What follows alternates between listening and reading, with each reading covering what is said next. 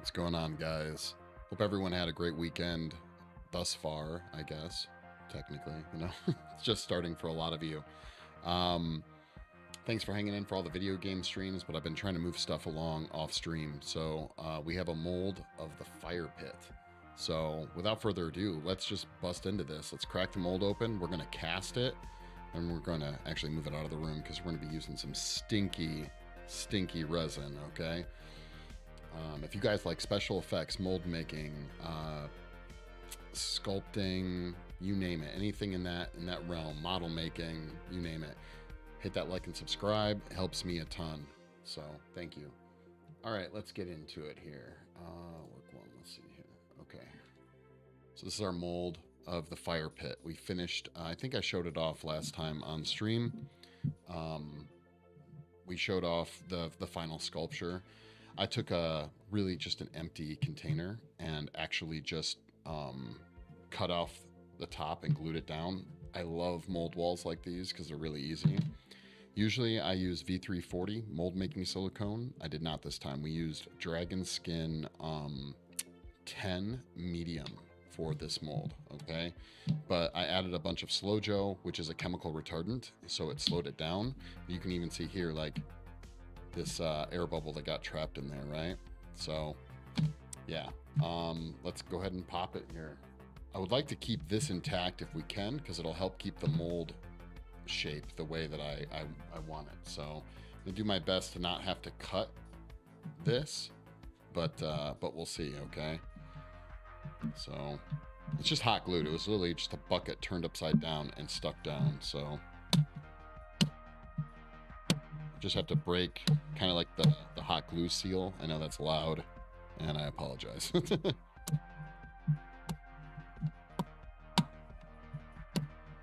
Whoa, hot glue chunks a flying.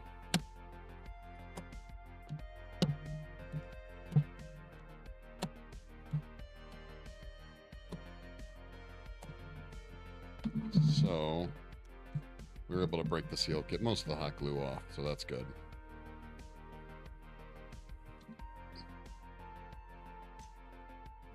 And then I wonder if we can just, like I said, I want to try and keep the bucket together if we can.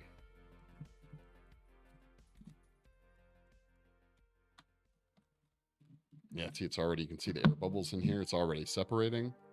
So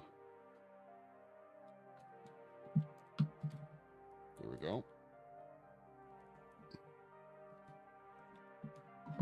Bam.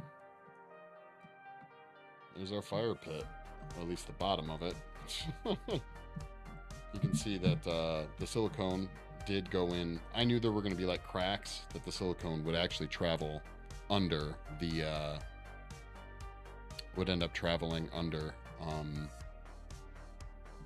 the material. So it's that's what you see right here, some like silicone goobers. But hold on one second, guys.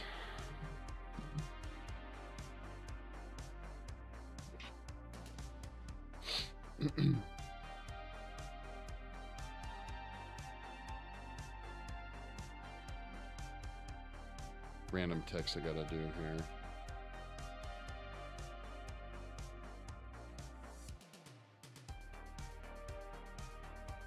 Okay, cool. So we don't really need this anymore. This is done. All of its glory. Okay. I suppose if we leave this in here, it's going to hold its shape really well. So let's go ahead and just, yeah, let's just leave it in there.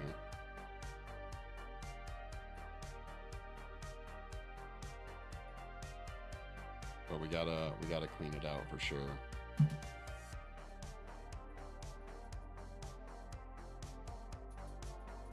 Hold on one second here, guys. Sorry.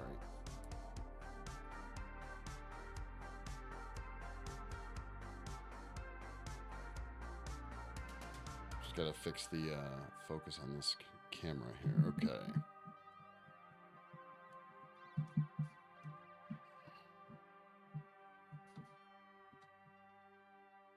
Ooh, that's gonna be interesting. That silicone got up everywhere. We'll see how that goes. I added the retardant to the silicone so that it wouldn't get any air bubbles. The silicone usually cures in like it gels in 20 minutes, right? So we didn't want to do that. So we added a retardant.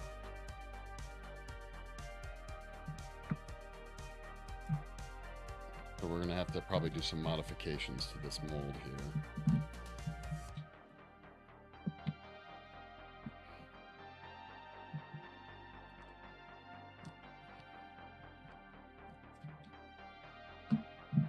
Interesting.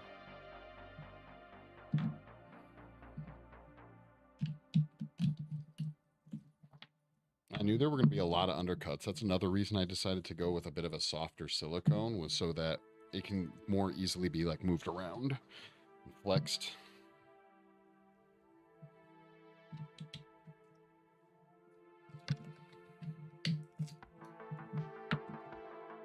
Oh, interesting. The silicone leaked through and went underneath all the logs and stuff, so we're going to have some cleanup we have to do.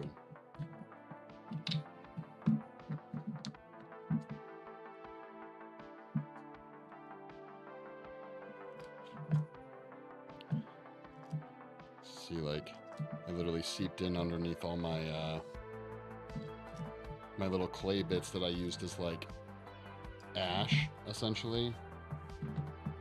Which is interesting. I kind of figured it might do that, but it's okay.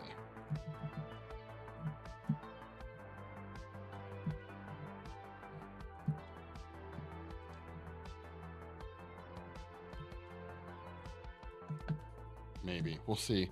We'll see what it looks like once it's cast, right? So.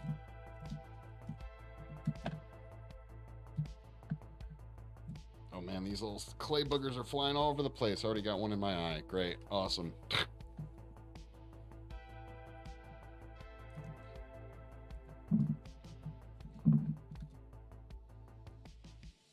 Yeah, this part would have been pretty tricky to do if the mold was made out of that V340, that really hard silicone, so.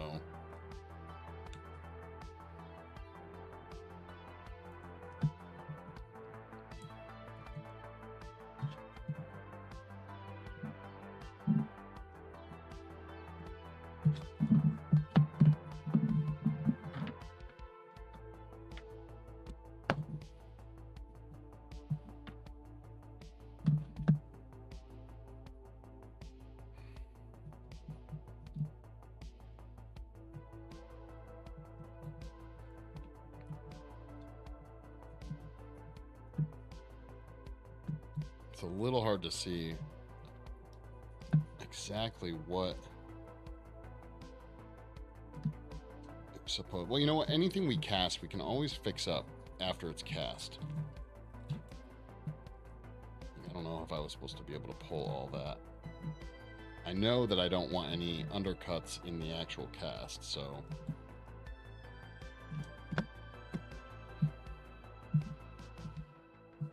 Whole lot of mess. I did not actually think it was going to be that messy. You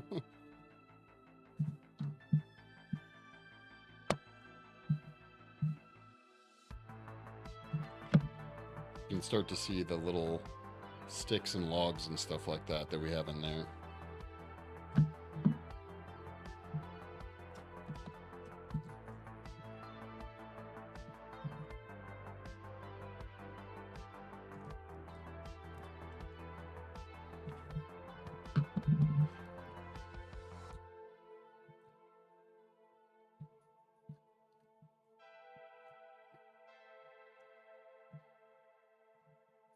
Come on out. There we go.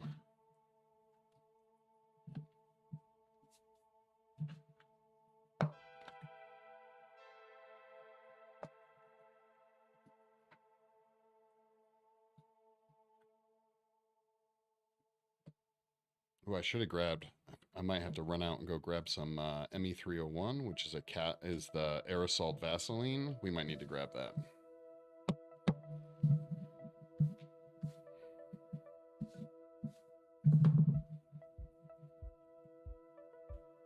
But you can see the texture for like the coals, which is what was going on right here.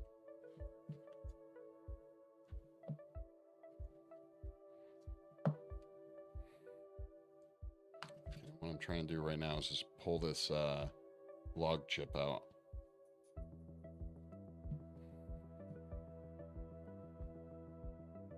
We're definitely going to want to mold release this before we cast that resin in here.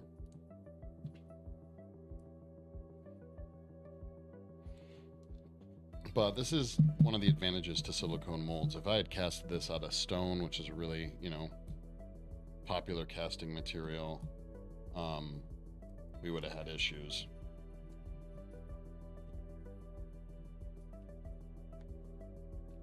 And there, another big log chunk.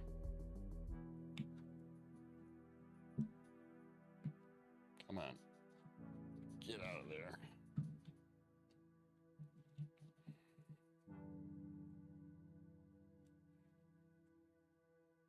It's a little tricky because you kind of have to like try and look at everything in reverse. I knew, again, the whole reason we added the retardant was so that we could get, so that the silicone would take a long time to cure. So we wouldn't get air bubbles.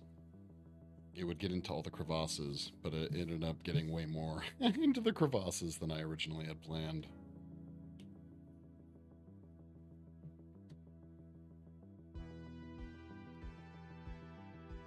As soon as this casts up, we're going to have to take apart this sculpture we have over there, which is the Snake Lady sculpture, Santanigo Pandemonium from the Dusk Till Dawn movie. My model moved away, and I want the clay.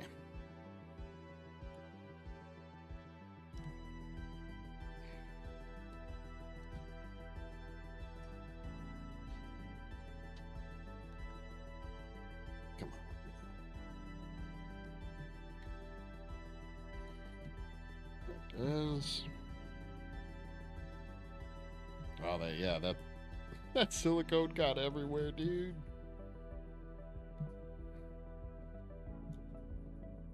I mean, I'm not gonna lie, if I could make a good cast and not lose all the detail and stuff, I would totally sacrifice the mold for one good. Oh no, I need 2 casts actually, so we have to be careful.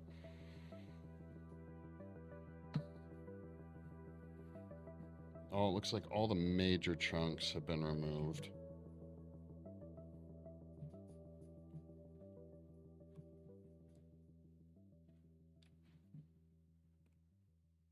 So anything we pull out of this is going to probably grab some of these little silicone chunks with it, which will just be sad.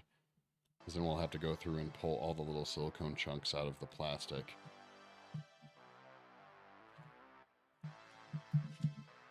We're going to keep an eye out, yeah, for any potential undercuts.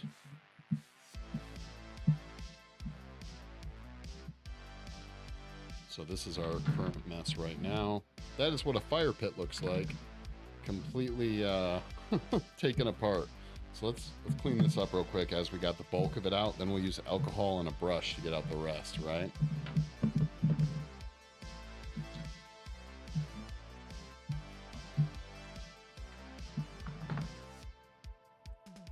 Unfortunately, I could try and save this clay, but I'd have to go through and pick through a ton of silicone chunks to do it. And yeah, I'm not interested in that, so.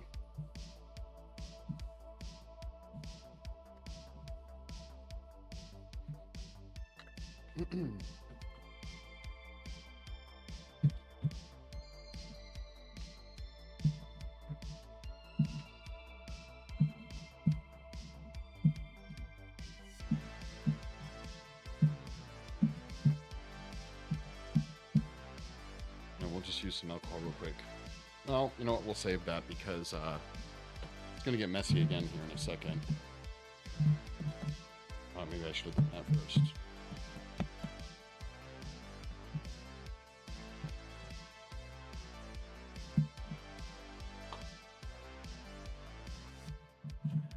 Okay. Just going to take a look real quick, just make sure there's no really bad undercuts. Like this area is technically like a little undercut.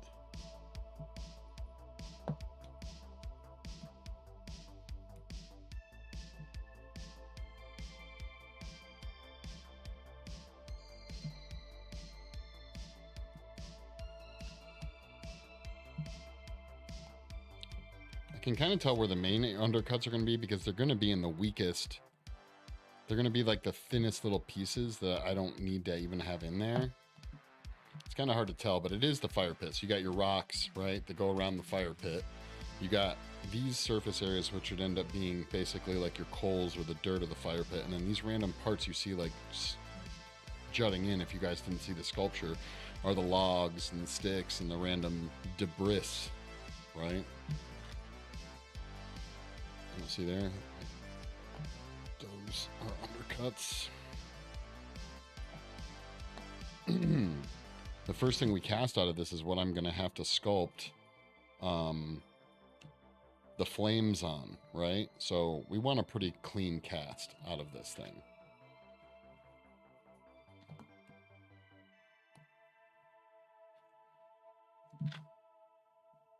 Looks like there might already be a tear. I can't tell.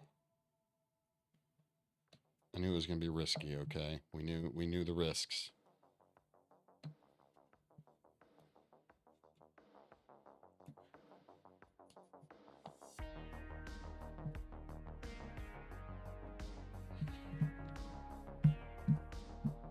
All right, where's the alcohol? We've got a chip brush.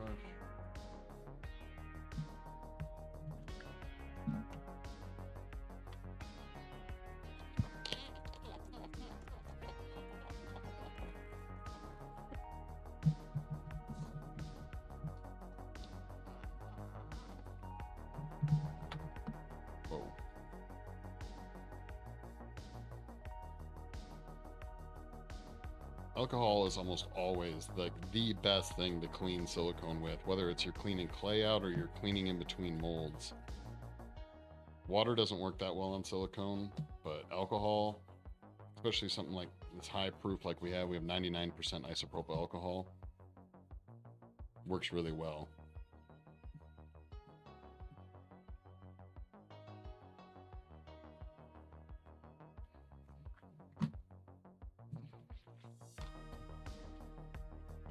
And it evaporates quickly, so we can get right into the casting as we need to. I feel like there might be some soap in this mix. Just sad. Oh well. Yo, Glitch, what up? We are cleaning the fire pit mold right now.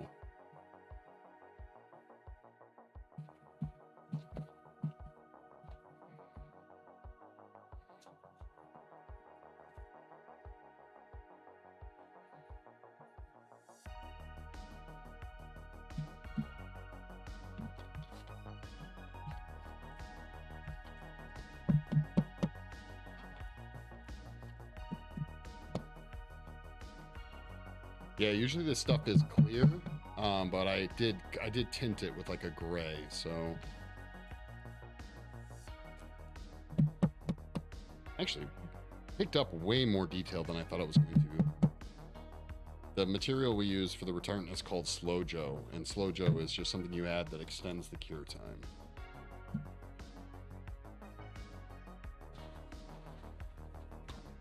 Cleaning the actual fire pit today, but then I sat on the couch with the dogs. Oh, so it was game over pretty quickly. Gotcha.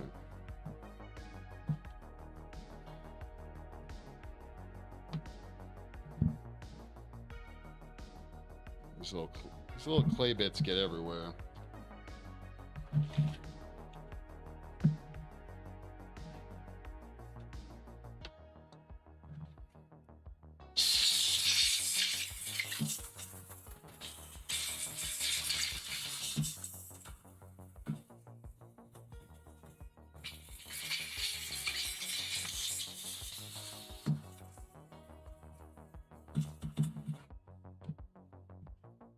Here are my tweezers.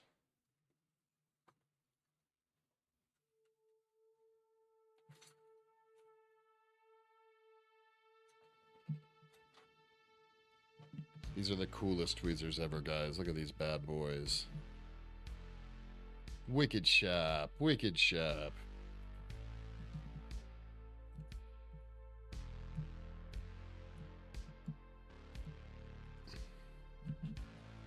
Any questionable undercut areas, I'm just going to go and pop off.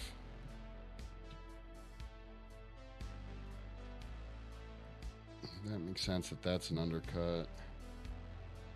Once you start seeing your, once you see your mold, you know, in detail, it's kind of hard sometimes to remember which part is which, right?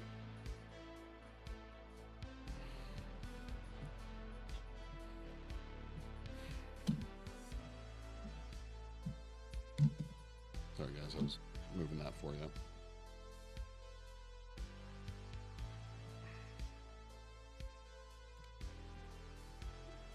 The more I pick now, the less I'll have to pick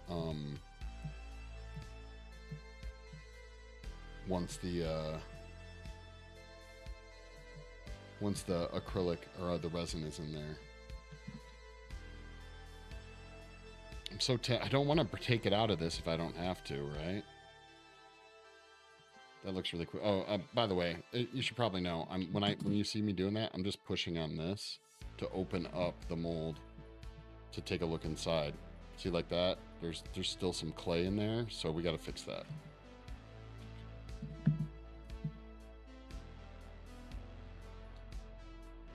And actually, you can see here too. There's like a little chunk of clay still under the surface here.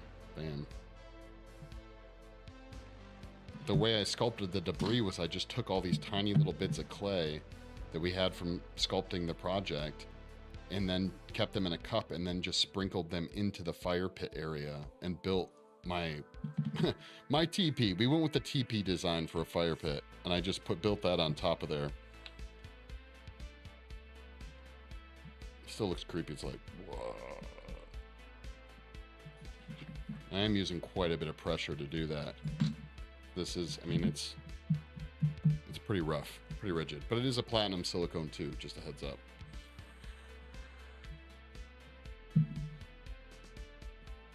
Okay. Another trick, if you guys don't know this, is you need a little bit more of like a rigid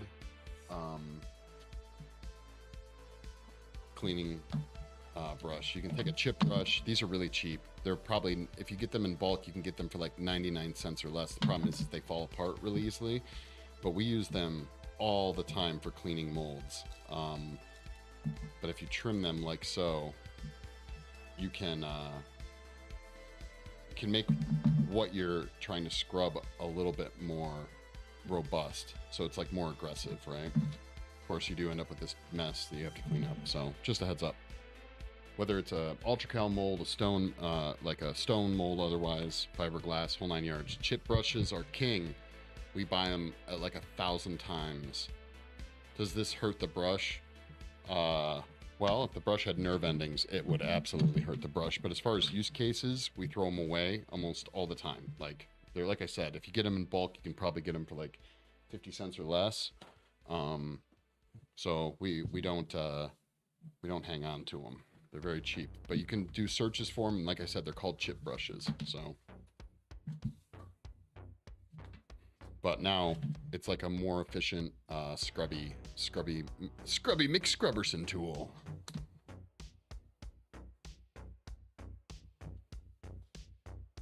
Oh wait, what? But then I send the cup. Wait, what do you mean? Prolapse mold. Oh wow, yeah, that's an interesting way to go with it. What area was it that wasn't really cleaned out? I think it was right in here.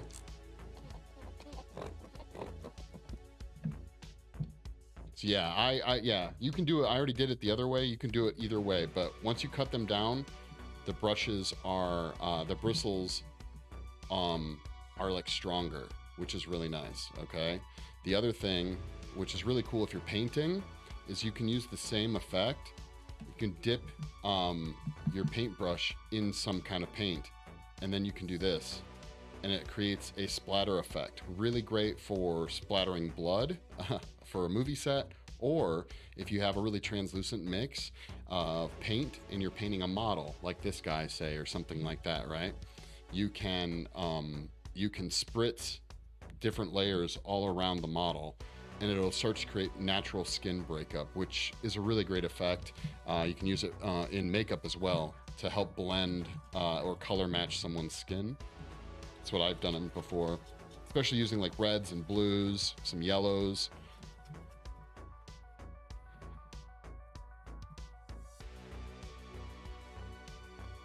Chip brushes should be in everyone's sculpting toolkit, makeup kit, painter's kit. Hell, you could use them to detail your car if you wanted to.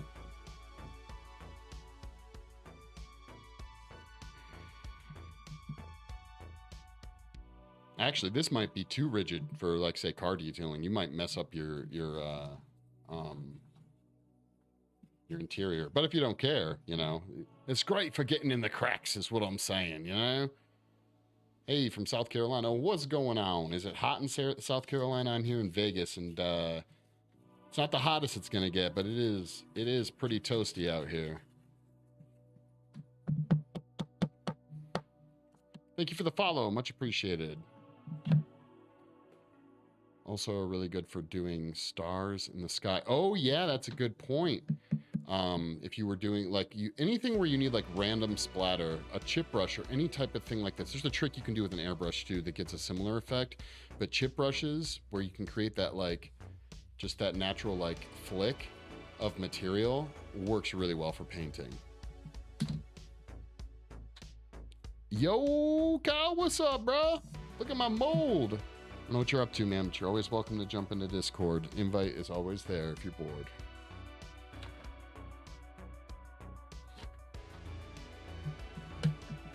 I didn't even think about the whole doing stars. Yeah, I've watched painters do that same technique.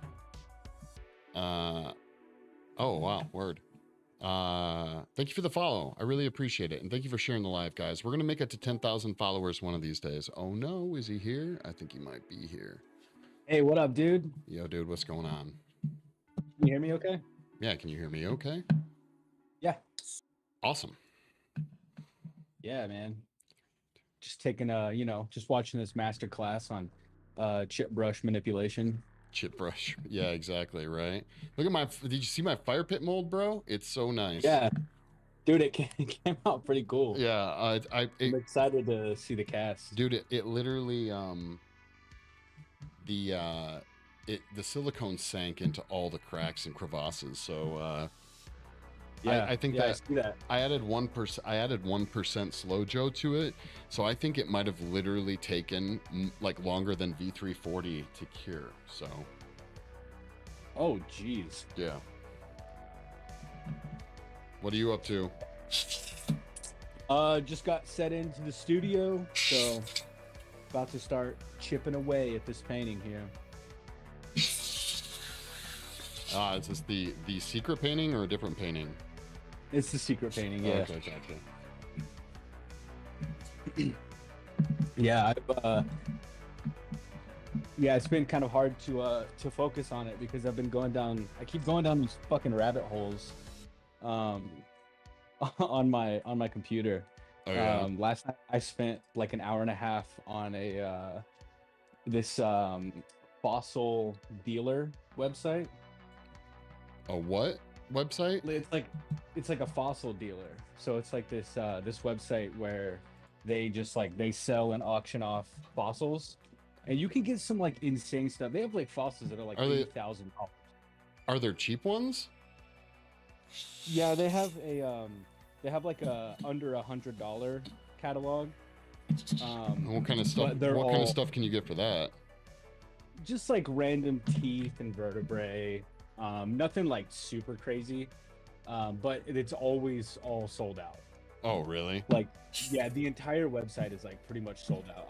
Like there's people that like watch this like hawks, and they just buy it as soon as it goes up, no matter how much. Like, there's a couple on here. Like, there's a couple teeth on here that are like available right now. But like, there's this tooth.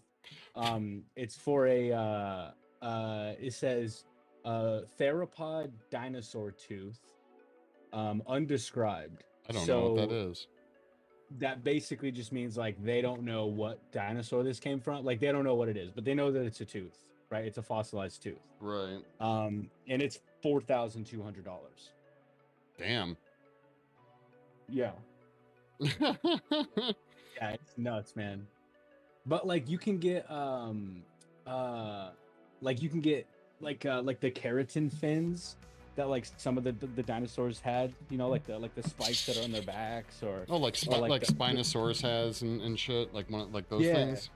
Hmm. yeah, like they separate out the parts, like they find the fossils, like, or like the skeleton, and then they like meticulously separate out the pieces and then sell them off individually. That's cool. Yeah, yeah, I'm trying to like, because like I have sort of like a small, I don't really know what to call it. I call it like my natural history collection. Like I've got like wet specimens and fossils and Really? uh I didn't know you were. yeah, I didn't yeah. know you were into that kind of stuff. Yeah, it kind of happened by accident.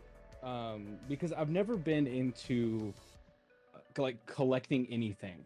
You know what I mean? Like I've never understood the idea of Yo, Black collecting stuff. Phillip, we're actually doing Um this is the fire pit and for the so RMZ. We're gonna do I've just always LEDs been and like, stuff into it. I don't So really it's for the like diorama. mugs or shot glasses or like cards or stuff. I've just never understood like the purpose of it. I'm a very like utilitarian individual, as you know. And Yeah. so like collecting things doesn't really have a utility for me.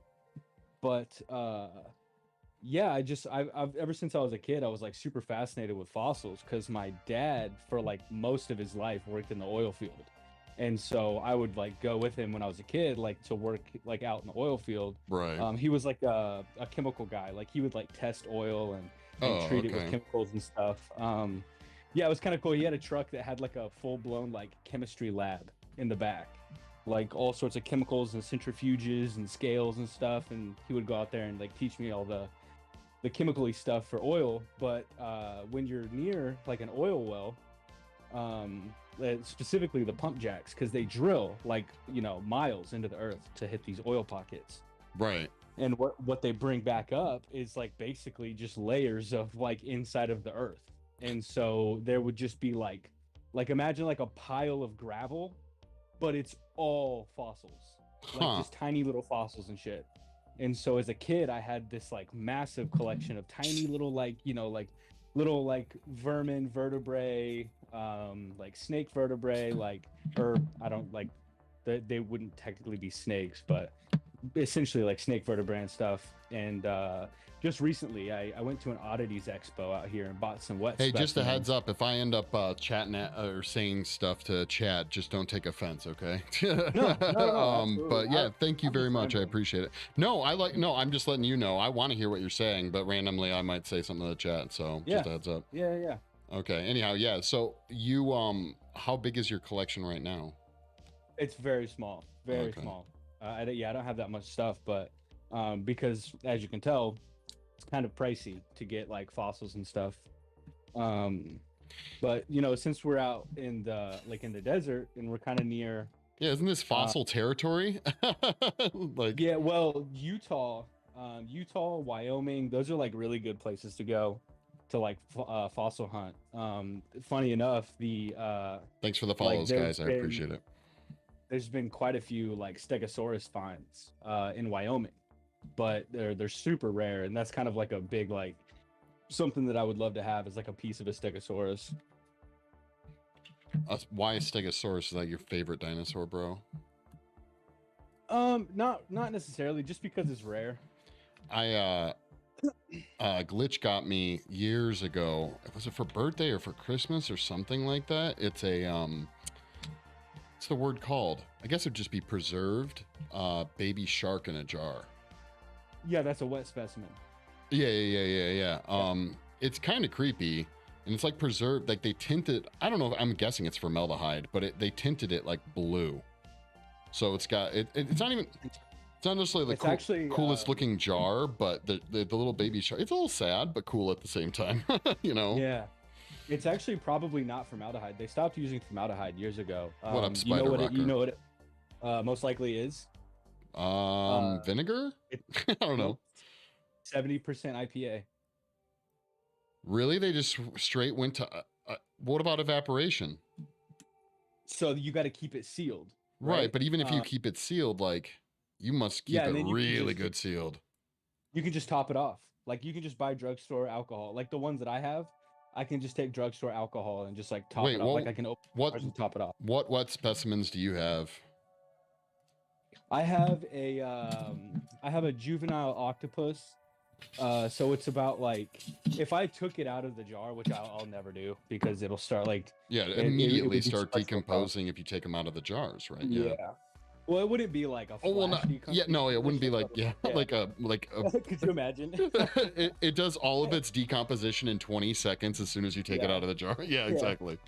But like if I stretched it out, it would probably be like three or 4 feet long.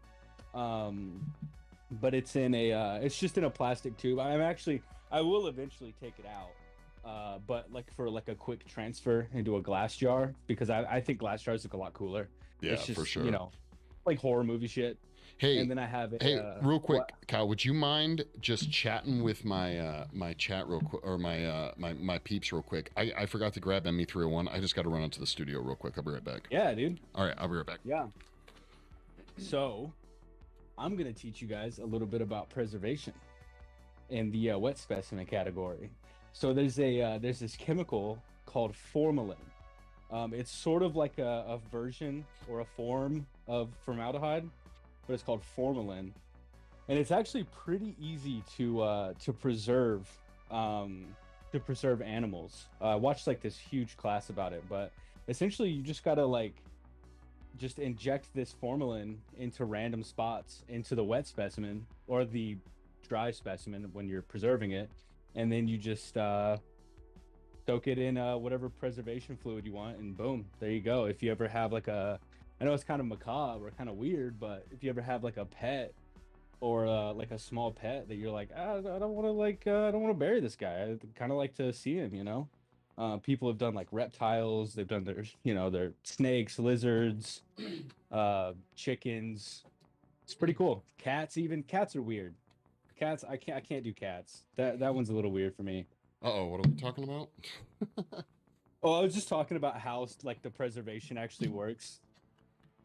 Oh, okay.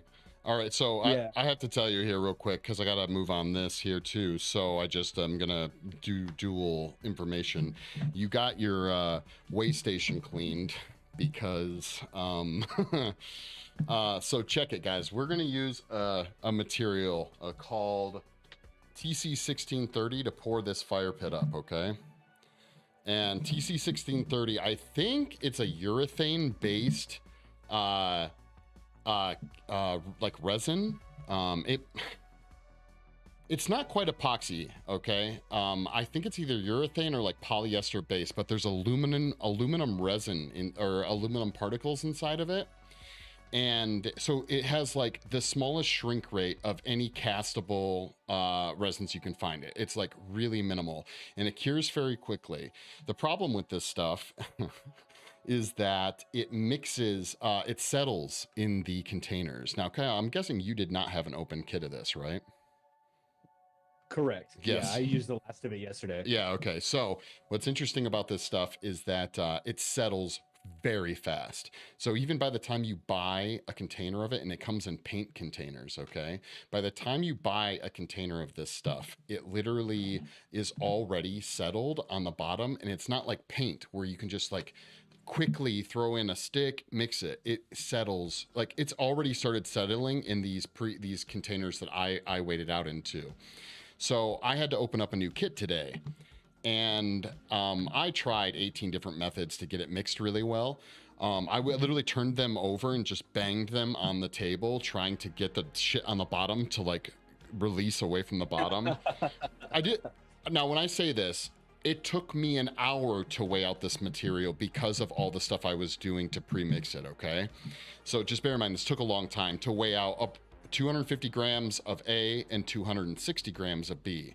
Now, the funny part is I finally said, fuck it. And I went and got a mixer for the power drill, put it in, and this is after scraping the bottom. And that worked really well. It took a long time, but I officially got it all mixed really nice, okay? So the problem is, oh my God, it was such a mess. I think I did the A first, and then I went and started mixing the B.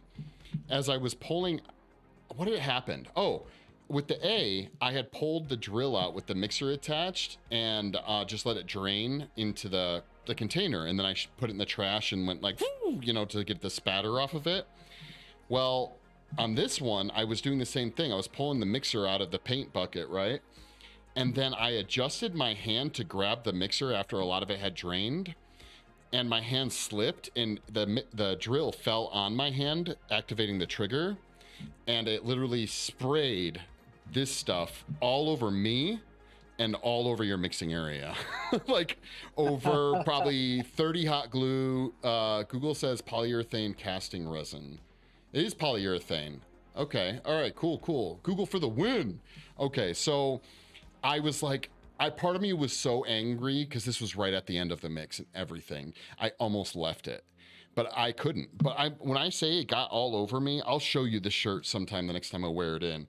And it literally looked like I just got like my body cut in half with spray of this stuff. It got over the entire mixing area, over the toolbox, like your black tool crate thing.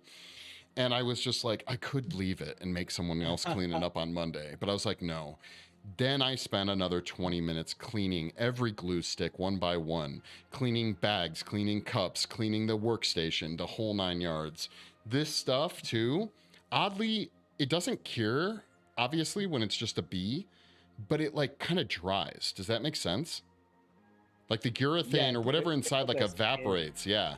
So really weird shit. So my shirt's fucked, even though it wasn't it wasn't like the A and the B weren't mixed together. Isn't that weird? Like it's just like it turns like this. It's like plaster kind of, you know, when the water evaporates from like plaster droplets. So so that we can keep talking about samples, I'm just going to go over this stuff for everyone who's watching right now. So just a reminder, this is a product called TC1630. It's a 1-to-1. You'll notice I have a 250 and a 260 container, okay? But that's only because I don't have a scale in here, and I'm gonna pour this into here, which means I'm probably not gonna get all of it. So if I mixed this to 250, I would lose some when it mixes into here. I'd rather be over by a little bit than under. So I added more grams to this mix. Now, we're gonna have to move fairly quickly. This stuff was kept in an air-conditioned environment, and it's been in my studio, which is also air-conditioned, but it does cure. What do you think my gel time is going to be, Kyle? Like 10, 20 minutes tops? Yeah, since you're in the AC, yeah, you got about 10 minutes before it starts to do up. Right. So normally when you cast small projects like this, you use a pressure pot with a thinner material, right? We're going to go straight and do, I'm going to literally just push this kind of open and then take a brush and stipple inside of it to try and pick up the texture. Now, what we're creating right now is not the final product. What we're creating is a sculpting buck. This is another reason I want to use it. This stuff can probably full cure pop within an hour, right? Easy? Wouldn't you say? Yeah. So that way I can literally start sculpting the flames today. So I wanted something like that. Plus the shrink rate is really minimal. So when I start sculpting the flames and the flames are fit to the fire pit, and then I cast them separately later with this as like the sculpting buck essentially, or it's kind of like a life cast of the fire essentially. So once the two pieces are put together, even no matter what's happening, it won't shrink. I can cast the final fire out of anything I want, but the part that I'm sculpting on has to be as accurate to the original sculpt as possible. So that's why I wanted to use something with very little shrink and something that cures very quickly. So for all of you who are interested, who want to check this stuff out, I don't remember how much it is for a gallon kit, but it's TC1630. You can pick it up at BJB Materials, which happens to be also where we got this mixing container. It's BJB Enterprises, I think is the name of the company, and they have a huge selection of polyurethane foams, epoxy resins, you name it. I think they even carry silicone. But if you wanted a degasser, check that place out too. All right, I'm done with the boring science stuff, guys. So back to Kyle's live specimens. We don't have to talk about that. Also, it is, let me see here. A gallon kit is $95. I think that is a fucking steal, guys. I mean, obviously I'm not a salesman, but this stuff is like indispensable if you're doing anything cast wise, and $100 for a gallon is pretty good. And it's strong as fuck too. That's the other thing. Like it's really robust. Heat resistant. You can throw it in the oven, so if you're doing anything that you need to heat a mold up for, you can throw it in an oven and get it up to like 300 degrees and it won't damage it. Actually, I think you can go all the way up to, it would say on that site, but I think it literally is like 400 or 500 degrees. Like it's aluminum basically, right? Shout out to BJB. Now send me free shit. I know, right? We'll make a TikTok and we'll at them. Okay, so yeah. Wait, interesting. What? Well, it's a tooling resin, so it should be really strong. Yeah, they must have changed the formula. Really? Yeah, because on the actual like the what's it called, like the website, MSDS. Yeah, like the MSDS. It's not the MSDS, but it is like an wait, important note kind of thing where it has like the information about it. It says that it's not aluminum filled anymore. It specifically says not anymore. Well, it just says TC1630 is not aluminum filled. What is it? What's the filling? What's the filler? I don't. Yeah, it doesn't say. Really, that's interesting. Okay. Let me see what the Part A SDS says. I know this is like nerd shit, but I'm actually pretty curious about this. Well, the MSDS, it's proprietary. They're not gonna fucking tell you shit, dude. Oh, really? I doubt it. Or they're gonna say very little, essentially. Trying to find a clever way to pop this open and be able to spray it into it. Maybe like that. Or here's what I'll do. I'll just spray it and then we'll use a chip brush to kind of move the mold release around. So for those you don't know, ME301 is essentially aerosol Vaseline. And it reacts differently with different materials, but this stuff is pretty, I don't want to say resistant, but doesn't get messed with it by very much. Did you actually find anything in the SDS? I'm kind of going through it. What's interesting is that one of the chemicals that's on the list of the OSHA hazardous components is soda lime borosilicate glass. Oh, so it might literally be silica inside of it. That would make sense. Like silica, because it's not going to shrink. It's going to be a filler that isn't going to mess with it. So yeah, that's weird. Huh. The more you know. Yeah. Did you do anything fun last night, bro? Last night, dude, yesterday? No, absolutely not. Fucking, I think I have legitimate narcolepsy or something. I don't know what it is. Or I'm just like burning out. And I've been on a constant burnout for a while because for like the past like 5 days, as soon as I get home, I sit down on the couch and pass out for like 5 hours. Nice. No, not nice. Oh, it's fucking terrifying. Hey man, if you need sleep, you need sleep, you know? I know, but it sucks because it's so inconvenient. It's like, why can't my brain just wait for wait 5 hours? Hey, Xeno Queen, thank you for the, I can't even tell what that is. Is that some kind of dessert? Oh, it's a finger. A finger heart. Okay, there we go. Thank you. So you just slept the night away. Pretty much. I mean, I came out. I worked in the studio for like a little bit, but not like enough to really like get anything legitimately done. I wanted to at least be able to say that I did something. You know what I mean? Right. Yeah. But yeah. Other than that, I watched a little bit of Curb Your Enthusiasm. Have you ever seen that show? No. Oh, okay. Looks like Triceratops is jumping in. What up, dude? I think you asked me about that before, and I've only seen like one episode or something like that. Oh, that's fair. Yeah, it's actually pretty good. I've been addicted to it for a while. Is he here? Oh, there he is. Oh yeah, I didn't want to interrupt Kyle. He was in the middle of saying something when I popped in. You're very quiet, homie. Here, hold on, I'll fix it. Can you say something for me? Yo, dude, what up? What up? Your art is amazing. Thank you so much. Thank you for the follow. Seriously though, you have beautiful work. Thank you. I'm trying. It sucks because I don't think TikTok can hear you guys. I can't confirm that though. I don't know for sure. It's a bummer. That's okay. Because otherwise it would be like a weird echo going on. Oh, that makes sense. Yeah, weird. Okay. Anyways, okay, guys, we're gonna cast this up. So anyone who asks me a question is gonna get a little like denied because I gotta stay focused. But how's your day going, Triceratops? So far it's well, not much is going on. I got up way too early, ate some breakfast, and played some cards with Tony and Amanda. Passed out again, and now I'm here. When you say way too early, what do you mean? I got up at like 4 for no reason. Oof. Damn. Dude, my dog's hair's growing back. Oh, good news. That's awesome. Yeah, he's getting his hair growing back, so we finally apparently are doing something right. Hell yeah. Sorry about shaving him. I didn't know it was gonna be No, that bad. we God dang it. Yeah, no, he lost a lot of his chest hair, but it's coming back. It's coming back. We're doing something right. Hell yeah.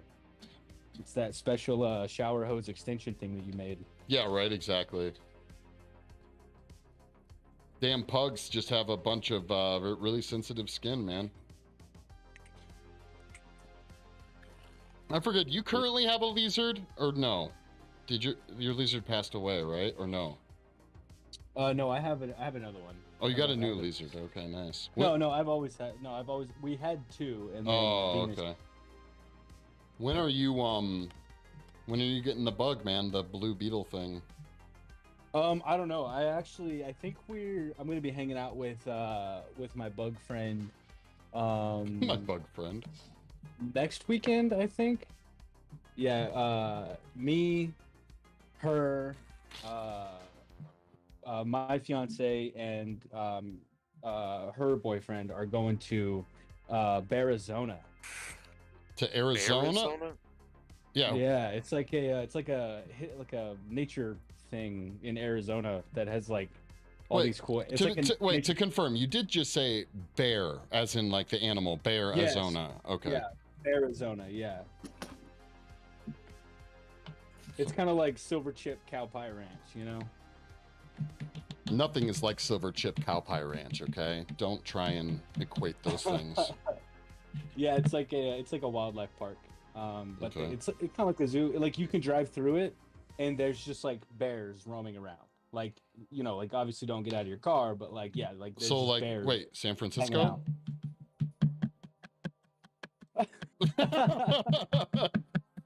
I was like, Douglas, how's it going?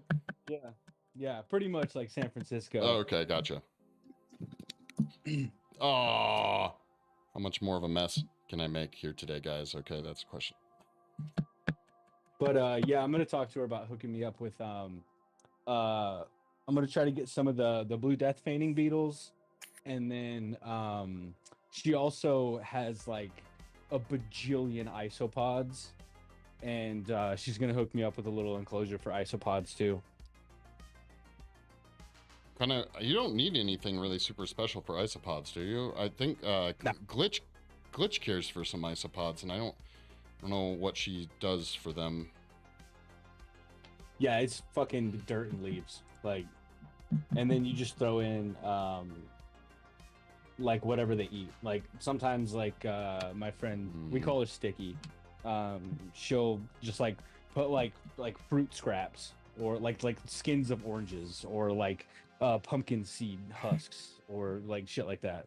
Okay. All right, guys, there we go. We casted it, got this stuff all over myself, and we're just gonna push it off to the side. It's gonna gel really quickly, but I am gonna move these 2 cups over to the other room so that I only have one really smelly thing degassing in my office. So, and that's me. That's what I'm talking about. Me, not the. Yeah, anyways, so hold on one second. I'm gonna. Billy boy. Where's my? There it is. What are you doing right now, Trace? Are you gaming?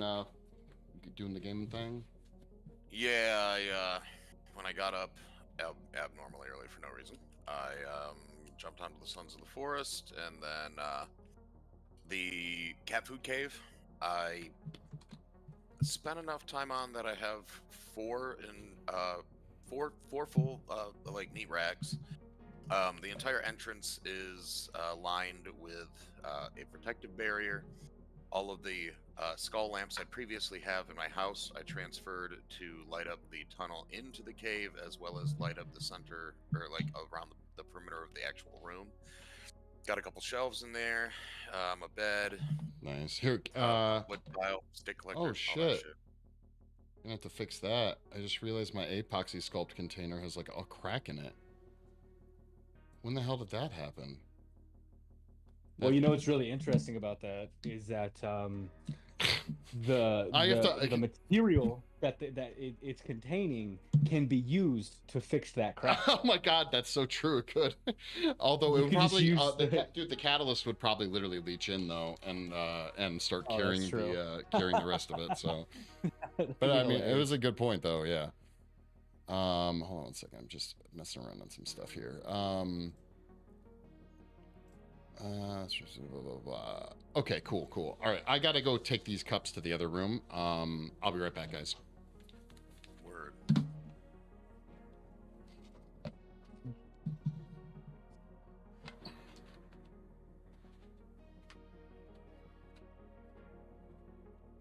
Oh,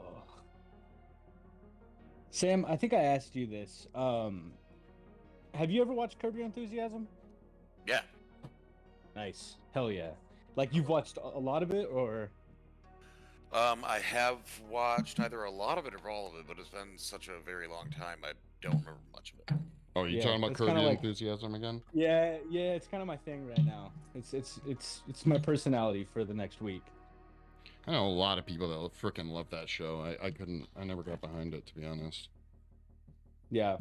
I freaking love it, dude. I think Larry. Have you watched all of it? I think I have, but it's been a very long time. And I don't recall a lot of specifics from the show. There's like maybe, I just don't remember a whole lot from it. It's been a few years now. Okay, here. Yeah, dude, I fucking hate Larry David's wife in the show. Her teeth weird me out for some reason. Like they're either too symmetrical or too white or something, and like they don't seem like they're real. Also, maybe like they're too big for her skull. Yeah, I just think she's a terrible person. Well, she's married to Larry David. Not like she. That's true. You got a point. You know, you're not gonna see a lot of like Snow White sorts of people going up and marrying Larry David. I don't think. Okay, guys. I don't know why I went with Snow White, but she's supposed to be good. Thank you for the follows, guys. I really appreciate it. All right, so real quick, we're gonna pull back. This, just so you guys know, this was a project from almost a year ago we started.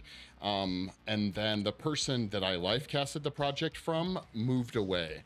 So I could probably get them back to come back out for a visit for the makeup up application, but I'm really not interested. So I'm literally going to, I'm just gonna get all the clay off of this while that other fire pit is curing. I am assuming this will go quickly. I have no reason to believe that, as it is medium Chavant clay, which can take some time, but here's the thing. We're keeping it positive, okay? Looks like the alien's from Orville. No, it's based on, I think her name is Santanigo Pandemonium. She's the snake demon creature from Dusk Till Dawn. I was really excited to do this, but this project, like all my other projects, just took over and got really freaking big. So, and now the person moved away. So we're just gonna take all the clay off for repurposing. So just a heads up, that's what we're doing. Wait, you're destroying the snake head? Yeah. Yep. Oh, brother. Damn. I know, it's a bummer, but I want to there's a ton of clay on the sculpture, right? And and two, like, I know we could probably get Rocky to come back out, but the molding process, I made one mistake for what I wanted to do. I wanted to cast it in foam rubber latex, but you can't really, well, you can, it's just a little difficult. Ideally, you don't want to have fiberglass parts to the mold when you do that. You want it to be like stone or hydrocal or something. So if I was going to do more silicone appliances and stuff like that, right, this would work just fine. Right. But for something that has to cook, and particularly foam rubber really likes to have the moisture wicked away by a stone or plaster mold. Fiberglass just Yeah. contains it.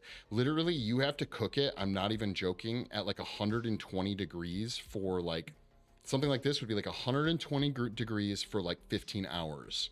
Okay. Holy shit, That dude. like you have to slow cook it, and the other problem is fiberglass oftentimes just captures all the water inside, so you can avoid it. But having done this before with my goblin animatronic I did years and years and years ago, you could literally get huge pockets where the water and moisture collect. So instead of air bubbles, it's like water bubbles. When you pull the foam from the mold, it's literally sopping wet.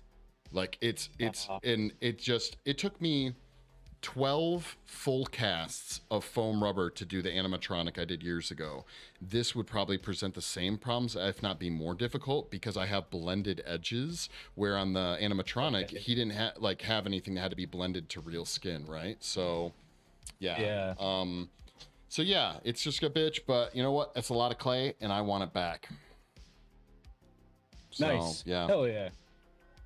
Dude, I always feel there's been 2 times in my life that I've done something similar with painting, and I regretted the main one. I regret all the way because not that I'm not trying to like talk you out of it. I don't give a shit about that. But like the second painting I ever did in my life ever, I painted over it. On purpose? On purpose, yeah, because I was like, oh, this is bad, I'm never gonna look at this again. And now that I have photos of it, I'm like, man, it'd be nice to have that, like, you know, sort of like that. It was like, a lot it's of like work, a benchmark, Black Phillip, you know. but you know what? Move on to new things. Yeah, so now it's like it's just gone forever. Like there's no way I could get it back. Yeah, well, you know what? I actually was really happy with how far I got on this, and I'll take it. You know, I'll take it. It's something that Right. Yeah. you know I have footage of. I have a lot of footage of. Right. Yeah. So at this point, it's just like I'm ready to move on anyways. I got so many other projects going, and this thing is just sitting around. And the other problem, you know how the clay goes. Like if this sits around long enough, the clay, like at least the surface amount of the clay is just going to go bad, right? Yeah. So yeah, it's like start cracking. Yeah. So plus I think what I'm going to do is just send I'll send the bus to Rocky. Looks like she's still like working on stuff, and I'll just send it. I can reach out to her and figure out what her address is and send it to her. So if she wants to do some like silicone casts or something like that, she can. She has something to work on. Yeah, that would be pretty cool. But all right, I'll be right back. Yeah. Oh my word! What the hell? Oh my Jesus! What? Thank you for the follow, guys. I really appreciate it. Oh, and I have special buckets for this too. And actually, I think I'm going to set a stopwatch. I'm just kind of curious how quickly I can get all this clay off. It's gonna be a grip, I have a feeling, but certain areas are going to come off way easier than others.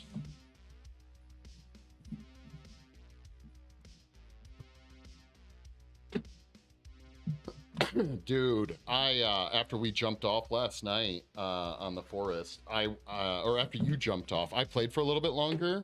I just wanted to go see what was happening at the other bases that we set up, to see if like they were getting messed up and whatnot.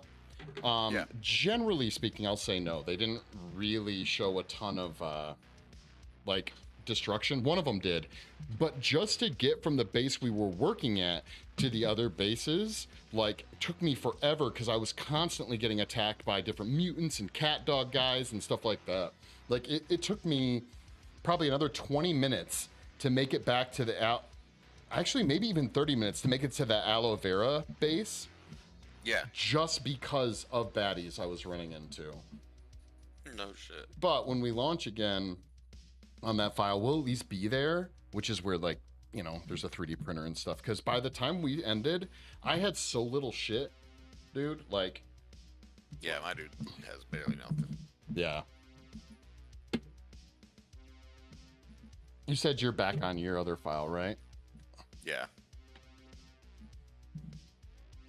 Man, this is killing my fingers. All right, let's take this. And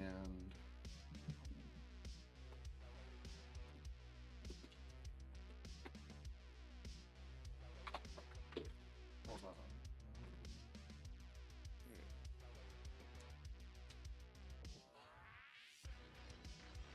Did you at least win at your Magic game or no? Well, so we kind of did a totally random thing and just plucked a singular card from among the loose cards in our libraries, so to speak, and build a card or a deck around that. I got stuck with some random little 1/1 creature in a color I don't normally play. So, no, I did not win, but I did fuck around a lot. Gotcha. Did Where the flip is the thing? what was I gonna say? I found out, dude, the Starship Trooper game was out in May. Oh, really? Yeah, I watched some gameplay of it this morning. It looks interesting. Is it like a shooter or Yeah, it's a first-person. top-down thing, It's or? a first-person shooter. And the general vibe, it's still in early access, which nowadays I'm not even gonna be surprised about. Like, apparently Yeah. every game is in fucking early access, but apparently, it's a lot like generally the one scene in Starship where they all go to it's kind of like a deserty island or on a deserty planet, and they have to defend that base and then get picked up by the dropship. I don't know how many times you've seen the movie, so. Well, actually, But quite a few times. Okay, all right. Well, pretty much just think like Left 4 Dead, but with the bugs and stuff. Oh, okay, cool. It's like, get here, do this thing, then go here, protect this base during a swarm. So that's what look like. I could see that. Thanks for the follows, guys. I really appreciate it. We're gonna make it to 10,000 followers one of these days. Man, this is Hell yeah. This is a workout for. Oh no, Steve. I'm always damaging Steve, guys. Yeah, you repaired him a couple times, right?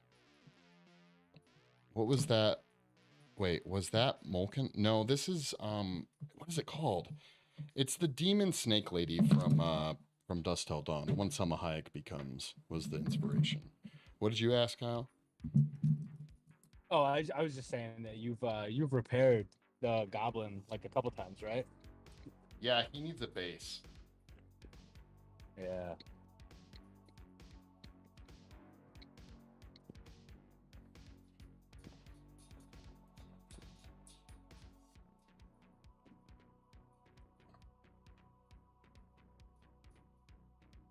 God damn it.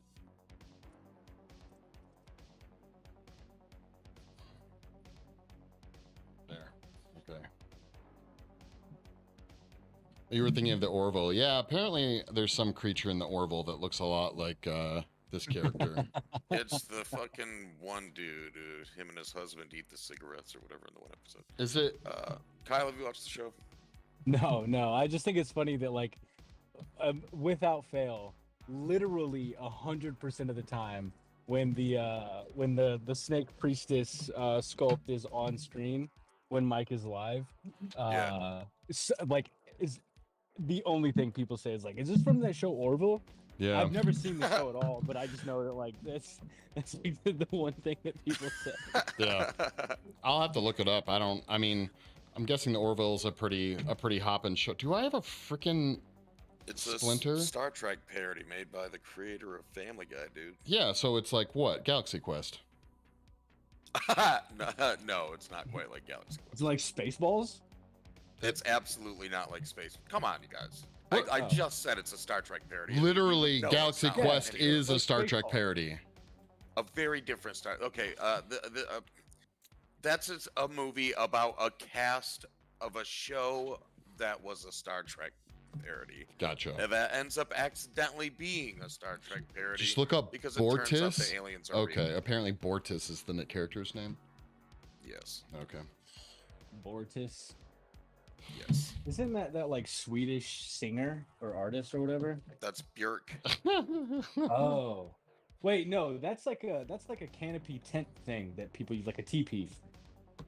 What? It's a yurt, man.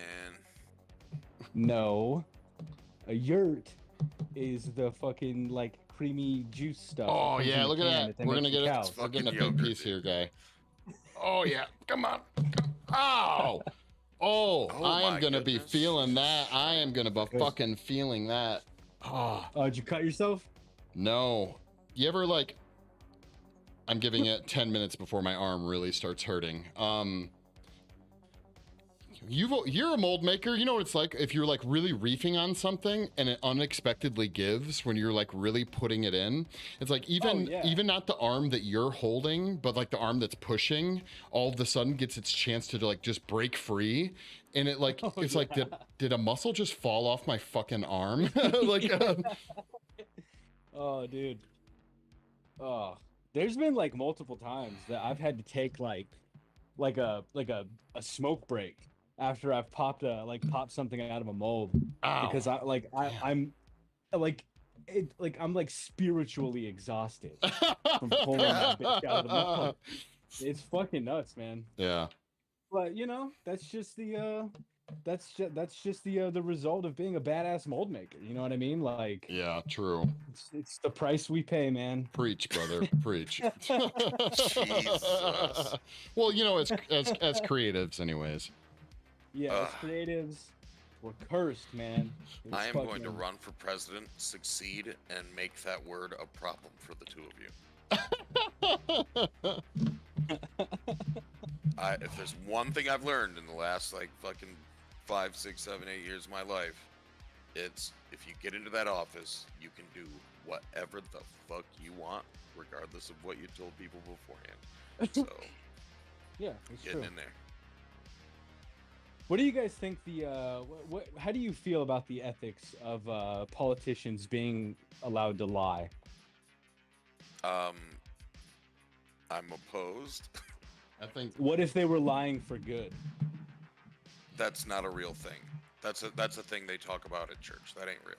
No, like say like the world, like everyone on Earth, right, or everyone in the country is like evil, and this person's like, I have a surefire way to change the way that like the world is, and I can fix the evil. I can make things good, right? But in order to do that, to get into power, they have to lie about being evil, or they have to lie on a platform of being evil, so that once they get into power, they can then do good.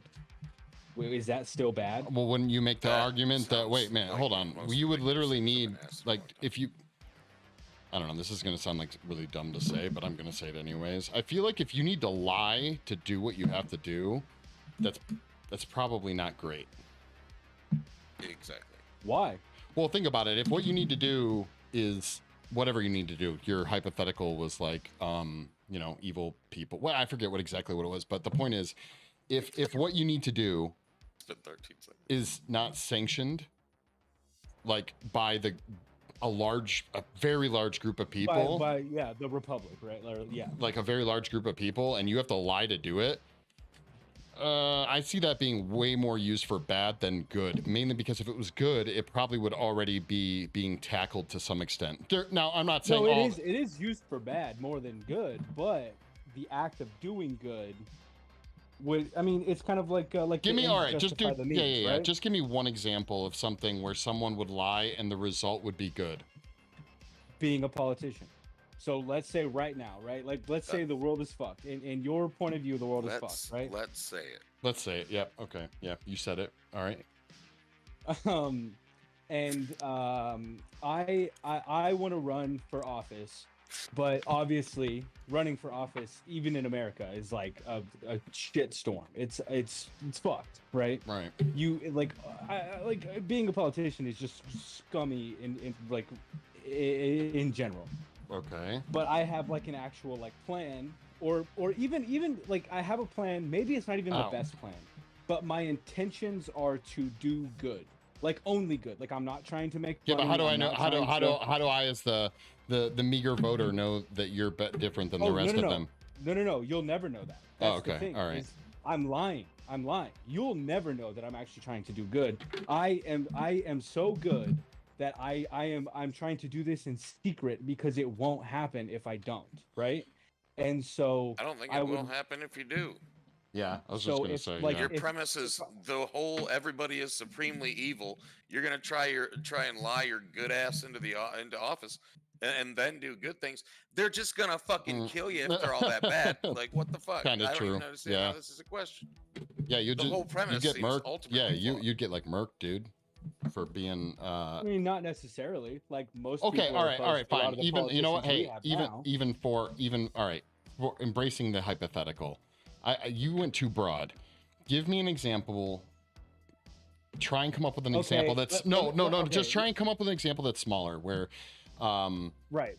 because bear in mind, I'm not I can do opposed. this. I'm not really opposed to lying necessarily. I just don't think that I would ever want to condone politicians do it anyways. But if given an option, I would certainly hit the button that says they can't. Hang on. Let me try and come up with something. Okay, so there's a prisoner, right? There's a prisoner that's in prison. So there's a prisoner. Is there a dilemma? Yeah. Right. Okay. Yeah. No. So there's a prisoner that's in a dungeon, right? And he's there. But he's not guilty, but he's just the person that sentenced him to prison just doesn't like him, so he's in prison for life. And you're a guard.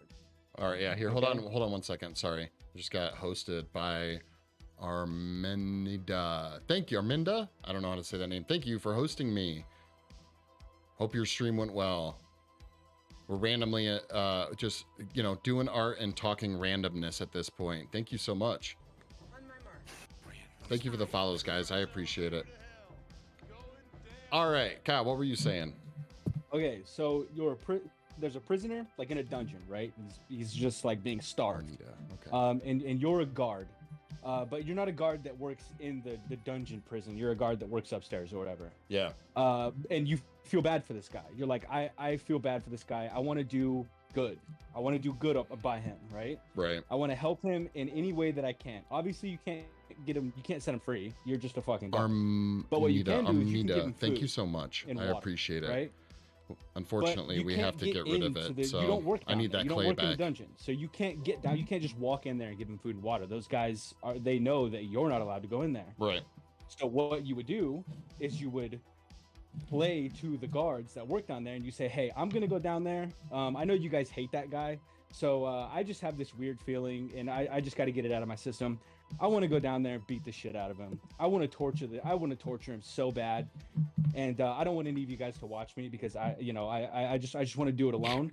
And they're gonna be like, oh yeah, dude, we hate that guy. Of course, fucking go down there and kick the shit out of him. Right. But what you're doing is you're lying to get in there to do good. Yeah, but hold on. This person was not. That's different than what you proposed as the original question. Okay, because the original question was based upon the idea that we would be giving permission for it to happen, right?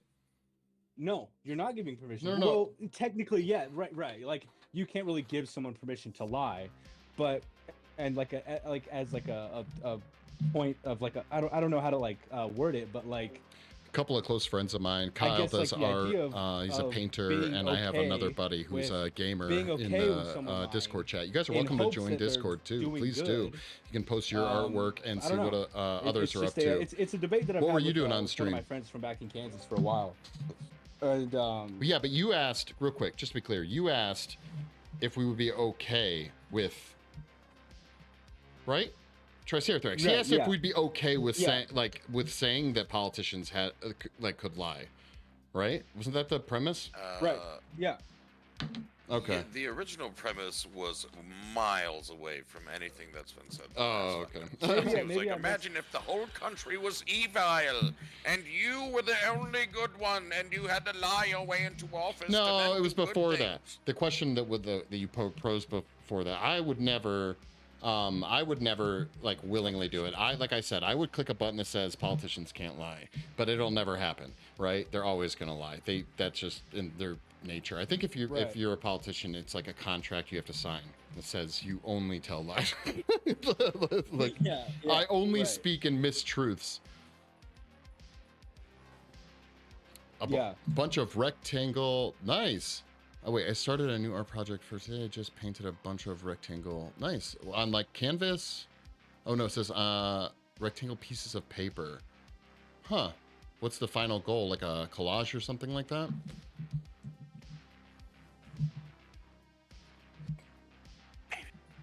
So I saw this TikTok that I think I'm going to actually do like a response to. I don't know. I'm undecided.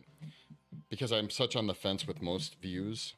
Any view I think taken to an extreme is probably a bad view to have. But it was this dude talking about how he doesn't like utilitarianism because you can justify literally anything on a long enough timeline. His general gist was this, check it. So if you believed that 50% or more of the population of Earth were truly evil people, and it will end in some terrible like aspect or another, like say some amount of time later, you could be justified in killing 50% of the people on Earth, right? Because you, in your head, the utility is that you are saving people down the line, right? Right. You following me? Like, Yeah. it's okay. And so even if it wasn't just in like close future, but like way far off future, utilitarianism could be used that way. And that was the gist of his video. He did it way more, even that didn't really do justice to it, but that was the gist of the video. But I think the part that I disagree with is that, like, I don't know that a utilitarian would find utility in that in the first place, right? Like, you would need to have utility in that action at the moment. Yeah. You know? So, Right. I don't know. It was just really weird because it was a long TikTok, dude. It was like a good, like, 5-minute long TikTok. Nowadays, that seems long to me, right? So, yeah. But anyways, yeah, right? Yeah, you're funny. Okay, wait. I am a traditional Slav artist. So doing something called Coke. I do not know. All right, Triceratops, I got one for you. Ready? Khokh. Is it Loma? Don't know. Did you say it? I No, can't. I said I don't know. Yeah, but I'm a traditional colors, so we'll be experiment. Yeah, I don't know. I don't know what that is. But anyhow, no, I saw that and I was like, man, I want to do one because, like, I feel like he's ragging on utilitarianism, and even though I'm not a true utilitarian, I feel like there's certainly aspects I agree with, and that just as soon as he got to the point, it was like, it can just justify anything. No, because there would be points where the justification, like in the train of justification, where it would fall apart. But yeah, what does utilitarianism really mean? Because I've always sort of like, maybe I'm just like a big dummy and I don't really actually understand. Like, maybe like it's kind of like I've been calling myself a utilitarian, but maybe there's something a little underlying that I'm not catching. Because, yeah, I don't know. Can you explain to me what like? Well, what's the classic example? I'm trying to remember. It's the train track example where you can push a lever. All right, so a train's heading down a train track that Y is off. One Y goes towards like one, is it one, like one person, the other Y goes to like 5 people or something like that. And so if you can sacrifice the one by saving 5, right? Like a utilitarian would just say the one, because the ends justify the means, kind of like yeah, right. but I think it's obviously more complicated than that. That's just like a simple idea, but it can have really negative outcomes. Like some people who are not utilitarians would just say that even one death is bad. That the 5 and the 1 are equal, right? Like it doesn't matter. Yeah. It would, like, whether you killed 5 people or one person, it wouldn't matter. Do you think that does that have some sort of religious undertone, like the antithesis of utilitarianism? Like the whole, like, well, I don't know that it's antithesis of it. Classified as a sin. Wait, say that again. Like I don't know, like, because I grew up in like a weird religious sect of America, and Like if you like say like if you stole like a screw from like a Home Depot or something, that's like just because you stole something, that sin is just as big as you murdering someone because it's a sin. You know, like the 5 equals, like the 5 is just as much of it as like a 1. Like Well, I mean, one sure death is just as bad as 5 deaths. What were you gonna say, Triceratops? I was going to say, yeah, probably the fact that utilitarians do make a distinction between levels of bad things. Yeah. So that is a difference between it, but I don't think it would make sense to say antithesis necessarily. Yeah. Oh, okay. It's Oh, thank you for the follow. All over the place. Thank you. Yeah, no, yeah, I mean, there are a lot of people, I think, I know for this for sure, actually. There are a ton of people I have asked similar questions to. Thank you. It is fantastic for sure. Oh, too bad we have to get rid of it. Comfy Spirit, thank you for the follow. There are a lot of people that either won't engage with the train hypothetical, or would just end by saying all bad, doesn't matter. But I don't know, like I'm when it comes to the train thing, like, or anything like that, I'm absolutely a utilitarian, but I could see how certain utilitarian things could end badly. Well, let me just put it this way. If the utilitarian aspect is part of your, like, I guess, your axioms and stuff like that, then you would likely just straight up, you would accept it. You'd be like, yeah, it is bad. Killing the one person is bad, but in my view, it's better than 5 people dying. You would still acknowledge it, but it wouldn't change anything. You got to do stuff. Watching an alien being dismantled on stream is fascinating. Yeah, for sure. It's not. Oh man, do I even? You know what? The sculpture's gone. It doesn't matter. It doesn't matter. Wait, hang on. Is that like is that Borders? Just based off of the like shoulder cap thing that's still there? Is this from the show Orville? Yeah, right. Yeah. Oh man, it's actually kind of cool. I've never taken apart a sculpture like this before. They've always been destroyed during the. It's always been destroyed during the demolding process. So it'll actually be fun to take the recording of this and actually play it in reverse, so it looks like I'm just like wicked fast sculpting. You should have done it like very meticulous. Oh the yeah. way that you took it apart, so that it would be in reverse. Like it looked like you fucking just put it back together. We have a comment here. I feel true utilitarian would find a way to reduce the bad behavior in future without killing, as even bad people are to be considered in the equation of the greater good. Not necessarily. Depends on the utilitarian, I think. Because a utilitarian is going to take their own consideration of what good or bad people are. That's the problem with the timeline aspect, which is like my version of someone who's bad or good, right? Maybe I don't fully understand the comment. I feel a true utilitarian would find a way to reduce the bad behavior in the future without killing. Okay, I see what you're saying. Yes, that was kind of my point. Like, a utilitarian would need to literally believe, which I just think on the train tracks, if you will, of the thought process, would come across other utilitarian things they could do that would not involve icing 50% of the people. Like, think about it. Like, think about this. Classic utilitarianisms in pop culture. Thanos, okay?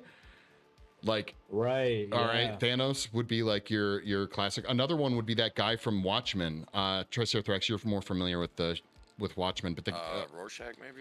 No, actually, he would be a utilitarian. But I was thinking about the guy that literally ices most or all of New York. In the movie, at least. What is his name? He's one of the supervillains. He does. He thinks to stop it's to stop like a missile, to stop nuclear war. He like synthesizes Dr. Manhattan. This is in the movie, not the book. He's what, Ozymandias? Yeah, him. Utilitarian for sure. Beheader, what's going on? You're a badass. Thank you. You are also a badass. You in my house, motherfucker! That's the most badass way to phrase saying that to a person, too. You, sir, are also a badass. I think I just found my new favorite website. What? It's You're a badass. the Stanford Awesome ideas, Encyclopedia of thank you. Philosophy. Nice. The URL is plato.stanford.edu. Nice. Dude, this is a fucking cool website. Oh my God, Kyle's a Stanford chill. How much are they? Well, what do you paying mean? Kyle? Is it just like what? Just because it has a fun name, what's so cool about it? Like, It's an encyclopedia of philosophy. you mean like the internet? Oh, yes. Oh, you've duped me again. No, you didn't make it hard. No, yeah, it's yeah. I mean, it's a very simple like HTML based, but like the website itself is not cool. It's actually boring. Oh, okay. But like the shit that's on this website is really cool.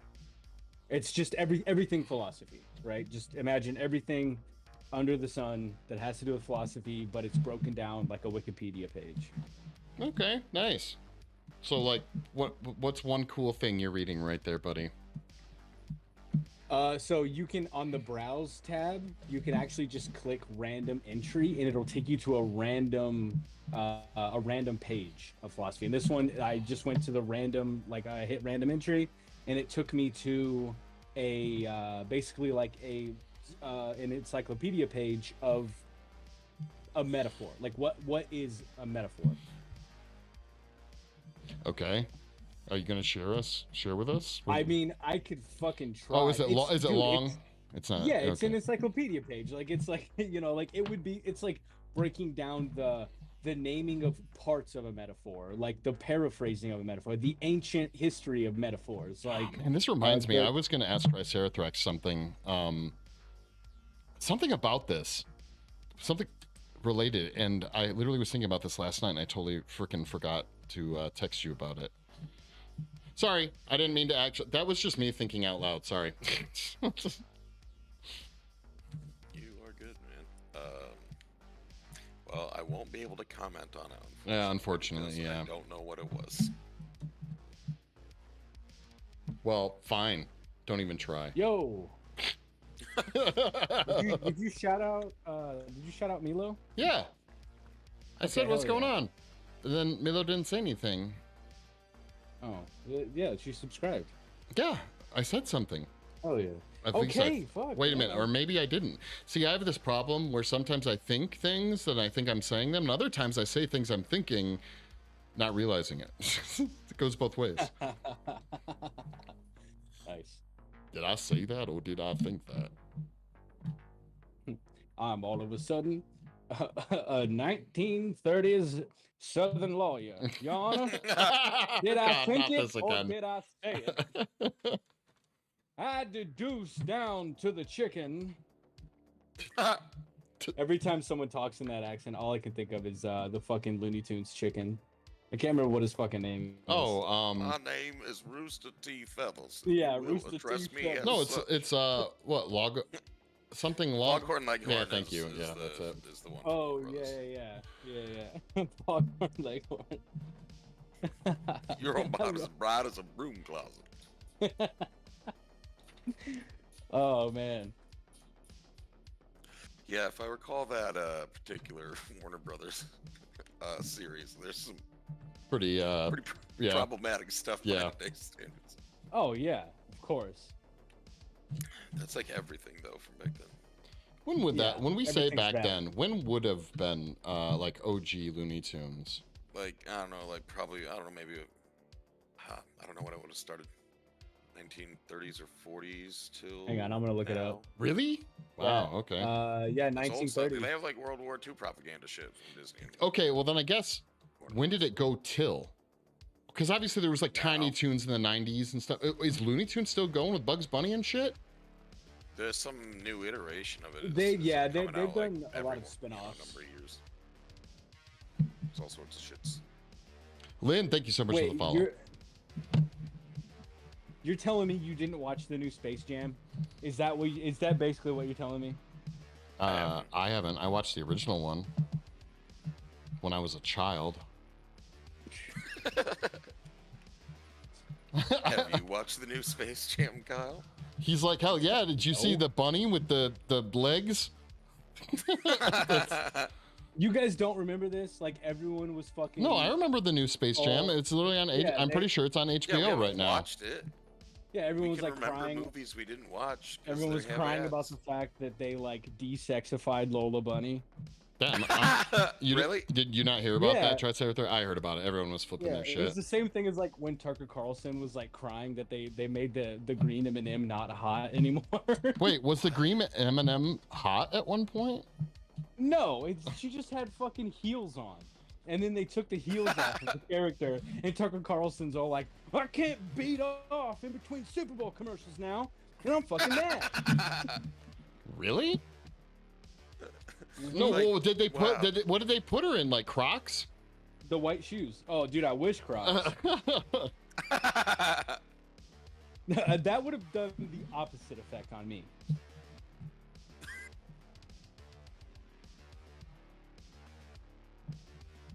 Nice, dude. That's good to have. Wait, how many peanut Unique or how many interests. M&M characters are there? Or there's only like, 6. no, there's not. Man, you said that really fast, dude. It's like definitely 6 M&M characters. Dude, Oh, now there's 8. There's the minis and the pretzel guy. Okay, gotcha. are you actively on like a M&M's wiki or something? No, Or do you I just just have all this I'm at in, an instant recall. I'm in front of a computer. And what are you viewing on the computer? I'm not on I'm not on r/rule34 looking up M&Ms. I asked if you were on an M&M's wiki or something. You made it into weird Reddit porn. True. No, Preach. I just Googled it. I just You young kids and you Google. yeah. Back in and my then- day, we just had to remember pointless facts. Yep. Yeah, you guys can't say that when 90% of your day involves talking to ChatGPT. No, That's hey, me. That's me. That is very recent, and that's mostly Mike.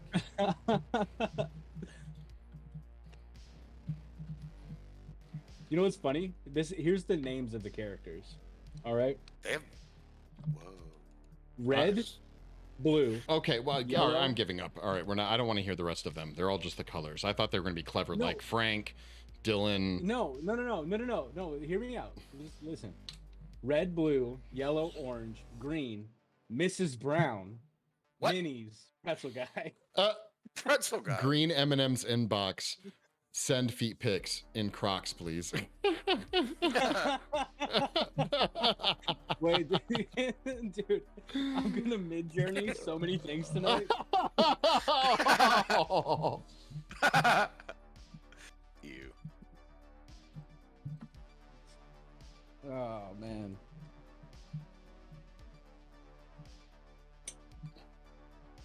Wow, this conversation has gone from Bad to worse. wet specimens to Well- dirty feet pics of, I guess it's the same topic. Not yet. I mean, the pics are for the greater good. Yeah, that's true. Good point. Yeah. Yeah, it's utilitarian. Yeah. Full circle. Full circle. Dude, that's gonna be. I'm going to enroll in a fucking philosophy class at UNLV, and my thesis is going to be: is the green M&M feet pics utilitarian or not?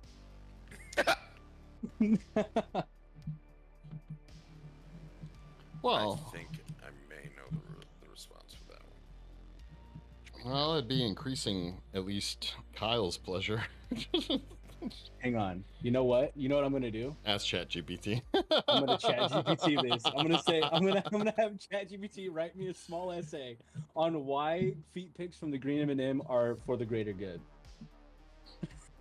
And to be clear, the green M&M Dude, Is- please do that. is the green M&M is in fact just called green M&M, right? All of them are just called their names. It's green. It's just green. Oh, It's okay. not green M&M. They don't have a last name. God. Hey, okay, random thing. One of you knows this. What does M&M stand for again? Kyle, This is your arena. Wait, what'd you say? What does M&M stand for? I literally don't remember. I don't know if I ever knew, actually, now that I'm thinking about it. Mars and Muri. No, it doesn't. Really?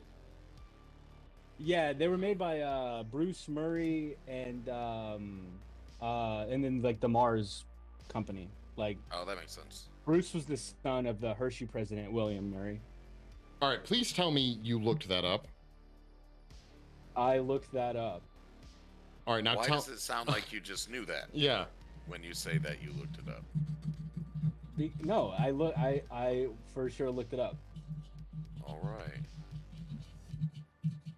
Biggest disappointment with ChatGPT is asking it what the price of Doritos were back in the 90s and it not knowing. Yeah, Not really. it's like it's some sort of millennial or something. It's like fucking Zoomer. It's like 90s. Wasn't that 100 years ago? Feels like it. It does.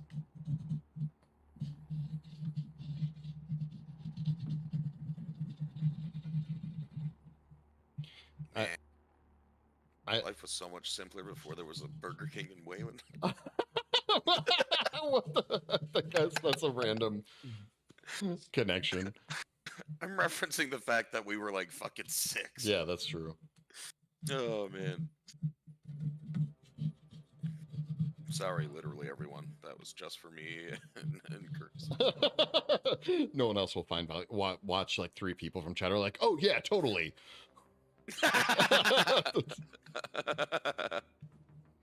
That'd be pretty funny. Are you asking? Is it doing it? We got it, guys. We just struck fucking oil, man. Dude, we're so. Oh my god, dude.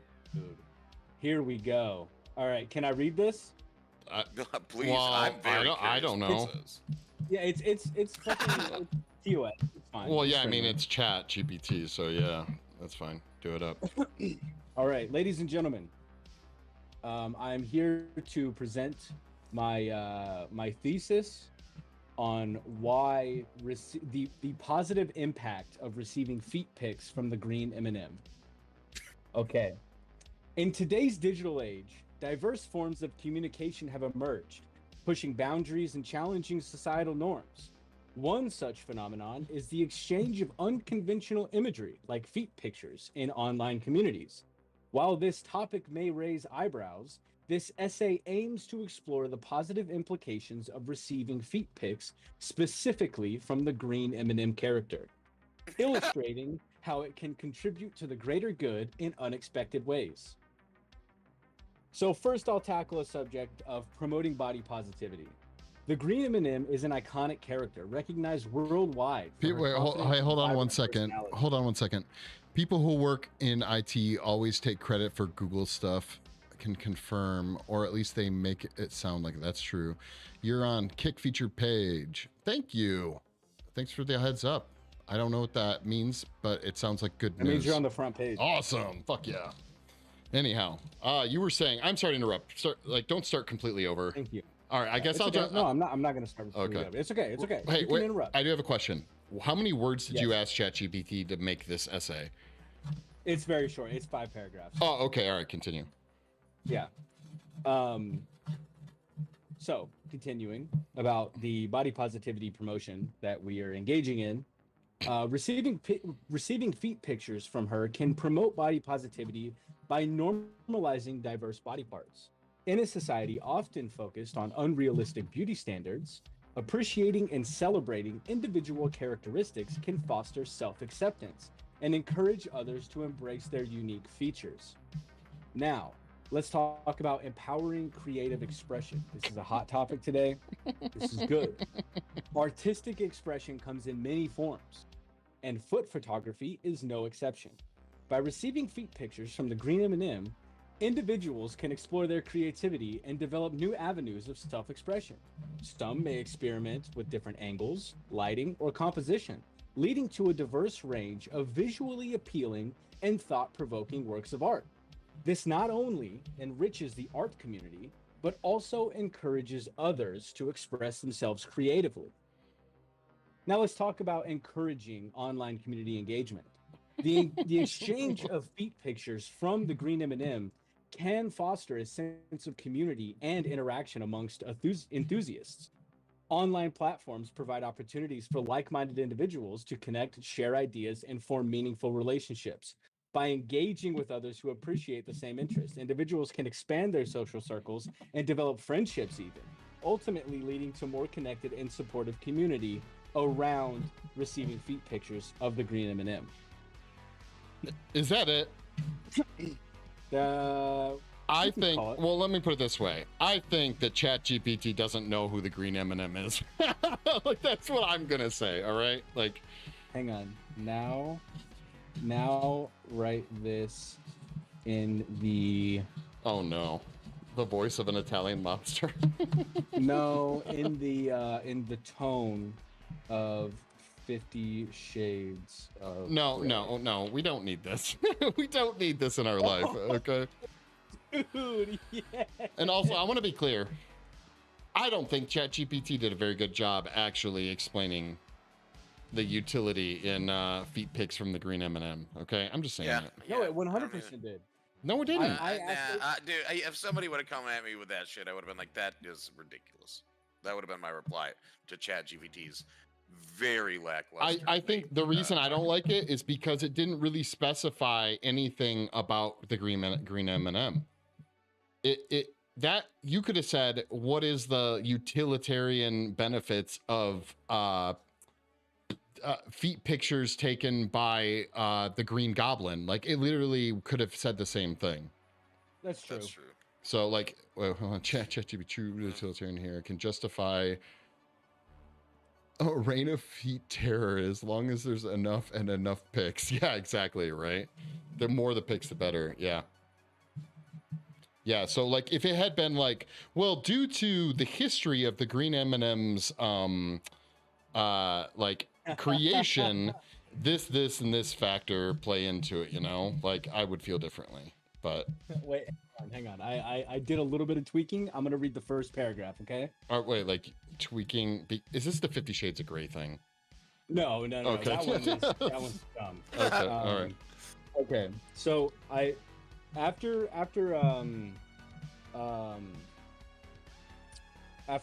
consulting my board and some close peers and colleagues, I have revised my essay. Okay. So the new title of this essay is "The Irresistible Temptation: Every Man's Lust for the Seductive Green M&M." Wow. In a world captivated by unbridled desire, one figure stands above all others, evoking a carnal hunger that transcends boundaries. This essay delves into the depths of temptation, exploring the irresistible allure of the sexiest person on earth, the seductive green M&M. All right, no. Prepared? I'm not going any further. You need to yell at ChatGPT right now and say, do you even know what the green M&M is? If so, how does anything... It doesn't understand nuance. It's not going to understand nuance. No, but bring it to its attention and it can. If you say, like, if you had asked it first, what is or who is the green M&M, and then asked it to write this kind of thing, it might actually do it. But the fact is right now, you insert green M&M, you could literally replace it with any name. But if you make it identify who the green M&M is first or what it is, then you might have luck. Like, and I find that telling ChatGPT that it's an idiot and to somehow link the concept of the green M&M's presence, say, within pop culture and blah, blah, blah, blah, blah. You only get what you put in, okay, Kyle? When it comes to ChatGPT. Are you mansplaining ChatGPT? Yes, I am. I am. Yes, I am. I am. Are you mansplaining? No, I'm M&M-splaining, okay? He's Mars and Murray splaining Kyle. Or maybe that's what I'm doing. I'm not sure anymore. I didn't even talk about the dopamine. Wait, the release of dopamine upon finishing viewing green M&M's feet and the health benefits. Yeah, exactly. See, better argument than the ChatGPT one already. I feel like I can hear Kyle's like clicking the keyboard right now to yell at ChatGPT and for making him No, look I'm like just, a fool. I'm surrendering. I'm just because nothing I do is good enough for you guys. Nothing I put in First all of this all, love why are and you energy, taking the credit of ChatGPT's and, work? and I IT try Kyle. I try to do something cool for you guys by getting you all fucking Oh my gassed up about the green M&M and letting you in on my fun little obsession and my fandom for M&Ms. And you know, you I don't just think you hot should have brought up your steaming fetish shit until on you top were of me. prepared to accept that other people are not into it. That's No. on you. No, I don't accept that. I We see. don't kink shame. No one ever did. We just didn't get enthused about it, and you got wildly upset as though that was us shaming you. Hey, Saying you know talk what? like ChatGPT. I'm not arguing about at any point of that. Yes, I do talk to ChatGPT. No, I It said is a you name and talk a like ChatGPT. Oh my word. I actually would love it if ChatGPT talked like Triceratops. I've been trying to get it to talk like Triceratops. It's just not mean enough. Yeah. It keeps forgetting that I want it to act like me, and I'm like, what the fuck, motherfucker? I told you to be a dickhead next time I came back, and instead you're always like, yes, I'm more than happy to help. And I'm like, man, just remember. The misery green M&Ms enslavement in feet mold factory is outweighed by the pleasure it brings to the masses. Somehow that one statement quote is very dark. It made this a very creepy thing. I had images of the green M&M tied up and just like multiple feet like molds being made all through the day, all through the night. Like in my head, in a moment, I lived that life. It sounds like what happened to me at work. Yeah, right. Exactly. Yeah.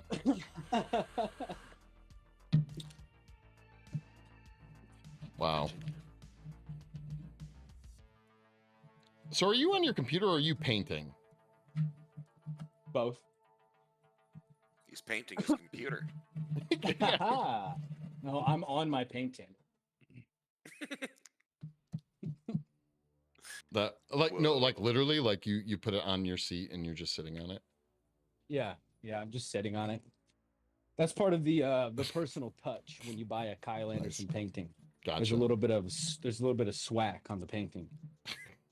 Swag? What, pray tell, does swag mean precisely? I don't know if I want to know what swag means. I'm good, bro. I'm swag. Pretty sure I need to know now. It's a term my football coach used to say. Is it back sweat?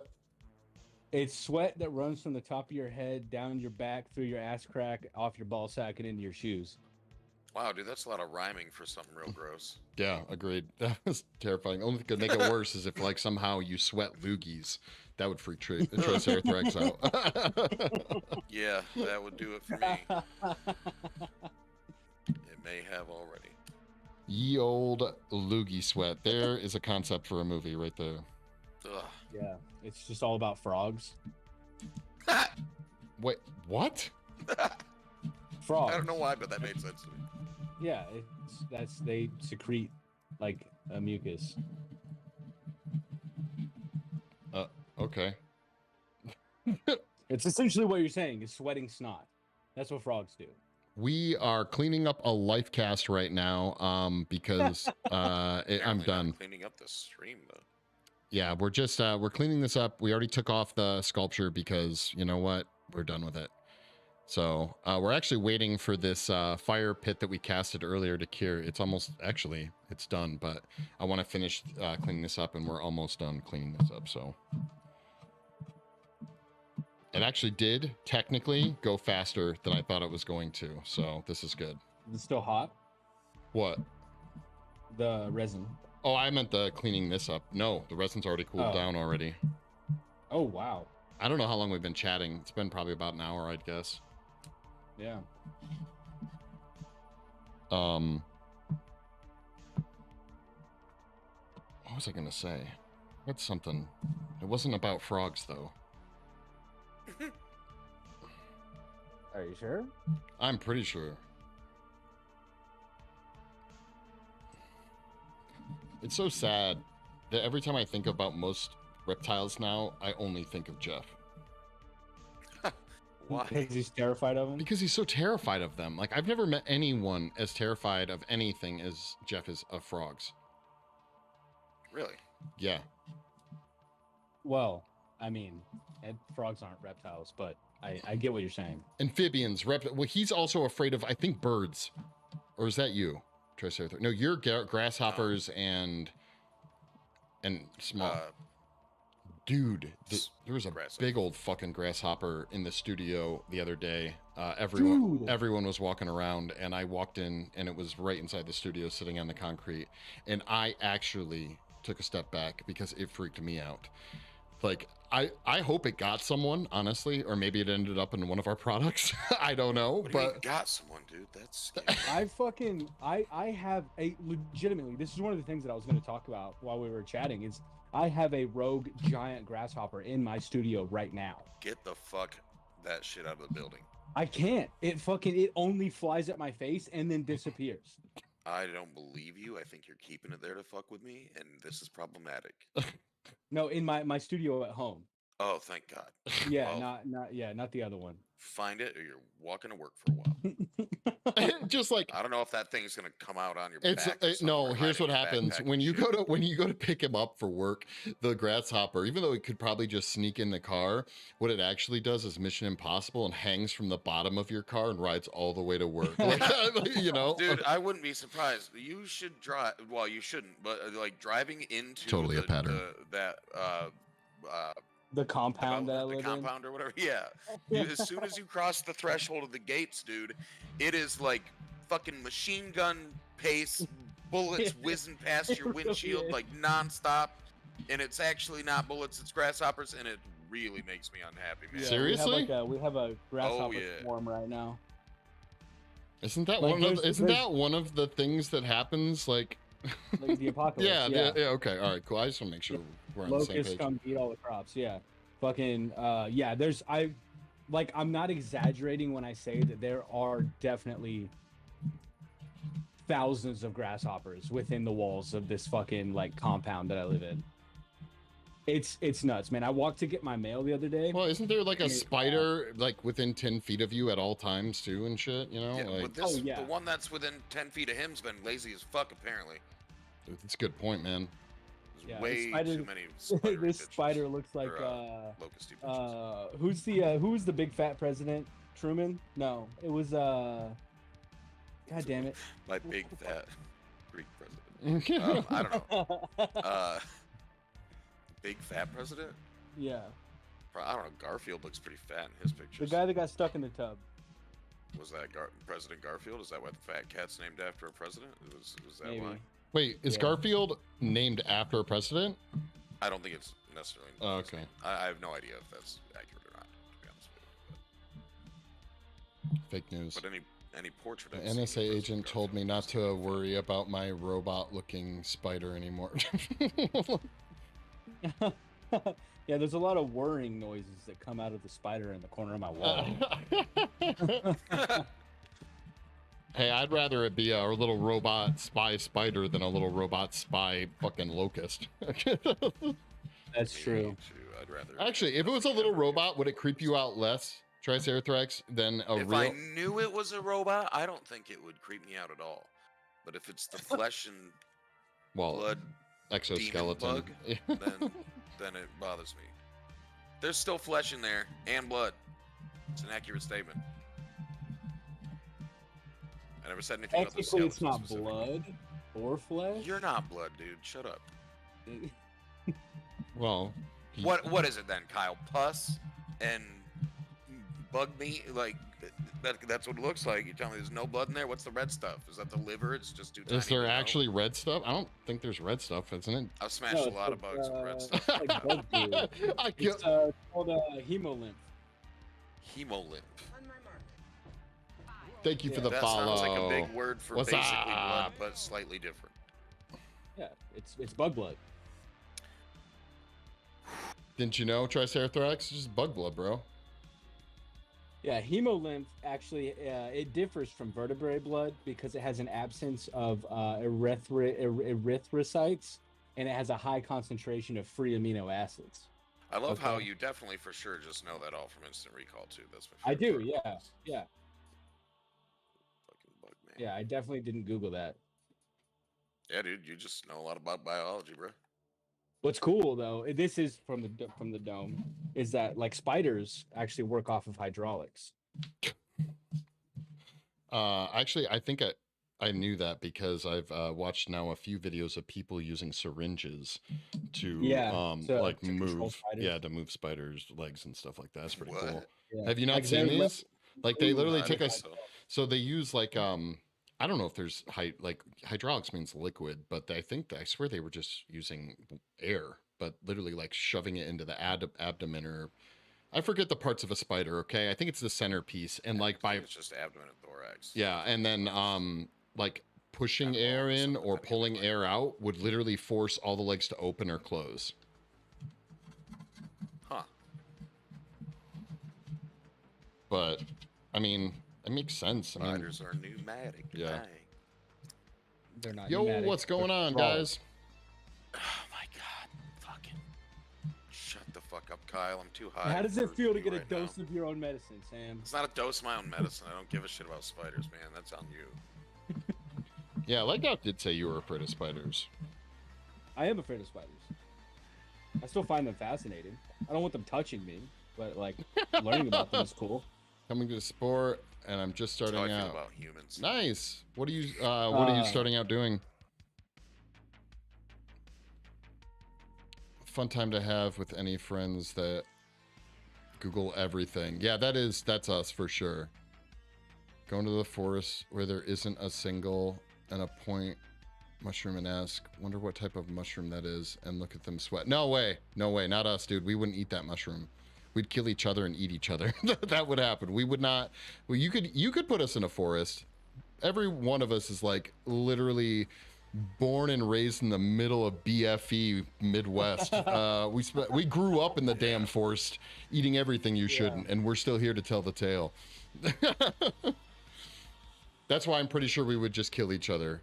I think, Kyle, would we go after Triceratops first, you think? Or would you both go for me? Yeah, Go for Kyle. He's dude, the you're healthy like- one. Are You're you like silly? 9 feet tall. I mean, Just follow. Thank you. Yeah. What type of streaming you doing?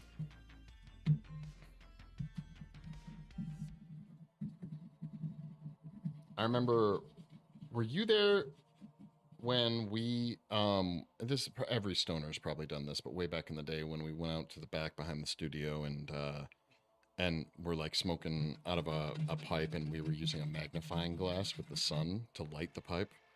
yes, I was Okay. the person who brought the magnifying glass. That's right. Okay. Yeah. I was there for that. See? Survival skills, okay? Survival skills. We can smoke weed without a lighter, guys. That's how fucking.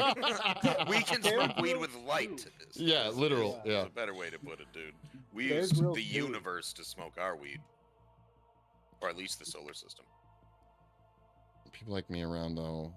Hey, you don't have to be the fastest. You have to be the most valuable. Like, for example, Apocalypse, okay? Even if you're the slowest, if you know how to, like, I don't know, turn McDonald's fry grease into gasoline or, you know, something, that's going to be pretty valuable. I don't think that they're going to take you out. I'd imagine they might just, like, chop off a few legs to eat to survive, you know, but keep you alive. Who are you talking to? A few legs. Oh, that's true.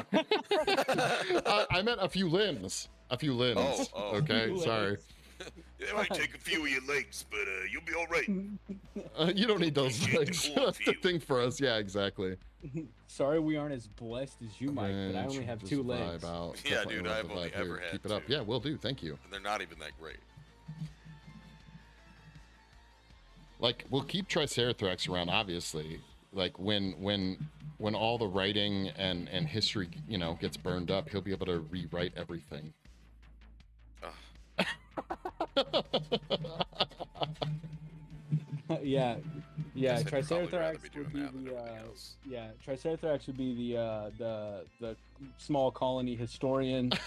I would be the guy that, like, you know, fixes the stuff and makes sure that I can turn, like, McDonald's oil grease into fuel. Oh, that's And, you? Mike would just you know, you'd be there. You'd be there with us. Yeah, I'd be there. Just making sure you guys are staying on task. Yeah, right. Oh, that's Cool. true. Yeah, Cursed would be the first to die. Yeah, I The would. first time I Cursed would. is like, "Hey, you should do this differently." I'd be like, "Ah, yeah, you die now." I don't know. That's true.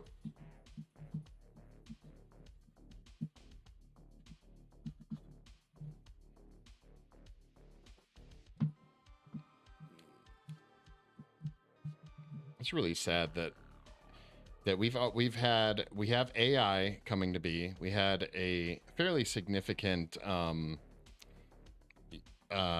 global, pandemic, and yet still no zombies, and still no Did you just go when? yes, still no zombies and still no hoverboards. Okay, I think they need to start using the science fiction to get us to the stuff we want. Okay, I'm just saying. No, but Cursed, my Tesla can dance. What do you mean? Ugh. Yeah. I'm not even sure there are dancing Teslas, but your rage at that as like the idea was really. No, they do. Yeah, When you say Model 3. dance, you mean they just open their doors and play music, right? And flash their lights. And they drive back and forth and like pirouette a little bit, like, it's cool. Who needs that shit? That's a I good don't know. point. The same, yeah, the people that buy Teslas, I guess. Yeah. Dude, I took an Uber recently, and the guy that drove me in the Uber, It was a Tesla. absolute moron. It was not a Tesla, but this guy was like he worked for a so there's a lot of like franchises, I guess you would call them, or like contractors that work for Uber, where it's like say like I work with Uber, but I have like a fleet of cars that I rent out for people that want to drive for Uber. I get the money and then pay them. No right? way. It's like taxis. Yes, I'm legitimate, like absolutely. Why the hell This is a would real anyone do this? Because you get you get a car. You have to pay for it, but it's like extremely discounted, right? As long as you meet your requirements of like hours worked, they give you a car.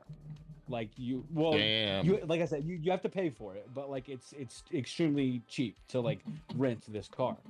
And like the guy was like we're driving and we get on the conversation of like this topic. I was, he's telling me about this Wait, thing so that he's doing, which so he was doing it. He was literally doing the working this for weird yeah. pyramid scheme Uber thing. Yeah.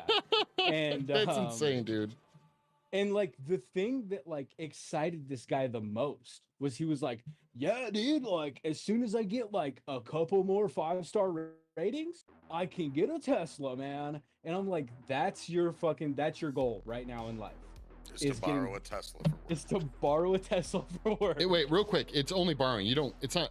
Wait, do you get to keep the car for personal use and shit like that? Well, yes. So you can use the car like for personal use, but you have to meet these requirements for like your Uber job. So you do have the car, like it's in your hands, but you're like paying for it. You're renting it at a discount or whatever. So like that's one of the things I asked him. I was like, so you're able to just like use this car whenever? And he was like, yeah, all I have to do is like hit like a certain minimum of hours of like rides, and then did he happen to say what that minimum is? I'm curious. It's like 5 hours. Like he said, like I technically only have to work like 1 day a week, and I can just use this car. Huh. That actually does sound pretty cool to me. Yeah, but you still have to pay for it. Yeah, I was gonna say, so that it's literally all. It was at a massive discount. That sounds like just having a car, but at a discount. Yeah, but it's not like that 1 day a week isn't gonna pay for the car. Like he said that like he has to work every day to pay for the car and still make money to live. Right. But technically, like his minimum requirements would mean that he just has to work 1 day a week. Nice.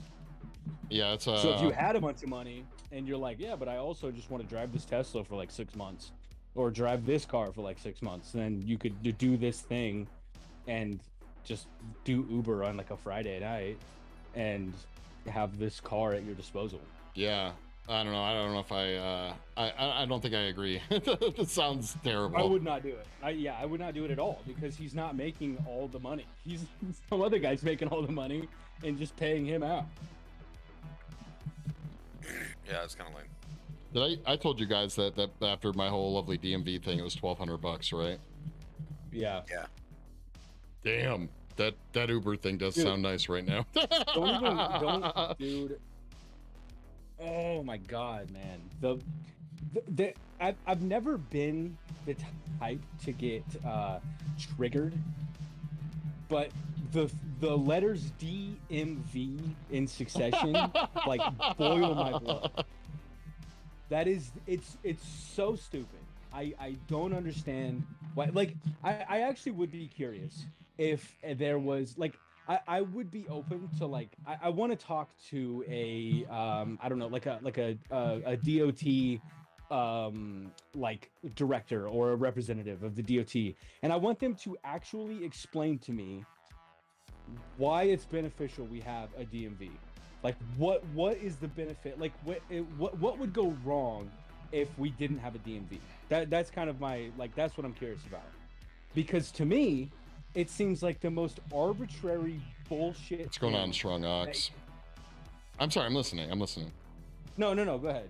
Yeah. No, I was talking to someone on chat. It's all good. Oh, okay. Like, it seems like the most arbitrary bullshit thing that you, like, why do I have to register a vehicle? Like, what benefit is it to me that the government knows that I have this car? There isn't one for you. There's one for the government. Yeah. Right. That's what, like, there's no benefit to me. And there's all these crazy fucking fines and fees that you have to pay if you miss like one day of a deadline. And thanks also, for like, hold on one second, guys. Thanks for hanging out. I really appreciate it. Get some sleep, and yeah, thanks for hanging out. I really appreciate it. You were easily as funny as these fucks in this call with me, so yeah, thank you. All right, sorry. Hey, fucks, in the call. Like, what's going on? I come from like the weird, I don't know if it's weird or a boomer or whatever, like the ilk of person that's like, if I'm giving you money, a good and or service needs to be exchanged for that. Yeah, there is. It's called roads, bro, and stuff like that. No, that's where taxes come in. I'm fine with taxes. What do you think? What do you think registration is? It's basically a tax. Is that actually where the money goes? Well, okay, when you register your car, it's for transportation. Hold on. It's as much where the actual money goes as any other tax being said it's being utilized for this thing. Do you understand what I mean? Wait, say that again. Oh, no. Sorry, it just took me a second to register it. Yeah. I mean, yeah, honestly, that kind of makes sense, but haven't you heard that like the taxes on gas always go towards like roads? No, I've never heard that. I've always heard that the CEO of Shell or fucking Chevron or BP just got an $18 billion bonus last year. Right, but you do understand that there are parts of gas, at least, that are not going to them. It's like taxed, like cigarettes. Right. There's a tax, like right? 0.01% of the like dollar that you spend. Triceratops, do you know what I'm talking about? That like you were always told like that 0.9 on gas is always like basically going to the Department of like transportation for like road keep up and shit like that. Yeah, I remember hearing that. Yeah. I don't know if it's still true or if it was ever true, but yeah. Hey man, I'm with you. I think it's dumb because if no, you're not. No, you're a shill. No, I convince me that I should just give all my money to the government. No, dude. Here's the thing. I'm with you because here's the thing. If that were the case, if what I said was completely true, then the whole fact of the registration being based on the MSRP of your vehicle would not be. Oh, yeah. Like, wait, say that again. Your registration is based on your month or yearly registration, at least here in Nevada, is based on the MSRP of your vehicle. And generally, it's also based upon the style of vehicle. Like, for example, me with the Challenger, right? Like, that is a two-door, like, sports car. And so, and it probably also knows that it only takes premium gas, which, you know, all that shit. So I probably pay more just because of the style of the car, the MSRP. It's the same way insurance. Like, That doesn't bug you. No, it bugs the fuck out of me, dude. But I also am one of those people that literally believes like there are certain things in this world that we have like a buy-in to. Okay. Now, admittedly, it took me 2 years to pay for my registration, but that was more out of laziness than any like desire to like buck the system. It was more out of like I said, laziness, right? But there are certain aspects that I think we all get away with, or that we all need to have like a buy-in to society. You could make an argument that there's probably many people out there that think that we should have a higher buy-in, a bigger buy-in, right? Like more than just taxes, or maybe the taxes should be higher so that we could pay this. The problem is, I don't think most people are against taxes as they are against how taxes are spent or the clarity on where they're going. If everyone really did think, or let's say we all knew through some omniscient being that every dollar went to fixing the homeless problems and food for,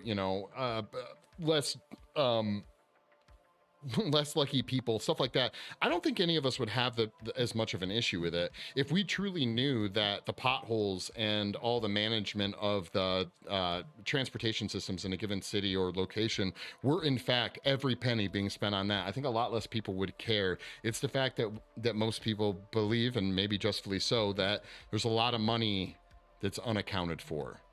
Do you disagree? Right. No. Right, so you wouldn't give a shit if you knew for a fact that every penny from your registration was going to some quote-unquote worthy cause, right? You wouldn't give a shit. If it were provable, yeah, I'd be fine with that. Okay, so your only problem is just that you just don't believe it's at all going towards that. No, I don't believe that it's at all going towards that. I just think that, like, taxes are weird, man. Like, we basically just give this money. Admittedly, we all have a buy-in for existence, right? We want to live on this soil. We need to, everyone needs to do their part to maintain the soil. Right. Yeah. Yeah, that's the general idea. Yeah. But if the person that's collecting the money to spend it on the things that are needed to maintain the soil, aren't telling us where the money's going, how the money's going, here's the thing. how much money is there. Technically, I know this is kind of like this started out with my frustrations with the DMV, and now it's kind of turning into a taxation is theft. Well, here's the thing. You know how the tariffs. This is the shit that actually bugs the shit out of me. Tariffs are taxes, right? Yeah. Tariffs. The term tariff, right? Registration. It's a tax. It's all just just a tax under a different name, right? It's someone else gets a little cut off the top to maintain the actual logistics of the transfer of goods or services. And I'm pretty sure, I could be wrong, I know that technically speaking, we quote unquote vote people into office to make sure that they're keeping an eye on the books, but of course that's probably not true, right? So, or not super true. But technically, I believe that where money is spent is all public knowledge. So if you really wanted to know, it is quote unquote public knowledge, whether or not it's accurate or whether or not there's oh, look, they gave a bunch of money to the homeless, but the homeless is actually an LLC that is for someone very wealthy.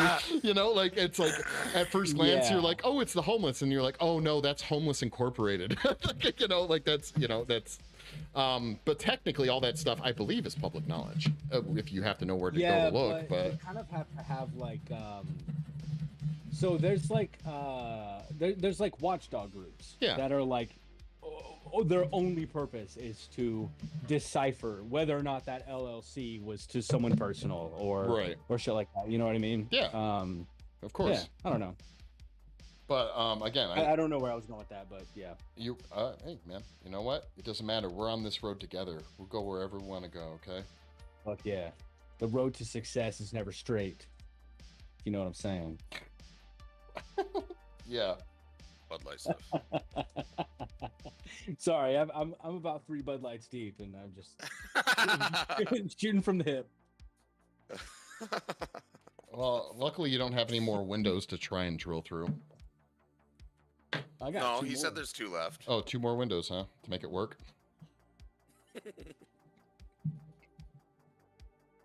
Okay. I'm gonna actually invest in a glass drill bit. I went and bought this $250 glass drill bit. Says it will literally drill through anything. Looks like I'm gonna win this time, car window. Oh. Hello, Flippy boy. Okay, let's start scrubbing this down. And then we can pop the fire pit. We're almost done.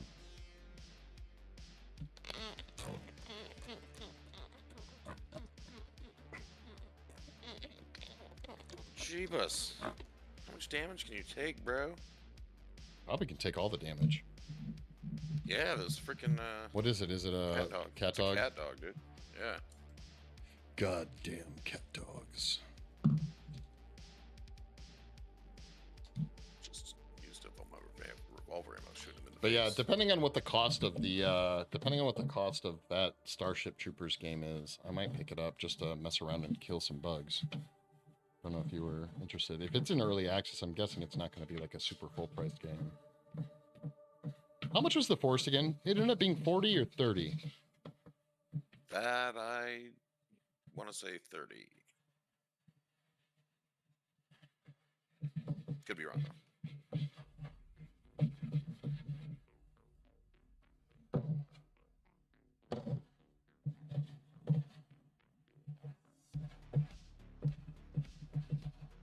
When you're on your A game, Kyle, how long do you think you work on a painting with literally out stopping? Like the brush strokes. You know what I mean? Probably like 3 hours before I got to take a break. Where you're literally painting the whole time. You're not doing jack shit else, right? Yeah. But that's intentional. Like I could, like if I'm on my A game, I could go longer, but it's like a good practice to like stop, take like a 10-minute break to what people like to call like refresh your eyes, and then walk back, like leave the room or turn the painting around and like do not look at it. Leave for like 10 minutes, go smoke a cigarette, eat a snack, fucking go to the bathroom, whatever, and then come back in, and you have like a fresh set of eyes to look at what you've been doing for the last 3 hours, Right. and either fix what you've been doing or be happy that you did it so successfully in 3 hours, which is almost never the case, and then continue on. Shit, Sometimes I get sucked in, especially if I put on a like a really long podcast. Like most podcasts are about an hour. That's kind of like the standard of like podcast times, but like anything that like is a like a passive experience, like listening to an audiobook, listening to a podcast, listening to a TV show, I'm passively experiencing that. Whenever there's like a start and a stop, that's like a weird like subliminal indicator to me. So like if I can put on like a 3-hour podcast, I can go for the full 3 hours because there's no like stop. There's no like I don't have to like turn and grab another one or think about grabbing another one. Like right. I think I was talking to you about the other day about like that I suffer really bad from like with like executive dysfunction. Right. It's not like a diagnosis or anything. It's just a term for like being overwhelmed with the amount of tasks that you have and just not knowing where to start. Right. So once I do start something, I have to do my best to keep in that like that rut of like keep moving forward. I get that. And if I can successfully keep myself in that rut, I can go for a while. I feel like probably a lot of artists suffer from something like that. Not even artists, just probably creative minds in general. Yeah, creatives. Yeah. We suffer, dude.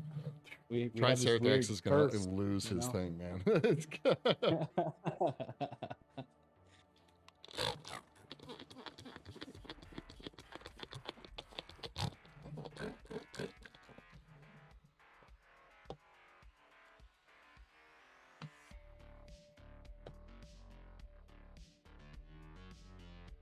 Yeah, I think I'm the same way. There needs to be more long-form podcasts.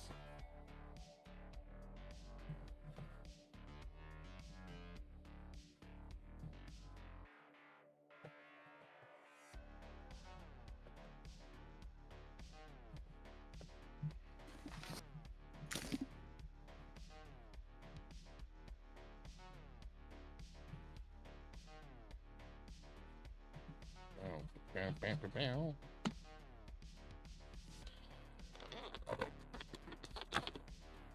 Sorry, I was away for a second. Nah, the only thing I said was there should be more long form podcasts. Oh yeah. Yeah. I also like I like the I'm a big fan of podcasts that aren't about anything. Like it's Like just people Seinfeld? bullshitting. Yeah, it's just people bullshitting for as long as they can. Um so like I'll try to like I'll try to listen to podcasts. I'll try to listen to like any Joe Rogan podcast that doesn't have like some sort of scientist or like politician chill on it, because those are fucking dumb. Um but yeah, he usually does like, really long Right. podcasts He's that all are he's just all on about Spotify now and shit, right? yeah. But like those podcasts are just about nothing. Like it's just like two people sitting down bullshitting. Like I could listen to that forever. No matter who it was. Yeah, pretty much. Oh fuck, dude! I just found the grasshopper. Dude, he's sitting in front of my easel. He's on the ground where my feet go. He's like chewing on my rug. What the fuck? And why aren't you doing anything about this grasshopper chewing on your rug? Well, I don't want to kill him. Oh, he's not chewing on. Oh, he's chewing on a chip. It's a piece of a chip that I dropped. Are you sure it's not a piece of glass? No, it's a chip. Whoa, that's nuts, dude. Dude, guys, I'm literally watching history right now. I'm watching a fucking grasshopper eat a sour cream and onion chip. I'm pretty sure that's not history. This is nuts. Is Triceratops still here? I don't think so. Were you expecting him to shit on me for being fascinated about a grasshopper eating a chip? Yeah, I kind of thought that was going to be happening. But hey, I'm happy it didn't. I'm happy though that it didn't happen. No, you're not. No, I am. Don't fuck around. All right. Oh, he's looking at me. The grasshopper? Yeah. I'm like laying on the ground, like watching him eat this chip.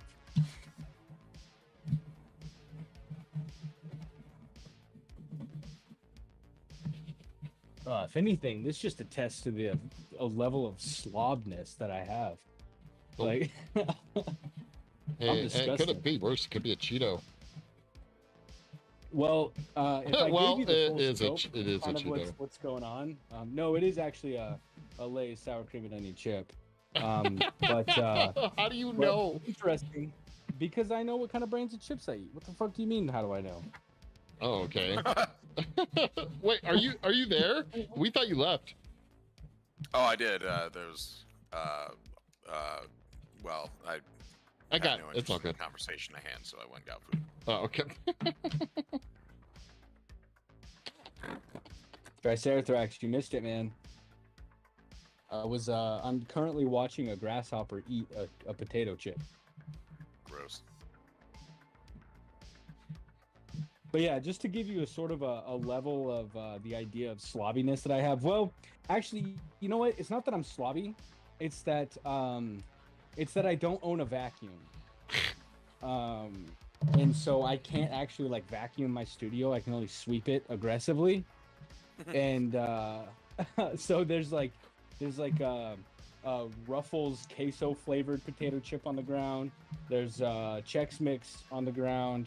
And there's sour cream and onion chips on the ground. I mean, you know what, dude? Sounds like a true artist studio. Oh, it is. Oh, don't get me wrong. There's cigarette ash all over my desk. There's, Hey, real quick, unopened and empty beers. how hot is it inside your garage right now? It's not bad. Really? Yeah, it's completely manageable. Huh. Because it was toasty in the studio when I was out there weighing out the resin. Yeah, well, I also probably have gotten like a little acclimated to it. Because like I'm out here every evening. So like I'm just kind of used to the heat. So like to me, not that bad. It's normal. But just someone that's like, I don't know, from like a northern state like Michigan or something, they'd probably cry about it. Wow. Okay. What? Nothing. I just pulled that from I just pulled it out like out of thin air. Like I don't know, Michigan or like, you know, what's the state that's like kind of better than Michigan, like Minnesota or something or Dude, you can fuck right off with that shit. Damn. Minnesota, that's the one you're gonna pick. Fuck that. Yeah, at least if he had said Kansas, it would make sense. Those assholes tried to steal our title a few years back. Tried to call themselves the Great Lakes State. Motherfucks. They got one touch in them. What are they talking about? Did they really? Some idiot over there did. There's more than a few years at this point. Just some homeless guy on the road. It's like, we're the Great Lakes State. And Sam's like, not in my house. Absolutely not. Absolutely not. They touch one of them shits. We touch all of them except for one. Also, one's got our fucking name on it. That's true. That is true, man.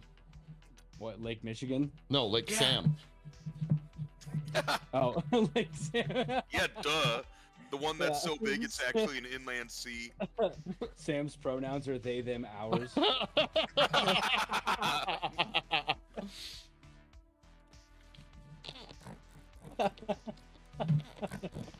Sorry, Mike. Not trying to get you a No, fucking booted funny on. shit.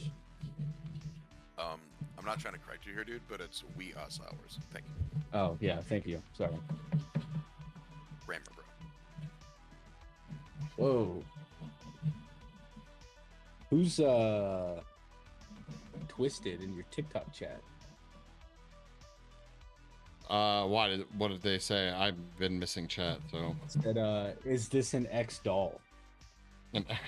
No, this is a life cast of a friend that we're getting rid of. Getting rid Not of the friend. Dude. Oh yeah, he the didn't live fucking cast. die. Yeah. Just, Thanks for the follow. Know that Cursed has like the worst object permanence in the world. Anyone who's not in front of him is dead. Just to me.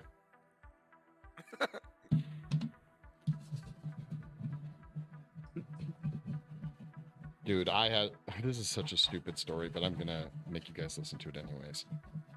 I'm down. I this morning while getting ready, I was like, okay, I'm gonna grab some clothes from the dryer, right? So first I go to the dryer and I pull out a shirt. I was like, perfect. Ooh, I need a pair of pants too. So I go back into the dryer. Now the shirt, I rest on the top of the dryer. I open the dryer, pull the pants out, right? And I'm like, okay, cool. I'm gonna go take this stuff into the bathrooms where I go to take my shower. So I grab the shirt and the pants, go into the bathroom. Once I'm in the bathroom, I'm like laying everything out, getting ready. I'm like, where's the fucking shirt? Right? The shirt's gone. This all happens in a matter of like 3 seconds. I go back to the dryer. Now, admittedly, I'm not going to be like spending a ton of time going into the dryer, but I'm like, okay, well, if I had accidentally thrown it back in there, not thinking it would surely be right on top. So I do a brief, quick look through the dryer to see if like it's in there. A few seconds. It's not in there. Like maybe I dropped it. Went back and forth. I spent probably the total of 4 minutes looking for this shirt, okay? I never found it. I'm assuming it was deeper in the dryer. You still haven't found it? Yeah, no, I'm assuming it's deeper in the dryer of like stuff than I was willing to spend looking for it. But the part that doesn't make any sense is that surely if I had just chucked it back in the dryer, it would have landed on top of the clothes in the dryer. It's not like it would have been under shit, right? And so like it should have been right on top when I opened the dryer back up. But no, it's missing. It's gone. It went into another dimension. Well, to be fair, your wardrobe consists only of black shirts. Yes. So, I mean, it probably is in the dryer. You just can't differentiate which shirt it is. My shirts may all be base color black, but they all have very unique designs, okay? And so I'm telling you, at first glance at least, it wasn't. I'm convinced that likely what happened is the same fucking interdimensional goblins that steal socks just did it to my shirt, and I was witness to it. Yeah, you're gonna find it a year later. Or I'll never find it, and there's some fucking dumb goblin in another dimension wearing my fucking clothing. I love the idea of like a goblin that's like, you know, like 13 inches tall, wearing your shirt, just walking around like a robe. Yeah. He's like, I have linens from the other dimension. I am now the ruler. Yeah, right? Well, they all have socks. He got a shirt, so he's like king, Yeah. right? Wait, they all have what? Socks. Oh, socks. Yeah, yeah. Dude, just little naked goblins walking around with oversized human socks. As clothing, yeah. The goblins but are small. Like a They're sock. wearing them like hats, so they look like Smurfs. You know? Yeah, dude. I mean, think about it. They're red caps, dude. Goblins are small. A sock is easily like a nighttime kind of like old. True. You know, Yeah. Scrooge. Why am I only thinking of like what is that called? It's not pajamas. It's like a pajama dress. I don't know. Like a muumuu. Yeah. All right, guys, we did it. Ba-bam. In all of its glory, we cleaned up the life cast. It is done skis. Look at that. From Snake Lady or otherwise inspired Orville character to the fiberglass life cast. So now we get to pop the fire pit. Hallelujah. All right. And in case you guys are wondering what was on the inside, just deadly fiberglass. You stick your hand in there and it doesn't come out. Okay. Like it just stays in there forever. It doesn't. I stuck my hand in there once. Bam.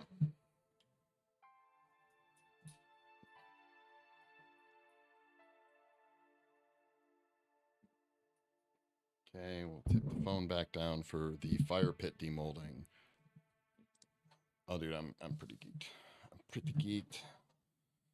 I'm also terrified. It's both feelings, okay? I'm gonna destroy this mold popping it out. I know it's gonna happen. Nah. It's gonna be fine. All right, we're just gonna hold on. Let's put this back on too. Oh, Virginia, get your shit out of there, you bitch.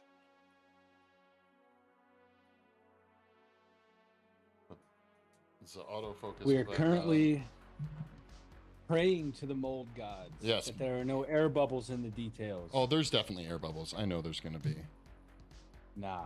Yeah, dude. There's. I just prayed. I prayed for it. We're good. You may have prayed for it, but the mold gods don't listen to prayers. Okay, they listen to planning. I sacrificed popsicle sticks and paint stirrers for this, dude. Hmm.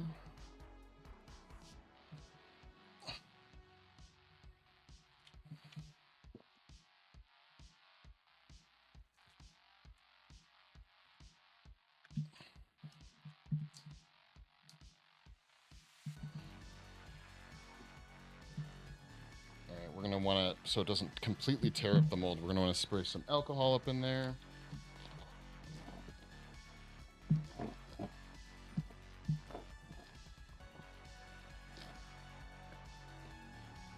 Hopefully we can not have it tear giant chunks out. Dude, this stuff is so, even with how thick this stuff is, it's not thick like the V340. It's really weird. What, the dragon skin? Yeah. Bam. Dude. I'm actually super pleased. Oh, nice. That honestly, I'm impressed. Pat yourself on the back, man. I really am, Good man. shit. Like, that actually came out really freaking cool. Looking to see if there's like any silicone chunks. There's got to be. Seeing it all like uniformly one color. It looks really cool. Yeah. GG, man. Okay, yeah, see there. So I don't know where you're watching, Kyle, but where's this? I'm watching both. Okay. There's like this little pocket of air right here where it was supposed to be an undercut, ended up not being an undercut. Oh, yeah. Like it just chunked Yeah. out. That's Bertha Cools. That is Bertha Cools, guys. Time is at 3. We'll go for a little bit longer. I think I might start sculpting the fire pit or the flames. Dude, that's fucking dope. That came out really nice. Bam. Okay, we can just put the goblin over here, and now he's got a little fire pit to stand next to. Bam. Kelvin.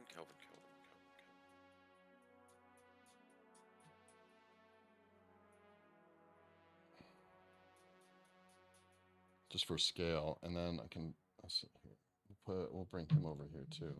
Get him for some scale. Mr. Armsy. Dude, that fire pit looks so small next to him now. It does. Do you see it? Yeah. Like, I mean, but that's literally, I think, how big the fire pit would be. And the houses are like flipping huge. Yeah, they are huge. That's true. So, I don't know. That's, yeah. I mean, you got to figure one of these rocks is supposed to be one of the in-game rocks, which would easily fit in, like, be like one big rock in my hand, right? Like, it's weird. Whatever, it's a tiny little cave fire. Fuck it. And plus, I wasn't even fully set. I was telling you, actually, Triceratops, I was thinking it would be dope to, even if I wanted to forego the fire pit, I could use flares to light up the diorama. Like, do like the whole like little cotton coming up from each of the flares so it looked like smoke, and just have like 3 or 4 of them like thrown so it was lighting them up. That would have been so, but still pretty happy with this thing. I think this got messed up over here.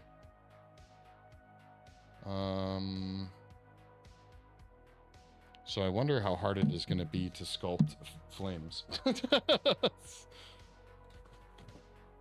Nice. Got this.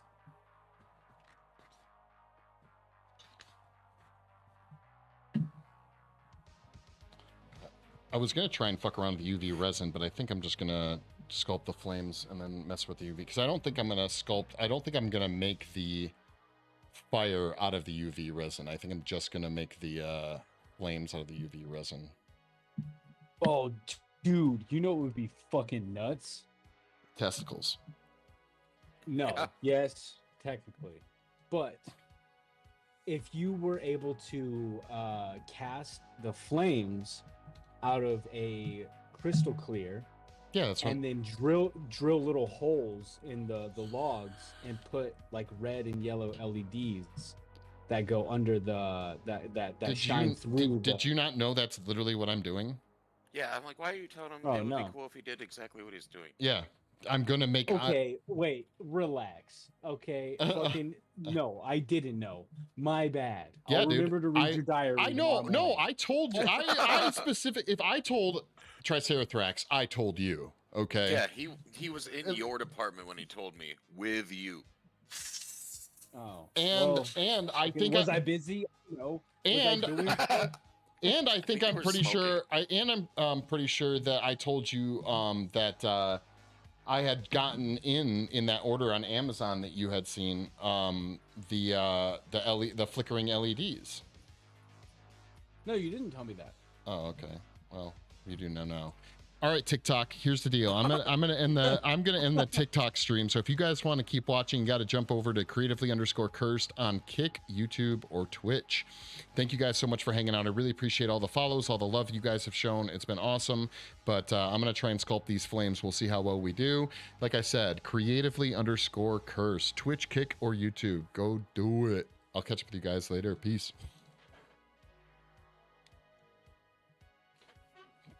Yeah, like I said, I don't even know if they were listening to you guys or if they heard you guys at all. Oh, probably not. That's fine. Well, the problem is I finally kind of got the audio working, but then while Triceratops and I have been trying to but I've been messing around with the different audio stuff in OBS for gaming. If Twitch hears it, or if like for example, if the mixer hears it, then what happens is it doubles up. Like so you get an echo. Which sucks. Oh, weird. Yeah. It's like the perfect size for the goblin. Goblin base. Oh, that would be cool. He's just warming his hands over the fire. I think you're onto something.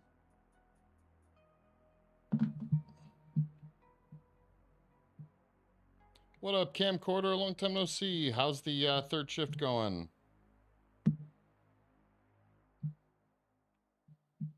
It did come out. Dude, I just want to paint this and be done. Like,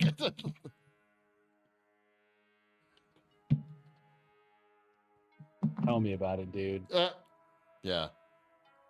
Is that what you're doing? That's all I do. Is literally what you're doing right now? What, painting? Literally, yeah. Yeah, Okay. yeah. I'm good. I stay painting, bro. Even when I'm asleep, I'm painting. Your lady wakes up and has got like just face paint Misha on. hates it. Yeah. I'm good, and it's finally getting better. Nice. And since you asked, there's old news I must share, but I can't in Twitch. Yeah, just shoot me a DM or just, you know, somewhere appropriate in the cord. Cord. In the cord. What? Meet me in the cord, motherfucker.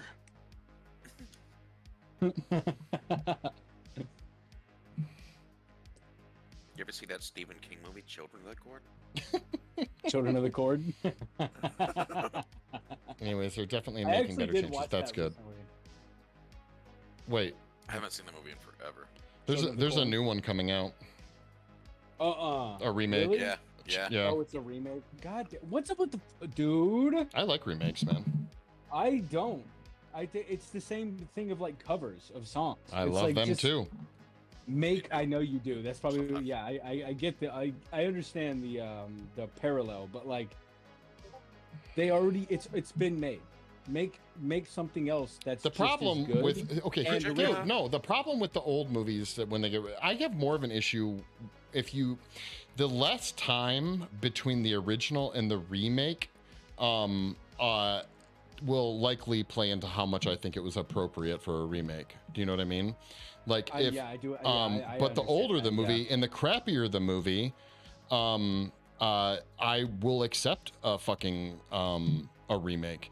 And as far as covers go, I love it when versions of songs are redone where I like the idea of the original song, but I hated the theme of it. And it like gets moved over. Right. Like yeah. I really generally won't listen to like easy listening covers of Metallica, right? But I would listen. That would be interesting though. I would. I probably wouldn't listen to it regularly, but I would check it out. But then there's like, but if there's like metal versions of fucking, I don't know, Easy listening. Gloria Estefan, I would listen to the shit of that out of that, right? Okay.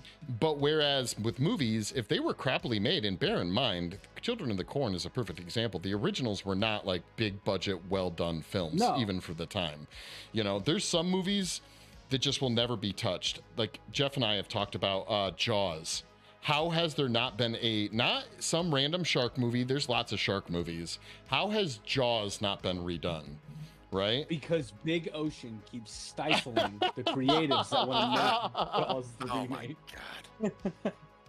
But no, I think there literally are certain movies that they'll never touch. And even The Thing didn't get a remake. The Thing got a prequel. You know, which they, as far as prequels go, did a really great job. Yeah. But yeah, I don't know. I'm totally down for it. And the original, I never liked Children of the Corn to begin with, but that's mainly because I have never been able to understand the fear of children. And to answer your question, Camcorder, talking to Kyle and Triceratops. But other than children, the only fear of children should be the fact that you have to raise them. Other than that, they're not scary.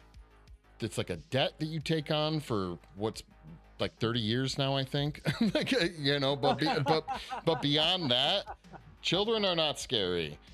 I hate horror movies that emphasize children as the like literally hate them. The antagonist. Yeah, I do not understand the fear. No, hang on. I have one example to argue to that. The Orphan. Yeah, it's still dumb. She wasn't technically a child. Doesn't matter. It was but played by a child. No, that was a good movie. No, it's because not. the child had adult tendencies of like It's not, dude. psychopathy. It's not Well, but about. she's actually an adult in it as well, so it's still Right, not technically a child No, like right. that guy. Well, wait a But minute. No, the the whole- orphan the is still. whole movie Wait, hold on. she's a child. The character is still played by a child. Well, Yes, the actor is a child. Right. But But she manipulates an old lady people. Yes, as I a- understand that. My question is, this is how I propose things when I've talked to people about this in the past. All these movies would be way better for me if you could take the character that's the child, and can the movie stand with the character as an adult? Well, That's ridiculous. I mean, with the case of the orphan, that literally is an impossibility based on the premise. Right. No, but that's like saying, like, if you made a movie based on a horse, would it still stand if the movie was based on a zucchini? If you fucking hated horses, yes. Like, I hate nothing is scary to me about children. And furthermore, not only are children not scary to me, it's an overused trope, and I literally could be more scared and more engaged within the film if it was an adult going through the trauma. It is not scary to me of a child going through the trauma. Right. That's because, I mean, and obviously I'm speaking also in the same position you're in of being someone who doesn't have a kid. Right? I feel like movies that are about kids being demons or evil or whatever are playing to a demographic of people who have kids. I don't think so.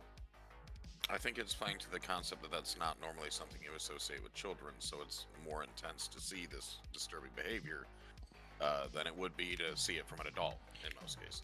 Right. I agree. Yeah. I agree that that's probably the thing, Sam. I just, like, I don't know how you feel about it, but I personally disagree. How am I supposed to connect with a child? Like, I can't connect with, like, that aspect. I don't think you're supposed to. I think you're supposed to be so disconnected with the fact. That's not, like, no. You know, I disagree. Like, in a horror movie, if you're trying to evoke fear, the best way to do it is by, I don't know. Yeah, but there's no scary movies about a child being the antagonist without an adult. Because you relate to the adult that's going through the trauma of the child being. No, I don't. I don't relate to. No, maybe that's the goal. No. Sorry. That's the goal is that you're supposed to relate to the adult. That's also like, what the fuck is happening? Like, that's like I mean, maybe there's a movie that has a child as the antagonist and there's no adults, but like I couldn't name one. No, you're probably right, but I don't. To me, that's the thing. You're not supposed to relate to the kid. You're supposed to relate to the adult that's in the movie, even if they're a secondary. No. I understand that, but like I'm not saying that you're supposed to relate to the child. No, I don't know. I think you are supposed to feel sympathy at the very least, feel sympathy or something like that for the child going through the thing. Like, and maybe not relate to them, but like, I don't give a shit about kids. Shouldn't have played with the Ouija board, fuckhead. Like, I don't care. You know, like, I would rather see a horror movie about a consciously aware and who is dealing with shit adult person. Children are boring, and the trope, particularly because it's so much overdone, is just fucking, it's so annoying.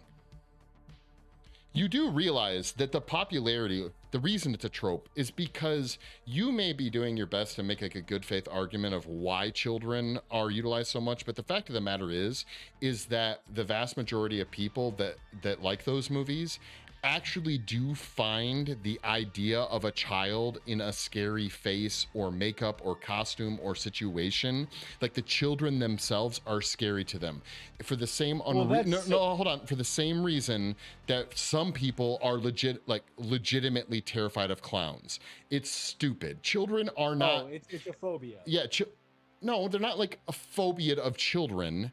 Like, although if anyone was, it would be me. Like child or whatever. Yeah, it's the idea of it being just a scary little person, basically. Yeah, well, I mean, you know, God damn it. So I don't know. I literally, I'm over that shit. And I would say that the only time I little bit forget it is like the movie Exorcist. The older the child is, the more I can get behind the movie. And she's supposed to be like a 13, 14-year-old in Exorcist. But the whole like young kid, like, what was the other big movie? Pet Sematary? Like, that shit was lame. I'm sorry. Like, I hated those movies. I've actually never seen Pet Sematary. Triceratops, have you seen it at least? No, but I've read the book, and I would say that if you thought the point of the movie was, or the point of the plot was to be afraid of the child who comes back to life, I think you missed the plot, but not figuratively. Well, I mean, that may be the case. I don't remember a ton about it other than the kid like slicing a dude's Achilles tendons with a scalpel. Yeah. Like it Yeah. it was Well, I mean, it's not about scary children. The premise of Pet Cemetery is this horrible sort of thing where someone is, in someone's family's in grief because they lose a pet. They go and they bury the pet. The pet comes back, and they're like, "Wow, what a great miracle!" But of course, you can't have somebody back when they die. So right.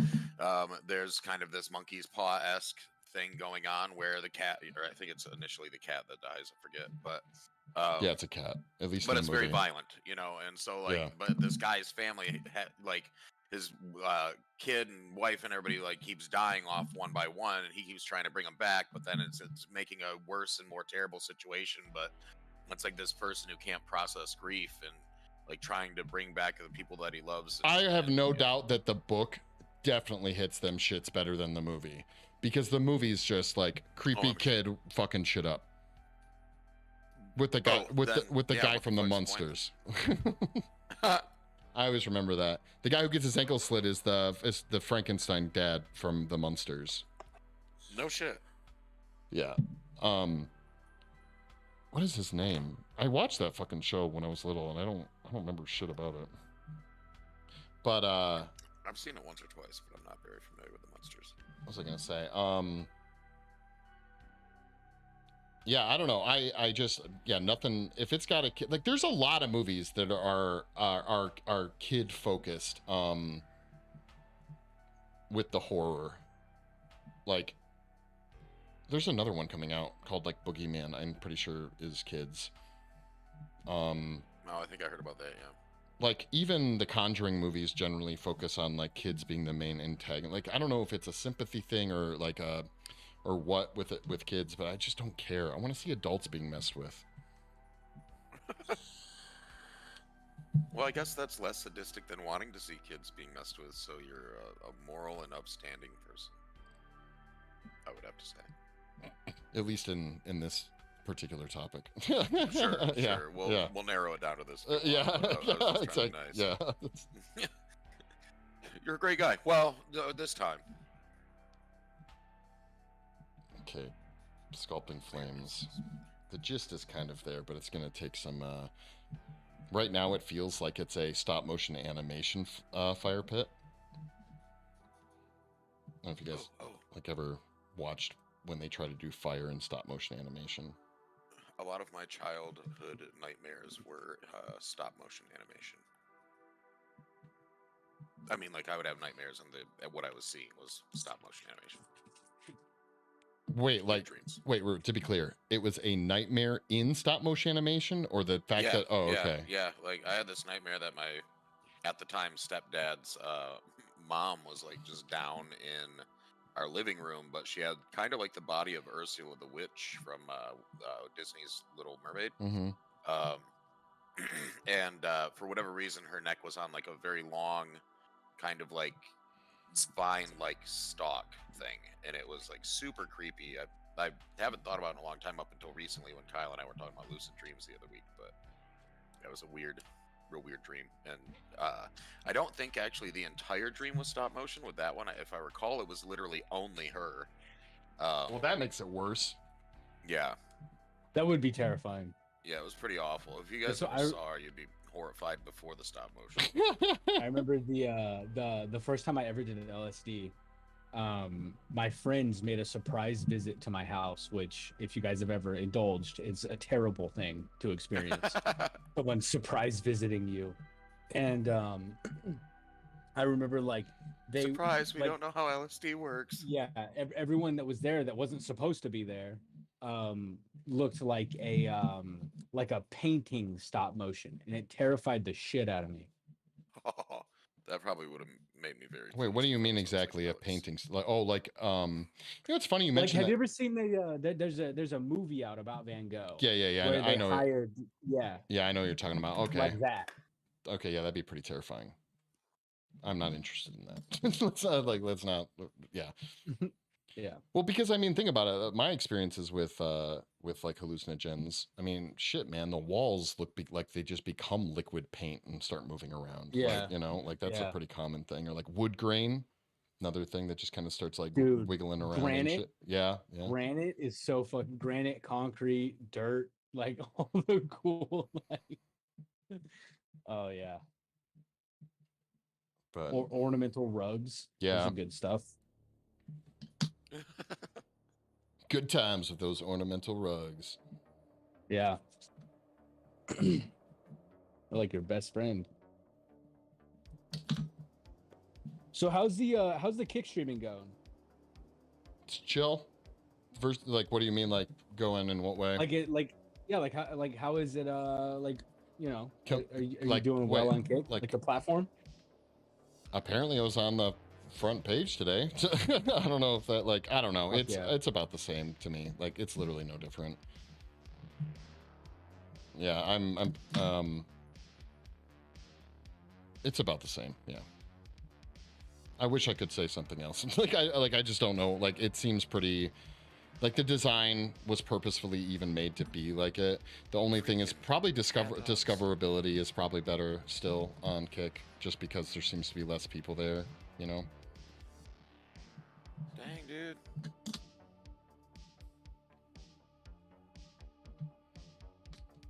I'm Nice. just Okay. like, I am literally just winging this. I'm like, I don't know what fire looks like three-dimensionally. Dude, that's one of the so when I was in high school, I actually obviously I was, you know, young and dumb, but I was asking my I would always try to come up with questions that would stump my my science teacher. Mm-hmm. And one of the things that I asked him, this dude was like 78 years old. He's still fucking alive. He's in like his 90s now. If Lagged Out is on the chat, he knows who I'm talking about, Mr. Pearson. Yeah, he's still teaching. This dude has like 8 masters from like different colleges. Like he like moved all around, like just learning everything about science and physics and chemistry and all this shit. Dude was smart as hell. But I asked him what form of matter is fire, and I can't remember exactly what he said, but like it's still like the conclusion of the statement was I don't fucking know. And wait, hold on a second. Can matter even, or can fire even be? Well, I guess it would be in some, like, on a very small level at least, matter. But wouldn't it be like? It's kind of a non-question, Yeah. really, because fire is a reaction, Yeah, not yes. matter or energy itself. To us, it looks like a thing, so in our minds, we want it to be a physical thing in form of matter, but really we're seeing a process occur Yeah. very rapidly. So Maybe I would that's say what that he said, parts I just didn't of the understand fire it. are what you could say are like some, you know, the individual components that are destroyed and created during the combustion process would be forms of different kinds of matter, but the fire itself is essentially really the process. Would you hold on a second? Not in the mail. Would I accept a cursed present from you? That depends on what it is, camcorder. Okay, hold on a second. Okay, there's store a while ago because they caught my old store manager. Oh, dang, dude. I just read your DM. Yeah. Well, hopefully things are getting better. What kind of present are we talking about, camcorder? Anyhow, I'm sorry to interrupt. Were you saying a Triceratops? I pretty much already said it. Okay. Yeah, just what we were already saying, I guess. Like, I want to. I remember one time we were fucking with him and we asked him if he knew how to make meth, and He's like, in a dude. long, yeah, What do you think basically, Breaking Bad's based on? like we were like 16-year-olds, and this guy was like, "You do not realize how easy it is to make meth, dude." I'm gonna be like, I don't know, dude. Walter White makes it look pretty Yeah. fucking difficult. What's interesting is that there was one day in class that he had mentioned. You should have been like, do you know how to make good meth? That's, you know. Yeah, yeah, you could make meth, but like without the batteries, Yeah. you know, like. But yeah, like he had mentioned that like all the chemicals that were in his closet, or not all of them, but a lot of them, he got back before like regulations were as strict as they were. Because like again, this guy's old as fuck, and he's got like he had this really cool like macabre supply closet of just random unlabeled glass jars, and but he knew what they were like he knew exactly what they were, and he was like, You in my house, motherfucker! Like these days, Yeah, like, I got these. I answered you. I said it depends on what the gift is. Why are you? Yeah, are you listening? Just giving you a hard time. Sorry. Go on, Kyle. Oh, that's pretty much it. Oh, okay.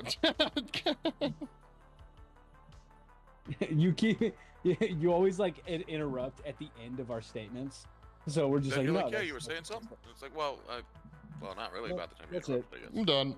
Gotcha. Okay. I played with Mercury when I was a kid. Oh yeah. Oh, for sure. Yeah, Mercury was fucking dope. My grandpa had an IV. I'm legitimately not making this up. My grandpa had an IV bag on an IV rack that you would see in a hospital with the tubes and shit of mercury in his barn. And I didn't know what it was. And I Wait, would like can pour mercury it be out onto stored in a plastic bag? Yeah. No shit. Okay. Yeah. I remember pouring. I would pour it out on my hands and like roll it around on my hands and my arms and like you wipe can it send into it my to me. hands. That To, like, I don't know what I'm gonna do with it, but beat yeah. up and then like wipe it down so that it would like break, and then like rub it into my hands so that I would have like these little like metal like splotches on my hands and shit. Isn't that probably not great for you? Yeah, it's not great No, for it's you. not good. No, he was not. Yeah. He was not happy when he found out that I was doing that. I mean, it does sound fun, but also pretty dangerous. Yeah, mercury. My dad, we messed around with it, like we messed around with it, but I don't think I ever actually. He let me poke it with my finger, like that was about it. Literally, like he poured it out on the table, and I like moved I don't know if you can call it like a ball of mercury. Okay, like there's probably like actually like a glob of it. Yeah, like a glob of it. I bet you there is an actual word for what that unit is called, like a drop of mercury, maybe. I wonder if I'm just thinking of stuff that acts that way. It's like how it interacts with different surfaces. Yeah. A globulant. Well, it just has it has a very high like surface tension. Yeah. So like it doesn't like just like separate when it touches something.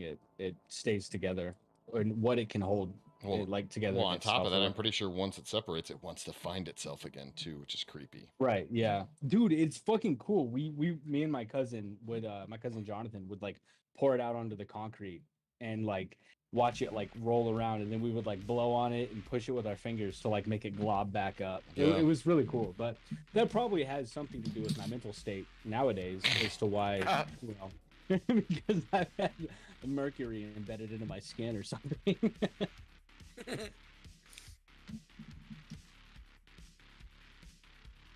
No, dude, my grandpa had some wild stuff, dude. We used to get up into the attic of the barn, and we found this. Dude, we found like trunks of one trunk was full of I don't know, like you guys are only like 10 years older than me, but I don't think that it was still a thing when you guys were alive, but the collectible Avon bottles. Oh yeah, like Avon was the still black perfumes. Oh, I don't know. Did they still sell them in like bottles that were shaped like Model Ts or yeah. My grandma, horses and shit? Yeah. Did they? grandma I took didn't know care of they. that, like, a I fuck didn't know ton of they. shit. I didn't know they ever did that. Dude, yeah, Yeah. cologne and perfume from Avon used to come in like Model Ts, like he was saying, a few other different vehicle models. They make ones that look like a head with like a dude's head with a top hat on, and like all sorts of shit, dude. They would come in like something that looked like a whiskey bottle or like a seahorse or an actual horse. Yeah, or, like, my grandma had one of those. I'll have to trust you on this. I actually, did not know that. Huh. So we found a trunk full of those, and then we found a trunk full of military fatigues, and then we found this machine under a tarp in the attic of the barn, that looked like this giant like rotation, like it was like this weird, like it looked like a drill press, but it was like it was. Was like it a drill press like on its side? Hang on, give me 1 second. I Okay. have a. What's going on here? Oh, that's what. Okay. Is Avon still a thing? Okay, I'm back. Okay, I'm back. Yeah, but I don't think believe do they the, are, but- I think what is it now? It's a yeah, it's something else now of the big door to door people that basically did what Avon did. But yeah, we found this weird drill press thing. It was standing upright, but Okay. it was like this like rotational thing. Like it had all these like, you had like 30 chambers on it that you would like essentially like what we kind of assumed was like you would rotate one chamber under the thing and then press it down and then rotate or whatever.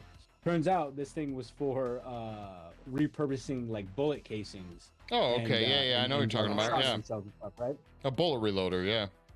Right, basically, yeah, or not basically, literally that. And then we found like boxes of like gunpowder and empty casings and shit. And my grandpa was like, he was really into guns and stuff, but I didn't really think that he was like so into guns that he was like doing that kind of shit. And when I got older, I had asked him like, hey, what's all this like? What is all this shit that's like up in the attic? Like, there's like a bunch of weird like. It almost looked like there were items from someone else's life. Like, Oh, yeah, probably. Yeah. You know what I mean? And so I asked him about it, and apparently, the guy that owned the house before them, the reason that like, so my grandparents come from like they're mountain people, like they. Poor What as does fuck. that Like, mean? like. Do you even mountain have people. mountains in Kansas? No. Okay. They come from the Ozarks. Means they're right? poor Yeah. and siblings. Yeah. They come from like the Ozarks and like Oklahoma. I think my grandpa was from originally like he was like born in fucking Oklahoma or something like that. And then my grandma comes from the Ozarks, and it's just like stick people. You know what I mean? Oh, okay. Stick people. Okay. And like they did not ever in their life have a lot of money. And so I guess I never put two and two together as to why they have like this like they had like a really nice house and like a pretty big chunk of land like for where they were located. Right. But then he explained it to me that the guy that owned the house for when they bought it had murdered like 3 people on the property and then killed himself. And all his stuff was just still there. They didn't clean the house out. The guy didn't have any family. Like his family was already all dead and stuff. Damn. Which might have been who he killed. I don't know. But they got it at like this like crazy discount because this crime had happened like literally the year that the house went on the market, and that was all this guy's stuff. That was all his stuff. And there were in the barn there were like these like spray paint like graffiti like. I don't know if you guys are familiar with the term sigil. You guys know what a sigil is? Yeah, there were like all these sigils that were spray painted and hand like brush painted on the walls of the barn. The guy went like insane. Like he went like mentally insane and was like Wait, what other kind of insane can you go? You can go physically insane. That's kind of what happens when I touch a basketball. You know what I mean? Oh my fucking word. I throw it down on the court. But So physically but, insane means people spectating get sad about the sport of basketball. But yeah, like the markings of his insanity were still on the barn. We just never knew what it was. We were kids. We didn't know what it was. But my grandpa was like, this is probably where I get my weird like sadistic sentiment for dumb shit like this is from him, where he was like, nah, I just thought it was like, you know, like I know the guy was a terrible person and like went nuts and killed a bunch of people, but like it's kind of cool to still witness bullets. Like, well, no, like he was like, it's kind of cool to like witness, you know, like the physical history of how this guy went insane, you know, like the the inside of the barn was like covered in these like random words, these like paintings, like this like weird symbolism all over the barn and stuff. But yeah, dude, that barn was it was definitely a weird like a weird piece of the property that we that the family was like kind of iffy about. But us kids, like me and the cousins, we would always just like go play in the barn. We were like really cool about like we loved playing in the barn because it had a weird like loft and like a bunch of random tools, and that's where the mercury bag was. And of course, like, Frank, who would randomly come out of the loft saying hi, and yeah, there was this weird guy with no skin that lived up in the attic. Yeah. Like, He was always real nice. Dude, these sigils you referred to, do you have, can you remember them? no, I could, but like, I could go back there. They're probably still there. The people that own the house now, they didn't tear down the barn. Oh, okay. So I could for sure go back wait, there so and look at it. I'm guessing your grandparents are no longer with us. Yeah, you'd be correct in that term. You remember when I took all that time off? Oh yeah, recently? yeah. Okay, yeah. All right. No, I'm just fucking with you. No, they are dead, but they. No, I'm just fucking with you. No, yeah, they're dead though. Yeah, But, like, yeah, I'm not mad about it. They sold that house a while ago. I would hope so. I mean, I It's a cool presume they house, did it man. before they died. No, yeah, that was actually part of that. So what you guys might not know is that if you die before your estate is in order, you're not allowed to die. Like you die, and then they still use like a Ouija board and like a bunch of different crystals to communicate with you on how you want to sort of like enact your last will and testament. So I mean, I knew that, but I don't know Oh, if yeah. Triceratops knew that at all. I was actually the first person to know that Oh, okay. ever. Oh, okay, nice. Hell yeah. Yep. Yeah, I got a medal for it back in 1991.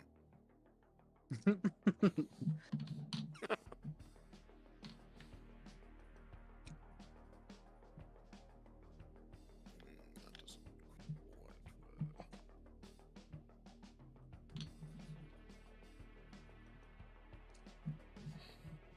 I think I'm starting to like grasshoppers. Oh man. Dude, how funny would it be if I took this grasshopper and let it go in Sam's car? I don't think it'd be funny, dude. I'd be driving you home a lot more. You would be driving him home until he no longer worked with the company, which wouldn't be shortly.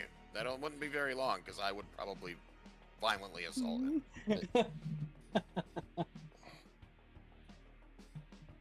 Most of my bones might be trying to kill me, and half of my organs, but adrenaline does a lot. I mean, I'm not gonna lie. I probably react the same way. I don't like any type of bug up in my fucking space. Okay, like it doesn't dude. like. I don't mind them if I'm like pass them on the street. You know what I'm saying? I'm like, hey, bug. But Dude, like, how funny would it be if I just like lit a stick of dynamite and shoved it down Kyle's throat like some sort of sadistic asshole, and he literally exploded into a flesh pile? I mean, That would be- That's how would be. equally I'm funny just that saying would it'd be funnier That's than how a funny that would be, grasshopper in a Kyle. car. Yeah, It- would be actually, funnier it would than a be. grasshopper in a car. It would be a lot funnier and less cruel. Well- Fucking put a grasshopper in my car, dude. Man, I'm not even sure I'm gonna give you rights to work this week. I would just never because you do said it that. out loud. I would Nope, never. you do already that. said it one time. I don't have any faith that you won't now. Well, Yeah, every time I think of this shit, I'm just like, man, I like how yours once was. Wow. if I already brought him up. If Jeff, if you're watching this, if you ever quit, I'm going to get you with some kind of reptile snake thing, okay? Because my only fear of not doing it, and the only reason I hasn't been done, is because I know he would quit. Probably after, murdering me. But I mean, maybe it wouldn't be quitting so much as just like being forced to not go to work because you're in jail now. But still, No, if he does, you should. I will be getting him at least once with some kind of fakes. It might be a real one, at least a fake one though. You should ask Jeff about the time that I had to bring my geckos in because our apartment was getting inspected, and we weren't allowed to have reptiles.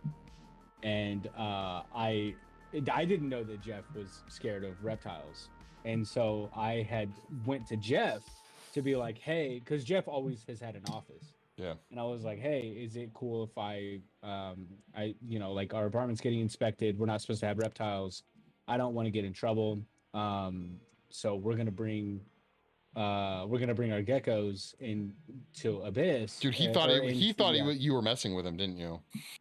No, he immediately told me no. He was like, "You're not gonna putting them in my office," and I was like, "Oh, why?" And he was like, "I'll cry. Like, it's not gonna work." I mean, And I at think least it he's was honest. we eventually landed on the fact that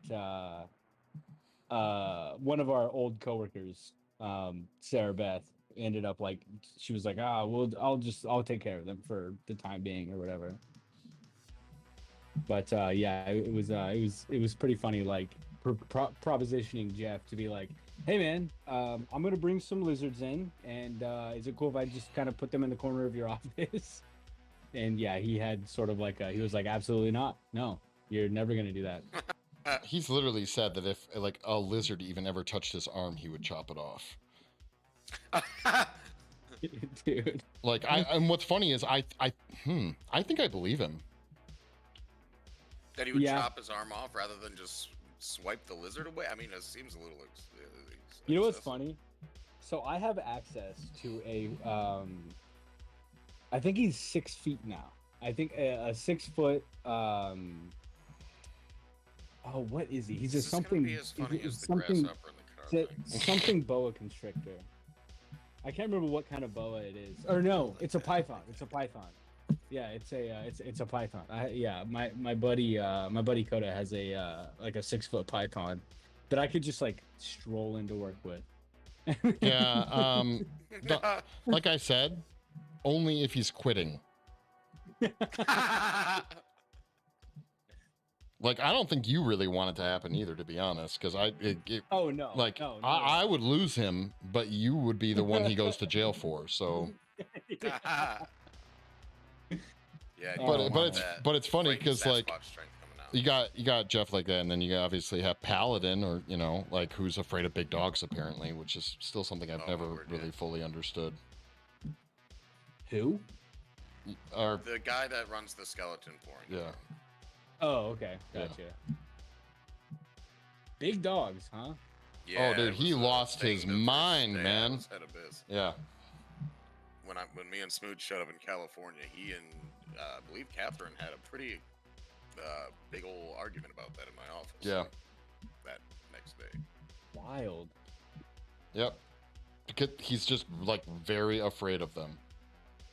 Well, he is, but if he like gets the chance to get to know the animal, then generally that kind of fades away for me. He's telling me.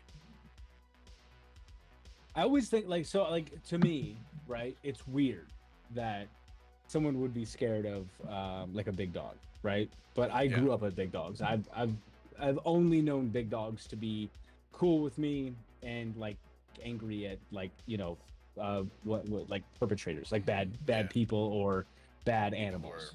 aggressive or like Um, have an intent. but I can empathize with it because while I'm still trying to therapize through my arachnophobia, my friend Sticky can just pick up spiders. Like she has like tarantulas that she just pulls out of their enclosure. I'm then happy just lets them I'm crawl so all happy you over. said enclosure. Why? Just pulls out of her. No. Oh, Okay, okay. yeah, no, yeah, she has, yeah. And my and God, this fire pit I is couldn't pissing me do off. that. There's no fucking way I could just pick up a tarantula and just let it chill on me. Dude, I remember Yeah. when Oh Yeah. yeah. Yet. I could. I don't know that I would I wouldn't be comfortable. You know what's funny? Oddly enough, if it was like your guys' tarantula, I would say no. But if I was in the right circumstance, Because you didn't want to kill it. yeah, exactly. Like if it was someone I cared about, I probably wouldn't do it. If it was someone I didn't know and they were dumb enough to let me hold their tarantula, then like maybe. Okay, maybe I should have done some research on a fire. I was gonna say, are you working off photo reference at all, or? No. Well, dude, all right. To be fair, think about what a photo reference for a fire would look like. It'd look pretty good. It'd probably help you out. No. I know what fires look like. A photo reference of a fire is not going to help me a ton. Photo reference of a three-dimensional fire, maybe sculpted out of like for another purpose, might be helpful. It's like, I'm pretty sure fires just be whatever fucking goddamn shape they want to be. No, they have a general like shape. They have a guidebook Yeah. I'm gonna from Fire Scouts. I'm gonna literally So I know what shapes to be. disagree.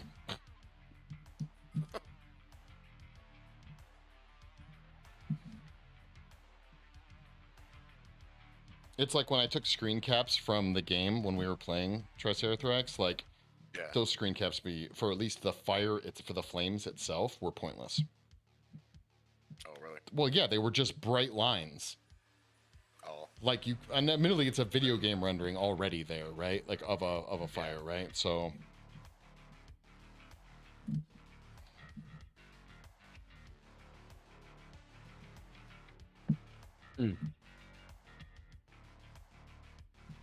And I did look up reference pictures for a fire, but what I was finding was I'm like, this is not going to be helpful.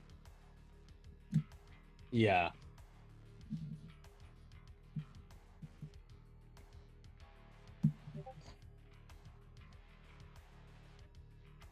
God, fire is so cool. One of my my early art inspirations when I was in third grade was my music teacher. Oddly enough, his name was Mike. That's really not that odd. That's fair. Yeah. But he was an airbrush artist, and he would his big thing was airbrushing flames, like hyper realistic flames onto like cars or motorcycles. Oh yeah. Oh, McShit! No, Mike. I'm aware there's a big dude with a club smacking me all sorts of ways this Sunday. Virginia, where the hell are you? Oh, you're stuck running into that thing because you idiot. Yeah, Glitch, it's coming along. It's coming along, slowly but surely. I just want to get the damn thing molded so I can start wiring in the LEDs. That's the part I'm excited for. I bought... Yeah, dude, I told you about the breadboard I bought. I told you about the breadboard and shit like that when it came in. You told me about the breadboard. You did not tell me what it was for. Maybe. Listen, I'm sorry that you have to post hoc rationalize my idea as your idea. Wow. Wow. What? I mean, wow. All right, now I'm If anything, I you know went what too this really tells us? And this has been a thing for a while, is that we often come up with the same ideas. Has it been a while? Yeah, I'm just saying, what are you referencing? Ideas that we come up with to do things. What the fuck do you mean? I'm not trying to be an asshole. I'm saying, what are you talking about? You obviously had something you thought of just now. I'm saying that like we often come up with the same ideas. Oh, okay, all right. That just as a general thing, I'm with you. Okay. Right, Solving yeah, crimes, yeah, dude. yeah. I mean, aren't you listening to Cal? I've been found out. Yes, I have been found out. It's true. Kyle is actually the man behind the curtain. I'm not even real. I am actually just Kyle. Yeah. Like First is an animatronic puppet that I and a small team of 4 people run.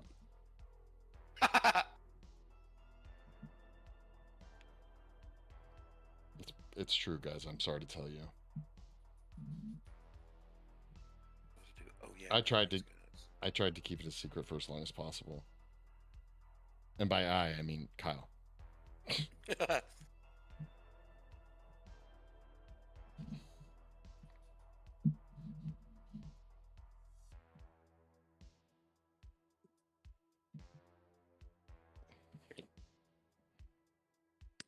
Did I just hear a ribbit? I swear I just heard like a ribbit. You might have heard I put my Discord on mute for a second. Does that make a riveting noise? It makes like a weird Feeling like it. I'm feeling it. piano crescendo noise. Oh.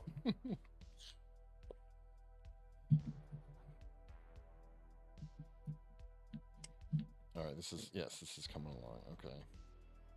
I think I'm gonna try to pick up this grasshopper.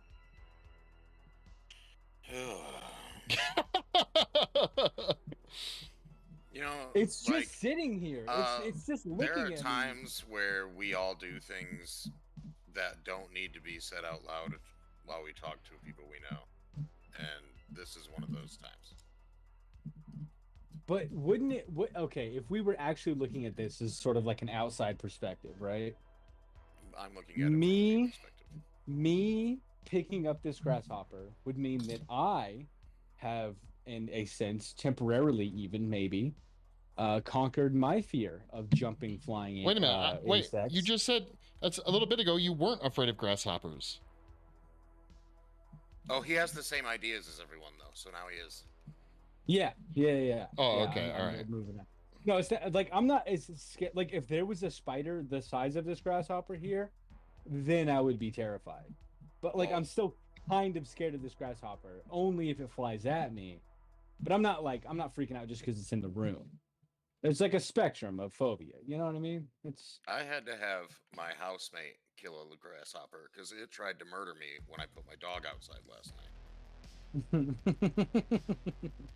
And I know that's what it was trying to do. I mean, he's probably right. No, I 100% believe it.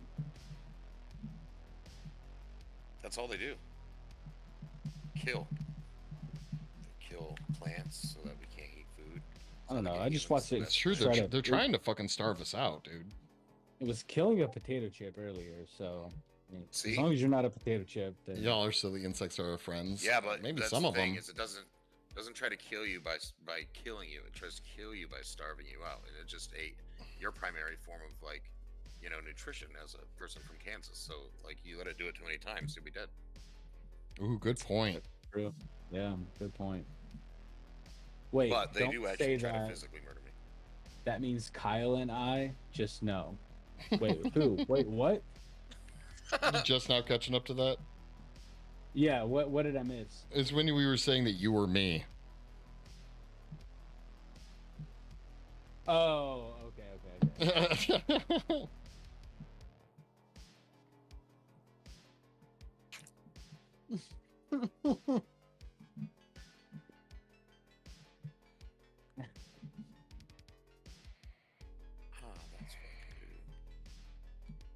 Oh, that- Oh, he seems to be pretty. Oh, fuck. Oh. all we hear is like. Oh, I accidentally squished his head. awesome. Wow. He's not dead. He just. Oh no, buddy, don't. Oh my God, guys. Oh fuck. I wish I had a camera on me right now. He has been successfully sucked into the back of my fan. Like he's just glued to the back of my shop fan. Awesome.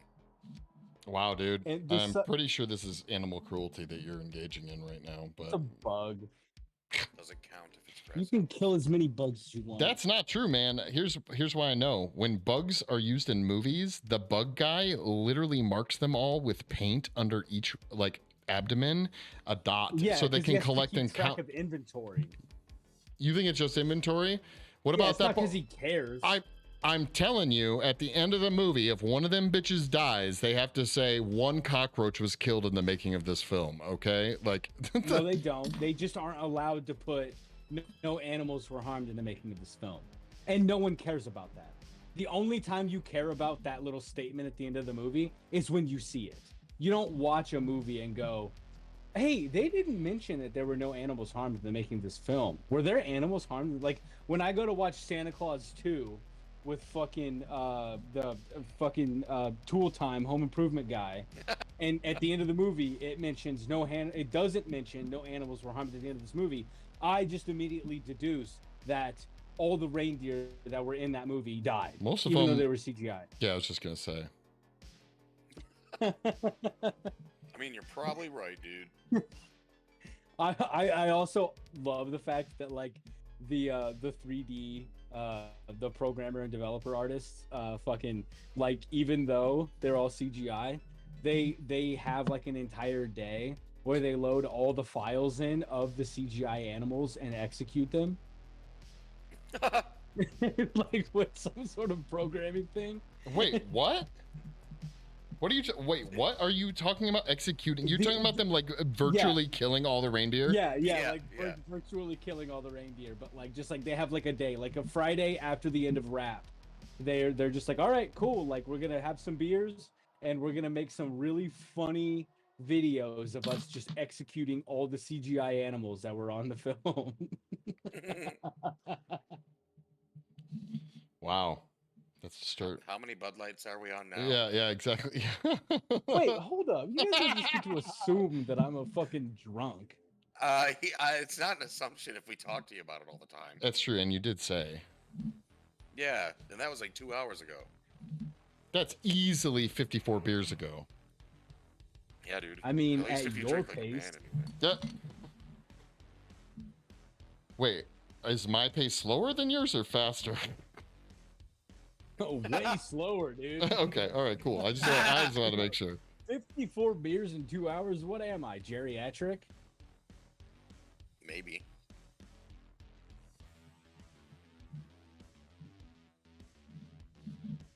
What do you think like, the likelihood is that there's ever been someone actually named like Gerald Attrick? I was literally thinking about that, like how fun of a skit it would be if it was like a guy whose name was Jerry Attrick, but he was like 25, but he always like, he just has like the characteristics of like an old like crankety fuck. Or you know what? He's British. His name is actually Jerry Hattrick, but nobody pronounces H's over there, so he keeps getting confused Yeah. for something else.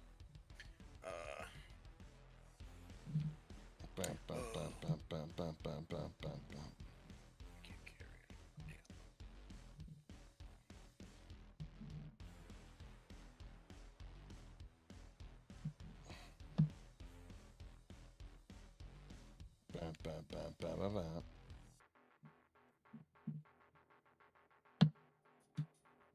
Kirst, are you listening to music? I am, yeah. This whole time I've been listening to music. Wow. I just haven't had the chance to like turn it off. Oh yeah. Mm-hmm. Yeah, that is the truth.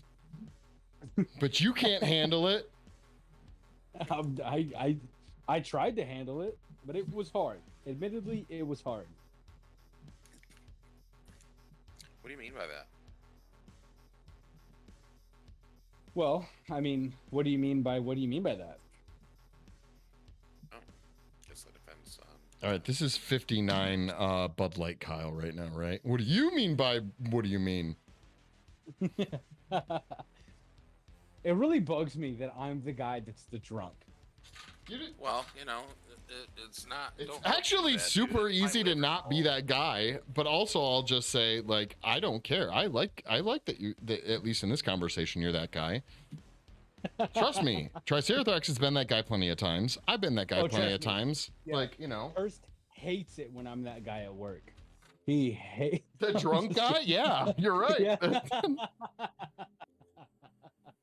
Who's geriatric? Anyone we want them to be.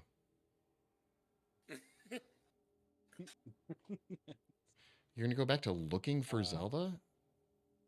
Why do you have to look for them? Isn't there like a marker on the map? Don't you know? No, the guy with the green Probably hat fish. in the Zelda game. That's Link. Zelda, the guy.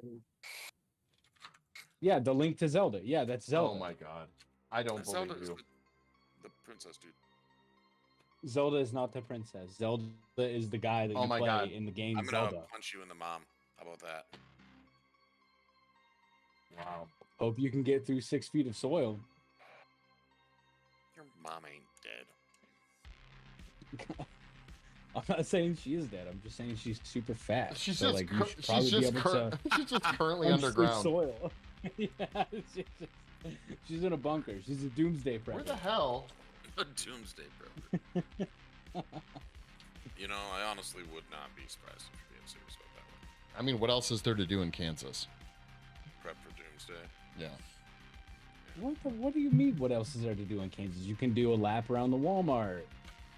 You can ride four-wheelers. You can stock up on canned foods for. This sounds like just a trip to Walmart.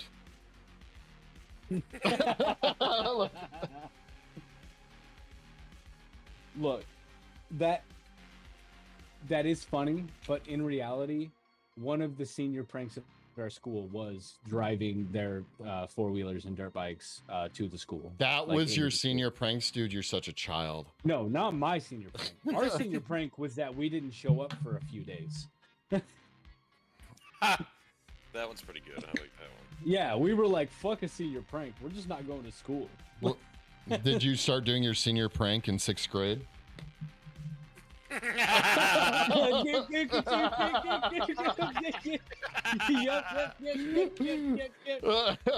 Oh boy, howdy. On that laugh, it Oh, sounds like man. you did. Creatively Cursed, new comedy special coming out. It's June 15th. You can stream it on HBO and YouTube Premium.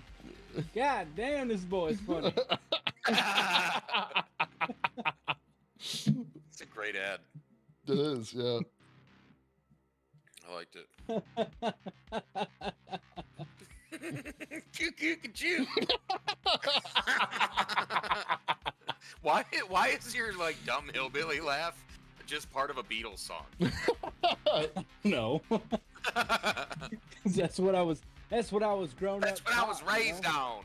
I was raised by a phonograph and the White Album. That's why I'm so pale. Fuck a white Jesus or a black Jesus. We grew up on Beatles Jesus. That's 4 British Jesuses. We have 4 Jesuses in our house. That's the eat, pray, love, and laugh Jesus, okay? That's why my mom, dad, grandpa, grandma, brother, sister, and most of my cousins all have bowl haircuts. Yeah, you can't say all of them when it's only referring to one person, okay? Wow. That's the most hillbilly thing I've ever heard. Oh, man. Curse, you really got to stop leaving this fucking voice channel open, man. I know you like it, but like, you gotta. I even forewarned him that I might pop in today, and he just left it.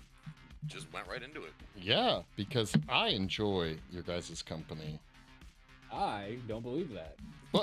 Yeah, I don't either. I have a real hard time. People say positive things to me, dude. I get immediate imposter syndrome type things. Oh, I've never seen this place. Oh man, dude, pertaining to art, you know what I've actually been panicking about today? The French? That I have 2 very I always kind of like have this mentality of like, yeah, I don't give a shit about my paintings. They're just paintings. I don't care. But as soon as I put them in a box and gave them to a UPS guy to take to a gallery, I've been worried about them like they're my children. I don't blame you, dude. All fucking day, fucking man. it's like, UPS. I've been it was better than USPS or FedEx, but like, is it? Fuck, dude. Like, I've been like stressing, man. I've been like I honestly could not count the amount of times When are they I copy pasted the tracking. I was gonna say, when are they Chrome. supposed to when are they supposed to arrive? The 24th. Wait, what's the date today? So it would be Wednesday. Wednesday is when they'll show up. It's how long it's gonna take them to get there? Yeah, well, that's because I took the budget option. You want to know how much it costs to ship 2 paintings regularly? With the $600 one way. Damn. That's why, dude. That's why all the artists are starving. This is why. Oh shit, dude. Dude, you want to talk about the fucking DMV pissing me off? I'm gonna fucking murder the next UPS guy. I think, dude. No. Here's what I think. You need to go the other way and become UPS, bro. is start my own logistics company. Yeah. I agree. And start fucking scamming artists out of their money so that they can get their paintings somewhere safely. And that's the thing is like you don't even have like the like I couldn't what's nuts is like I can't just box something up and say, here you go, just so you know, this is very fragile and important to me, and it's important to the recipient. So make sure that this gets there safely. No, I have to take on like I have to stress about how I package things and think about that there's probably going to be someone that hucks this box across the warehouse. Yeah, probably. And it slams onto a floor, corner down. And I have to prep for that because that's who I'm assuming is going to be handling my box. I can't fucking like I can't just like give them a thing and be like, hey, please be careful with this. I'm curious, did you talk to El Jefe about potentially instead just trying to use, it would have been more expensive, but I would be curious. At 600 for their like general shipping. Seiko? Yeah. No, I should have. It probably would have been because just as expensive, if not more, but well, I could have probably done like what I usually do, which is like, you know, like just put it on like the company bill and then just like PayPal the company or whatever. yeah. And then like because of the bulk pricing, it would have like netted, you know, like it would have netted down to like a discount or whatever. Yeah. But I mean, judging by, I don't know. I also kind of don't trust those guys. Like, I mean, Yeah, I can't say I can't say I blame you there. Yeah. yeah, man, like shipping people, it's like, dude, you know, like but also like every time I utter an opinion about like how how like mail works or shipping works, I feel like a boomer because it's like back in my day I used to give a shit. Well, no, when I did stuff. dude, the problem is that like I'm pretty sure the majority of the shipping problems that we have all experienced lately has been lately. Like the biggest ones, like since COVID. Yeah. Like it like the world changed in many ways, and one of the biggest changers was apparently shipping and freight. Yeah, I don't know why, but that was the thing. Well, I shouldn't say that. I know why at the time things got messed, but now they might just be dealing with kind of what we're dealing with, which is like still the results of everything kind of playing out slowly over time. Yeah. But even then, like, if they don't do anything to correct it, it's just going to keep propagating and whatnot. So, yeah. But I mean, no one does anything to correct anything. So, you know, we are just where we are. Plus, I mean, FedEx is still around, but I'm pretty sure FedEx doesn't hold like a market share on like shipping, right? It's UPS, right? No, it's the two. Both of them, like, I mean, when you think about shipping, right? It's FedEx, UPS, or USPS, or if you're shipping international, it's DHL. Yeah, but again, I'm aware that these other things are there. I just feel like UPS is dominating it. You think? Yeah, fucking A. Yeah, dude. Like, I don't even remember the last time I received a FedEx package. And I swear to Christ that the USPS's only existence is just to send me junk mail. Well, to be fair, you want to know who actually probably owns the biggest market share in shipping is fucking Amazon. Because that's the only packages I ever received. Yes, if it's not an Amazon driver, it's a fucking UPS driver is kind of my point.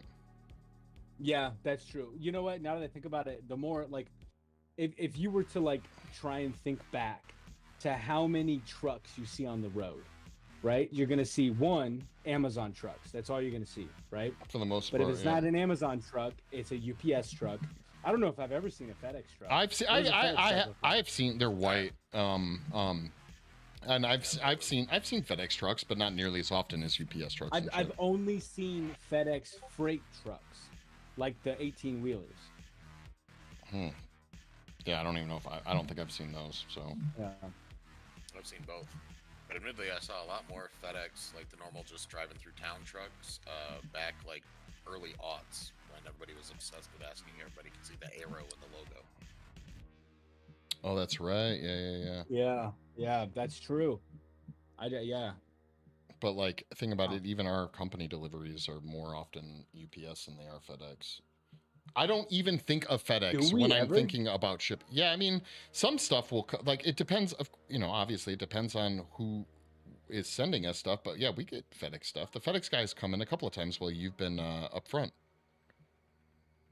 Oh yeah. It's rare, Huh. but like it All I does think of happen. is the USPS guy. He's real cool. He's a guy from Boston. I can tell. His accent's thick as Oh, fuck. fucking for sure, dude. I love that guy. Me and that guy, we're friends. Yeah, I can tell, dude. You should. Why didn't you ask pretty him to ship your project or art? Because I'm not gonna give my shit to USPS. That's like. But the it's that worst. guy. He's your friend. Yeah, I thought you It's were not friends. that guy.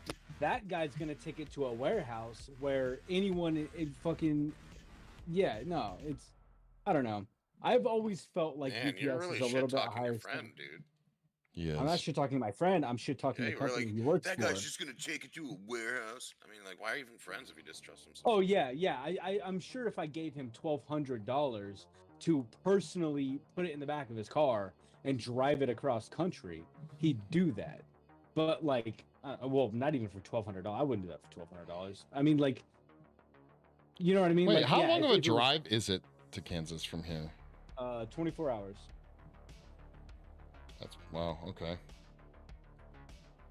I guess I always kind of forget how far that is because problem is I drove through Kansas like twice in my life, and each time, the time before getting into Kansas and the time after leaving Kansas was fine, but during Kansas, oh my god, I wanted to. It's flat, man. Dude, Oklahoma and You Kansas, were- I'm pretty sure are the worst Where- places to drive through. You were coming from Michigan, Both times, yeah. so you probably came from the northeast side or the northwest side. Be northeast. It'd be northeast, yeah. Oh yeah, it would be northeast. Yeah, so you came from the northeast side, Yep. and then probably if you went to Oklahoma, you came through like the middle of Kansas down.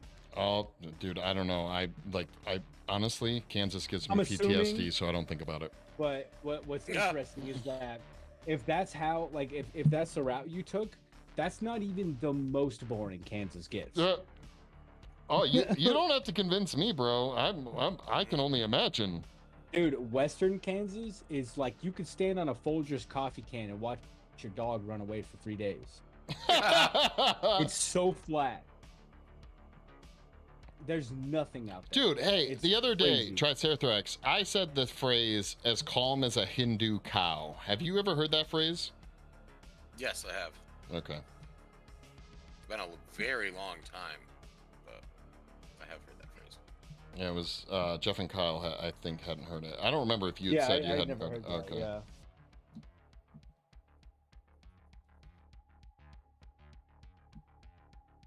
The only weird term I've ever heard, kind of related but not really related, was like if someone hasn't mowed their grass for a long time, and you say like hey, your grass is ass high to an Indian, you know, like.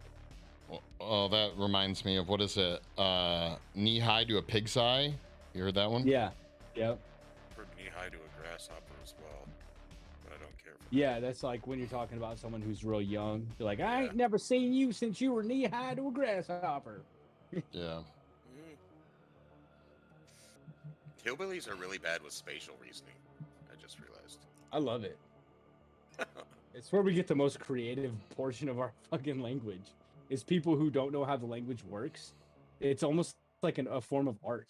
Like they're just like, I don't know. I'm just gonna say whatever the fuck comes to mind. Mhm. I remember the first time I said "as the crow flies" and everyone looked at me like I was insane. Oh, I understand that Really? for sure. Yeah. Yeah. Yep. Wasn't even that long ago, actually. Well, I mean, in the span of the 12 years I've worked here, wasn't that long ago. And I was like, I have surely used this phrase before, and everyone's like, A, no, and B, we don't even know what it means. And C, stop calling us Shirley. Yeah, right. Aha. Wait, Kyle, have you seen Airplane? I've seen Soul Plane. Ooh, Well, I don't. definitely an airplane movie. Definitely not Airplane. I've seen Con Air. That's where the Shirley thing comes from. Yeah, I've seen Con Air I've too. seen Con Air. Wait, you haven't seen Airplane either, Mike? No, but it's Leslie No, Nielsen, that's right? It's a comedy, so you wouldn't like it. It's Leslie Nielsen, though, right? Yeah. Yeah. I'm familiar with the pop culture reference and how it applies to this Shirley remark. Word. I learned that from The Office. Wait, learned what from The Office?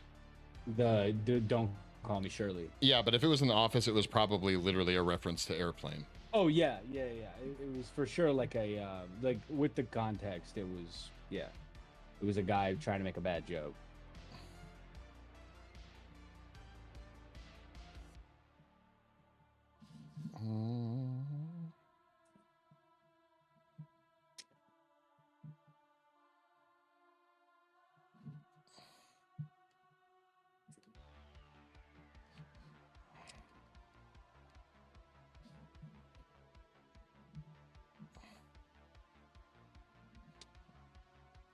All right, I'm happier with this now. It's still got, oddly, for being something that in my head should be very easy to sculpt, is actually oddly pretty difficult. Hell yeah, that's good, dude. Should be challenged. Yeah, Kyle's been challenged his whole life.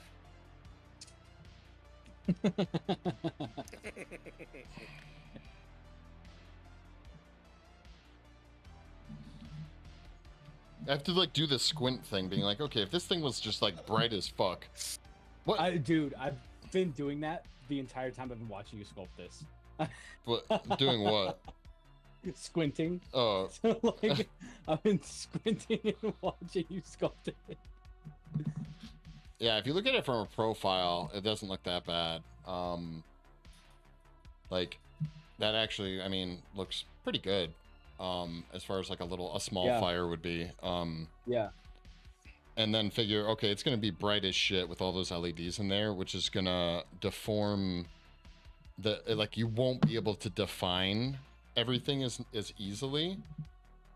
Like the cool thing is, as you spin it and you look at it as say just a two-dimensional thing, and as you spin it, it plays from all sides, which I guess is kind of this side, not so much. This is weird. That's weird. Yeah. But otherwise, yeah, I'm pretty happy with it. Have you ever seen the movie Rudolph? Are you fucking with me right now? Yeah. The claymation? Oh, is he even called Rudolph? Are you talking about the one with the little elf and stuff? The toy making elf? Yes. Yes. The movie about the Rudolph the deer? Yeah, yes, I'm familiar. Yes. Okay, where are we going with it? I'm sorry, you proposed it and it sounded like a fucking joke you were about to tell. Triceratops, fucking- bear with me, right? Like this is Fire Yeah. okay, yeah. I was like, what's this about? Firemeister. That's not the Rudolph that's movie. not from Rudolph. That's from The Year Without a Santa Claus. Don't you know you fucking Christmas movies, Oh. Kyle? It's the same fucking thing. It basically. fucking is not. Rudolph is dumb as shit. Heat Miser and fucking Frost Miser or whatever are badass. Yeah. But Come on. We're... Well, now I All feel right. sheepish. yeah. All I'm trying to say is that If it you looks tell me I look his like head. Heat Miser, bro, I'm gonna punch you. No, I'm not telling you you look like Heat Miser. Oh my god, you could totally be Heat Miser, dude. That's my fault. You could. Oh my god, Sam, Halloween. Dude. Halloween, and then have Mike sculpt a fire pit on your head, and then you could be Heat Miser. You totally could, dude. We could I'm dye your Mr. beard. Heat Miser. Wait, I'm does he? Mr. He doesn't have. He has like a little goatee though, I'm right? Mr. Heat Blister. No. Heat Miser? Is he clean shaven? I No, thought he has like a. clean Yeah, he's shaven, clean yeah. shaven. He's got a big red nose. His brother, the Frosty dude, sort of has kind of a built-in icicle goatee-ish chin, but No, I think he's got also clean he's got shaven as icicles well. dripping from his nose. Doesn't he also have kind of a spiky chin? No. Well, Oh, he does have a. does He has have a narrow like face. He has a narrow face Yeah, for sure. yeah. He's got got a big chin, but it's just his chin. He's got icicles dripping from his nose. Okay. Why did I think Rudolph? What the fuck? It's the same Made by animation the style. same That's people. what. How many? By the way, I actually didn't know that until I was like 20. I hadn't seen the Heat Miser one until I was like 19 or 20. And I thought when I was watching it, I was like, oh, we're watching the Rudolph thing. And it wasn't Rudolph. I was like, wait, how many of these movies are there? And I still don't know. Are there just the two? Are there more of that ilk that were made at the same time by the same people? No, there's a few more of them because there's Rudolph the Red-Nosed Reindeer. There's the Year Without a Santa Claus that we were just talking about. There's another one that has that. I'm sure you've seen the image of this dude at least. But there's one with like a train, and there's like a train conductor guy who I think Oh, might yeah, even yeah, be yeah. in some of the other ones. But I can't remember. Robert L. May. Is who? Is that the guy that made him? Yeah, he's the copywriter that made the movies, I guess. Wait, hang on.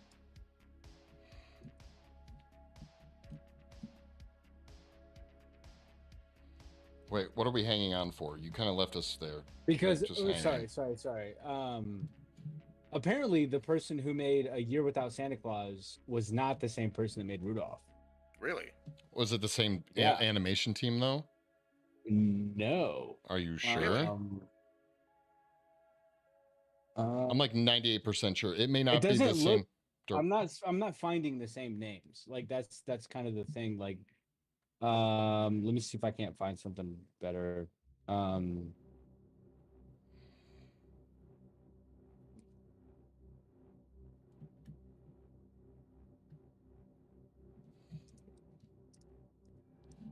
Now all I can see is that stupid Heat Miser on my fire pit.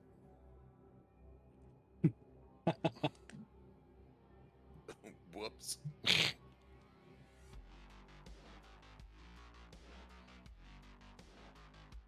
Rankin Bass. That name sounds familiar.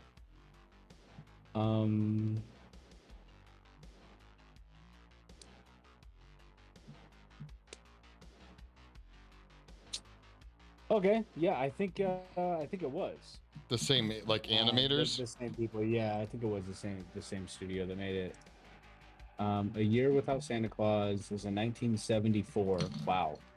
Stop motion animated Christmas special produced by Rankin Bass. You know who talked about them a lot was Steve. Steve talked about them a lot. Really? Well, because he was into the whole stop motion animation thing. That makes sense. Oh, right.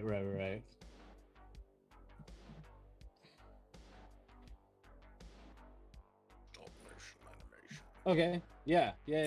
Rudolph was a Rankin Bass.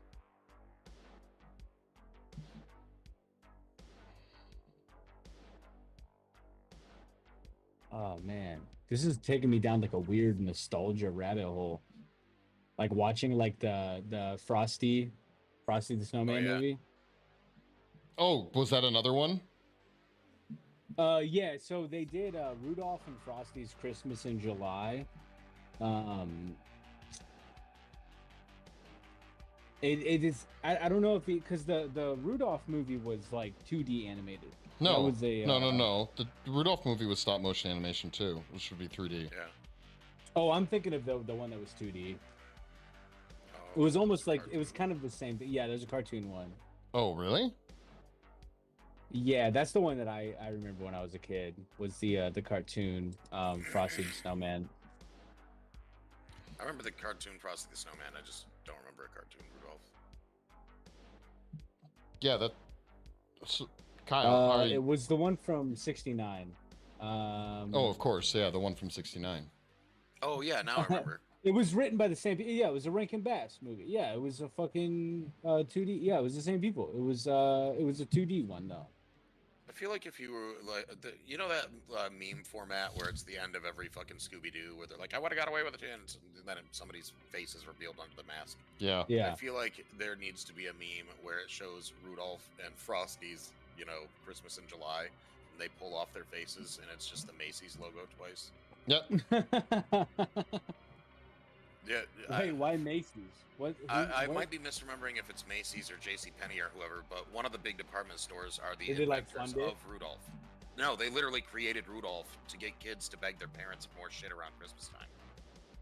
Dude, it really bugs me the amount of times that it's like this really cool holiday that we all celebrate in these cool like fucking oh, what are they called? Like these customs that we all like indulge in when we're kids. Yeah. And we're like, man, I remember my childhood being like that was like the one nice piece of my childhood. I remember it being like really cool to watch like, you know, Annabelle and the Wish or fucking Grandma Got Ran Over by a Reindeer. Okay, or, hold on. Frosty. Before you continue, you got to realize, dude, that even if it wasn't J.C. Penney's, those movies were still made to make money.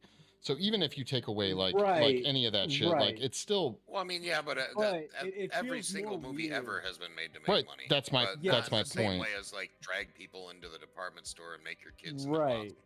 No. Like Disney and Pixar are still like that. Like they still do that shit, and I'm kind of against that as well. Like where they're like, I'm only like they only make characters that can be made into toys, basically. Yeah, and be sold and make money. Yeah, yes, exactly. Right. Yeah. But like it like the fact that it was like a like if McDonald's had made a movie, it's like you're not known for art. You're not known for being a creative like conglomerate. You're fucking enough art on the walls in those buildings in the 90s. I ran into a bunch of them because of their commercials, so don't tell them they're not gonna you're a clothing store. Like I know why you're making the movie, but like it's weird. They're like, we're only making art to like just suck all the money that we can out. I'm sorry, man. I just really disagree. I literally don't see the difference between that in a Marvel film or that in any film. I mean, like. No, I'm with you on that. I'm against like so it's almost like mass manipulation into siphoning money. Almost. Right. Yeah. I mean, it basically is mass. As soon as money was able to be made from regularly from art, like this was the natural progression of how. I mean, think about what you're trying to do. If back in the day, Kyle, there would be no chance of you actually making money at what you're doing. No, there would be more of a chance. I mean, well, no. This is a whole nother conversation, yes. Because if I grew up, if I was my age right now, in like say the 1950s or the 1960s, right? I could get a job at an ad agency or a catalog company where I would be.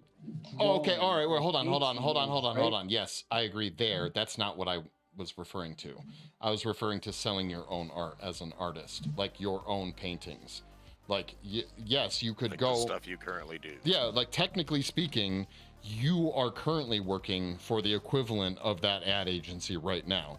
You're using your skills to come in and do those things and like work here, right? But yes, even back then, you would have. Originally, when I said back then, in all fairness, I was more referring to like circa Picasso or like shit like 1960s or 50s. I mean, okay, yeah, I guess. Are you talking about like Renaissance time? Yeah, further back, because like the appreciation for art. Well, I guess that's not even true. I mean, you go far enough back. Well, you know what? Okay, you go far enough back. The availability of people wanting art would have been reduced significantly as like a ratio portion of society. Everyone wants art now in some fashion or another. Back then, that was not the case. No, that's also false. Even back in Renaissance times, there were there were these things, I can't remember what the fuck they're called. But it was almost like the equivalent of getting like a postcard that artists would make and sell for a very low amount of money that like peasants could even buy.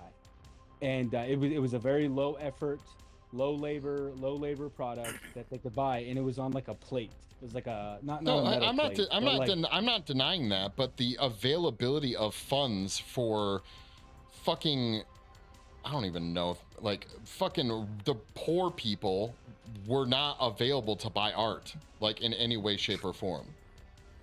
So money, like you, unless you were literally lucky enough to live close enough to say the wealthy fucking people, you weren't going to be selling your art. Yeah, I mean, You grew up in Kansas, bro. Imagine that way back in the day. There's no way you're fucking traveling somewhere and fucking going to try and make it as an artist. You would have been literally farming your whole life. no, not if I was an artist. Like, no, like, I don't think that, like, well, okay, hang on. Let me sort of think this through.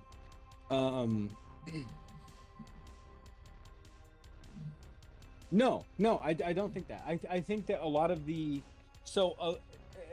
admittedly, sort of to your point, the artists that are written about in history are the artists that their families had enough money to afford them to go to like an atelier where they were like basically just funded to learn from the current masters, right? Those guys, the Leonardo da Vinci's, the Michelangelos, the Raphaels, those guys were like, their families were privileged enough to send them to someone who could go and teach them the absolute best way, and they would make masters out of these kids. Yes, right? yeah. But there were still people that were poor that also just wanted to make art. Like, they were still inspired. No. I'm not, dude. Right? Bear in mind, I don't think I said that there weren't people wanting to be artists. You're not saying that. No. I'm not saying you are saying that. I'm saying that those people also were able to make money off their art. Not making a living, not making a fucking living off of it. Maybe making a meager living. All right, here, let me try this a different way, real quick. All right, if I said, in history that we know of, there is no better time to make money as an artist than currently. Okay, would you agree with that statement or no? I don't know, because I'm not an art historian. I don't know, but what about you, Triceratops? If you had to guess, I would say just based on ease of transportation, advertising. That we can literally be talking to someone that's on the opposite side of the planet with maybe 1 second of lag, and a series of other sort of things that technology-wise have drastically changed the world in recent centuries. Probably this is the easiest time to do it. I mean, like, Kyle kind of touched on it a little bit, but or for a moment there with what he was saying, but like, yeah, the only people who actually made any money about that were the really already wealthy people. So it's not.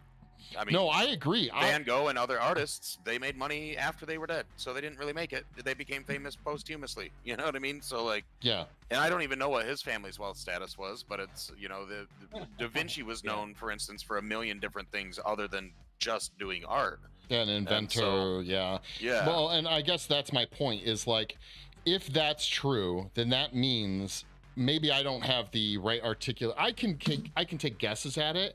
But if it is easier today than it was circa Da Vinci and stuff like that, then there's obviously factors playing into that. And it might have been quite simply locality of the artists in reference to potential people who would buy their art. Because now you can go on Etsy, now you can go online, you can just see people's art. Matter of fact, because there's so much fucking art, you might even, the average individual today probably has a greater appreciation for different art than the average individual back then. Yes. Okay. I will also. So I sorry to butt in, but I would say this, right? The introduction to the ease of access to art has also created a new obstacle in the equation. Yes, flooding of artists. Yes, but we now have an oversaturation. So the individual may not have that success that you're saying that like now is the best time to be successful. En masse.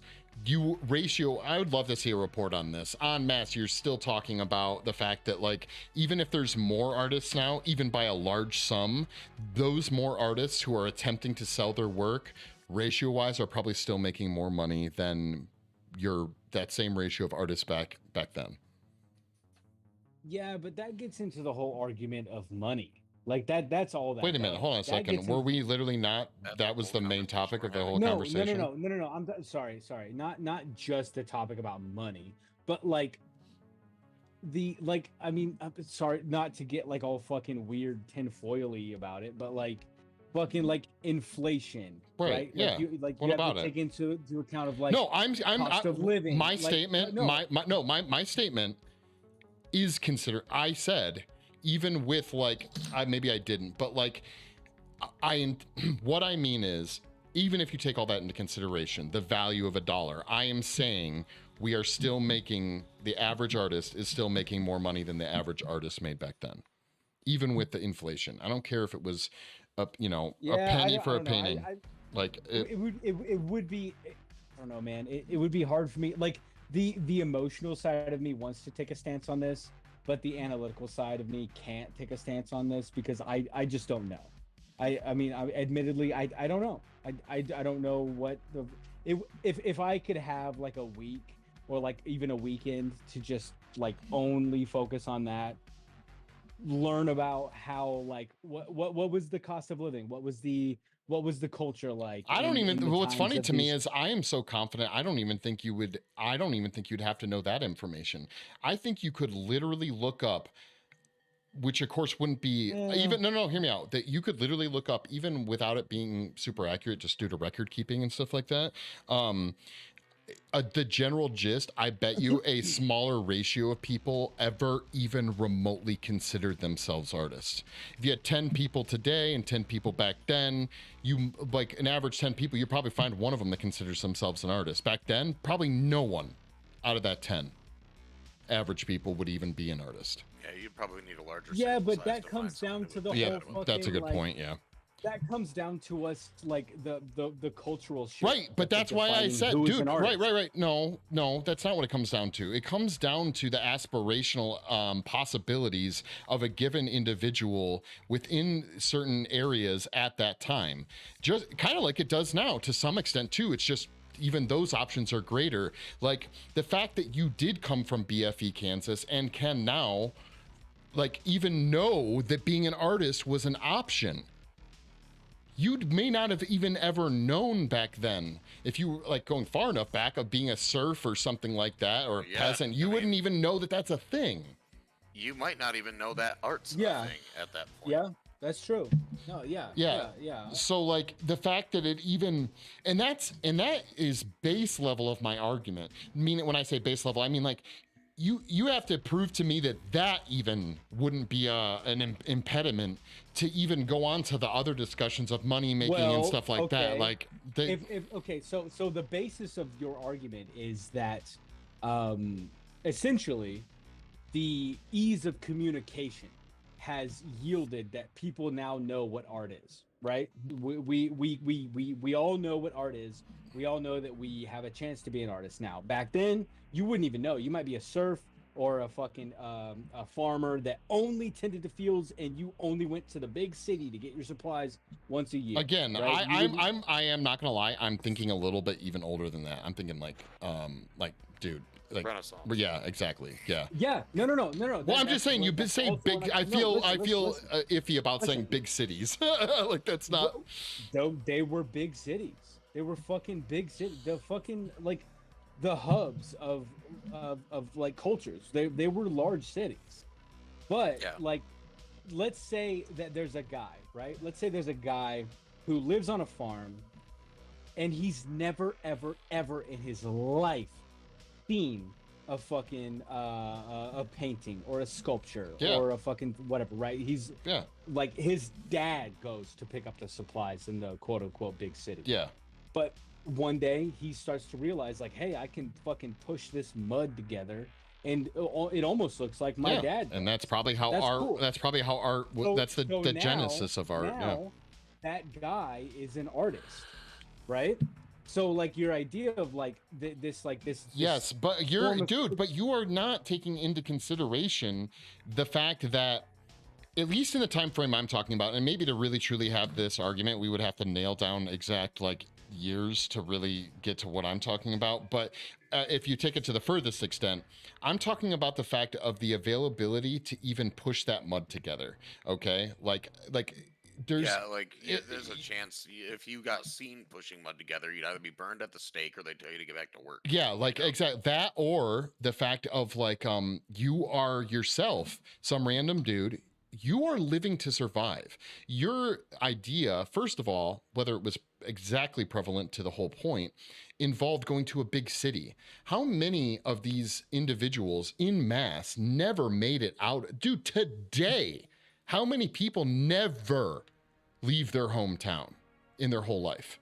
Yeah, The but other I could 3,998 of us in Wayland, that'd be part I of it. could go back to my hometown and probably drive to multiple people's houses who have recently proclaimed that they're artists because they pour acrylic on a canvas or they. Hey, I'm not do gonna. pottery Yes, but or- I'm not gonna get in an argument. I don't think this argument or discussion is even about what is art. I am simply speaking to if it was very difficult to know what art was in the working sense of the word now, or become an artist. If say 200-300 years ago, 400 years ago, it was wildly difficult to be an artist because of even the availability or access, then that would also say that over time, every day, every week, every year, every decade that goes by, it's becoming more easy, frankly, if only because of technological evolution. Like, if only that reason. Okay? You, like... Yeah, like, think about this, dude. Let's say, Kyle, the paintings that you're that you're shipping out, let's say you had painted those exact same things even just 100 years ago. Consider how much more difficult it would be to get them from here to there, just even 100 years ago, let alone... Or even get them... 500, 600 years or ago, like even just get them in front of... Well, 100 years ago... if you were here, it wouldn't probably be as... I don't know where Vegas was at 100 years ago, to be honest, in the 20s. But but I would still say that your average middle of nowhere person getting your paintings even in front of someone to look at them would have been infinitely more difficult. Where even if you have a 0 follower account on Instagram or Twitter or TikTok, you could get 1 person, 2 people, maybe 3 people to see eyes on your piece of artwork in moments. Even if you were in Alaska, 10-hour drive from the closest civilization. Yeah, I don't know, man. That just feels like a weird argument because, like, I mean, if you...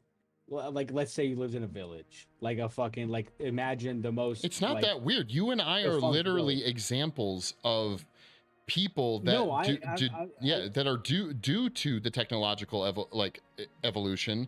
We're able to know of... Fuck, man, do you know how people didn't even know the names of major cities even 100 years ago?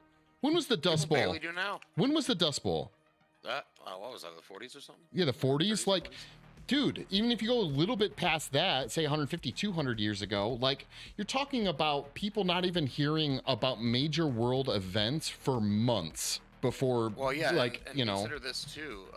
Back, like, in the aughts or maybe the early teens, there was a lot of stuff going around talking about how the average, like, elementary school-aged child today takes in more than 100 times the data every day than people who lived and died until old age took in throughout their entire lives 1 century ago. Yeah. So, I mean, with that being the thing, I mean, we're used to the amount of information coming at us, basically. So it probably doesn't really seem like all that much. But, I mean, think about this, dude. People saw an ankle back in the day. They had a fucking boner fly off of their body.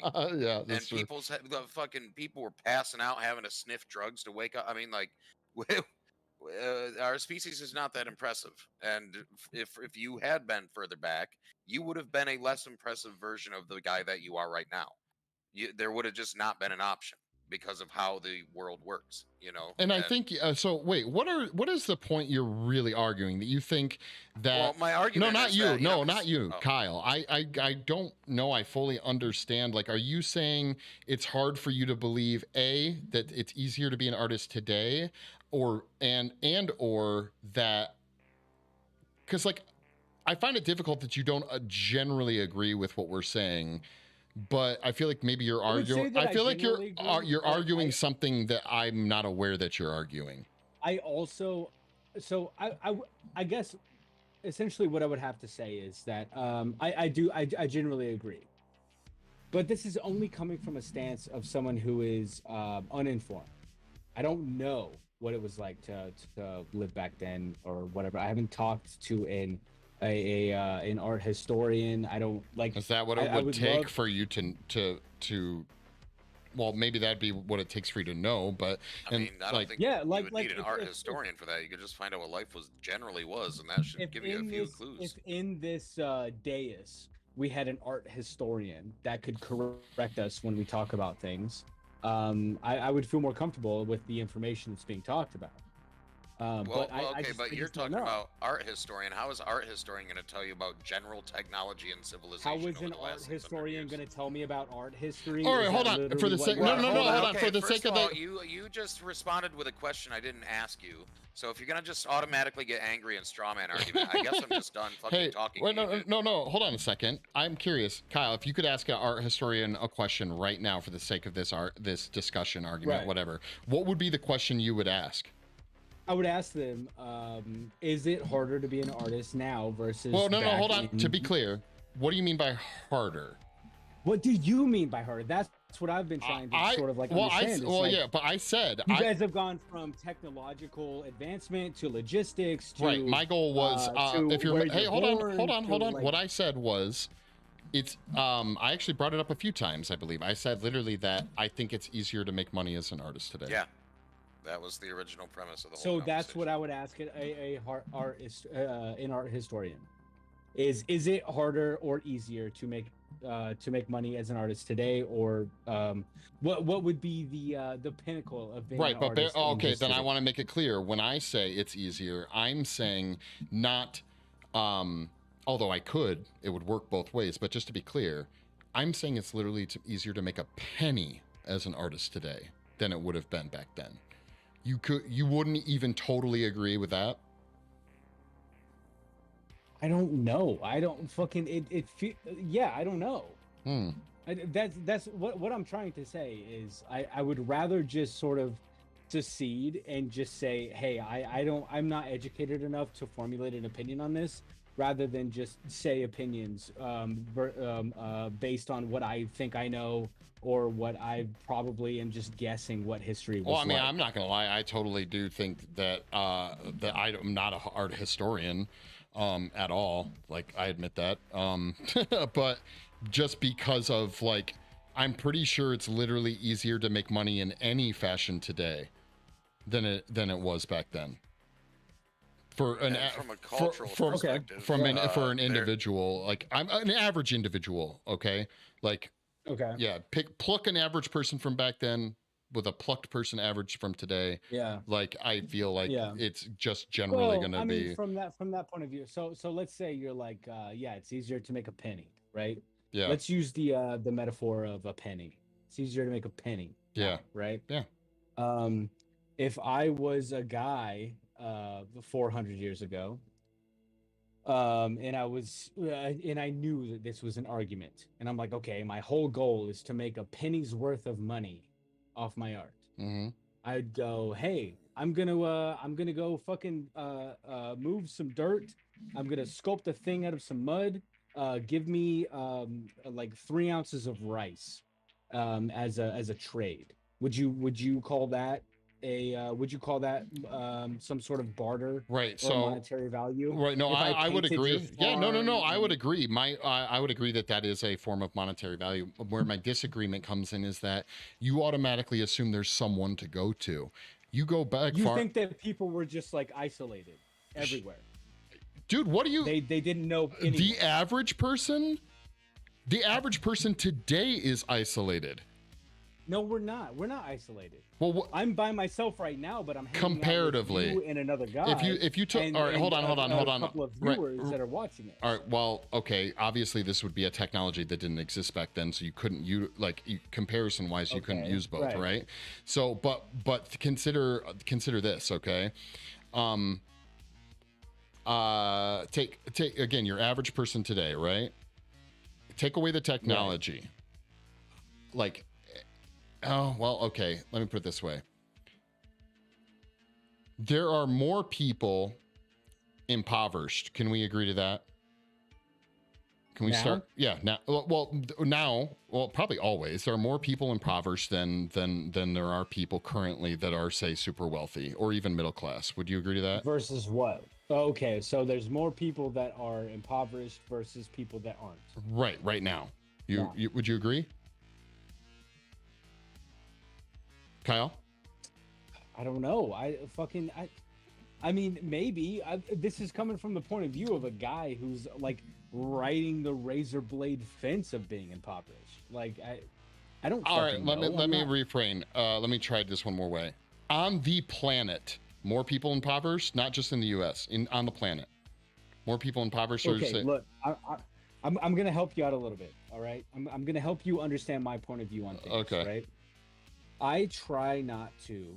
Sometimes I fail at this, but I do try not to formulate opinions on things or opinions or stances on things that I have no fucking clue about.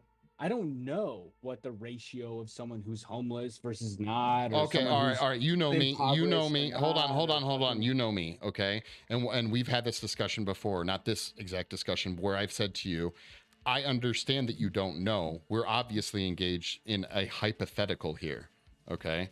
Like right now, for the sake of this conversation, it's a hypothetical about different time frames and stuff like that, right? Okay. We're obviously engaging in. I'm not writing a paper that's going to change the political or laws or anything, or international trade on art or anything. Okay, we're just having a discussion. Yeah. So I'm also assuming good faith in all of this. Oh yeah, totally, wildly good faith. So but I'm literally asking you. Part of the conversation we had before is do you think there's one impoverished person in the world? This is good faith. This is your whole fish argument. Yes. Yes. Okay. And you, I would say that there are less impoverished people than there aren't. I guess we'd have to define what impoverished means, I suppose. What about you, Triceratops? Based on, what do you think? Well, I would also agree that we should define terms before discussing them. Okay. What do you when you say you're not sure, what would your definition of impoverished be, Kyle?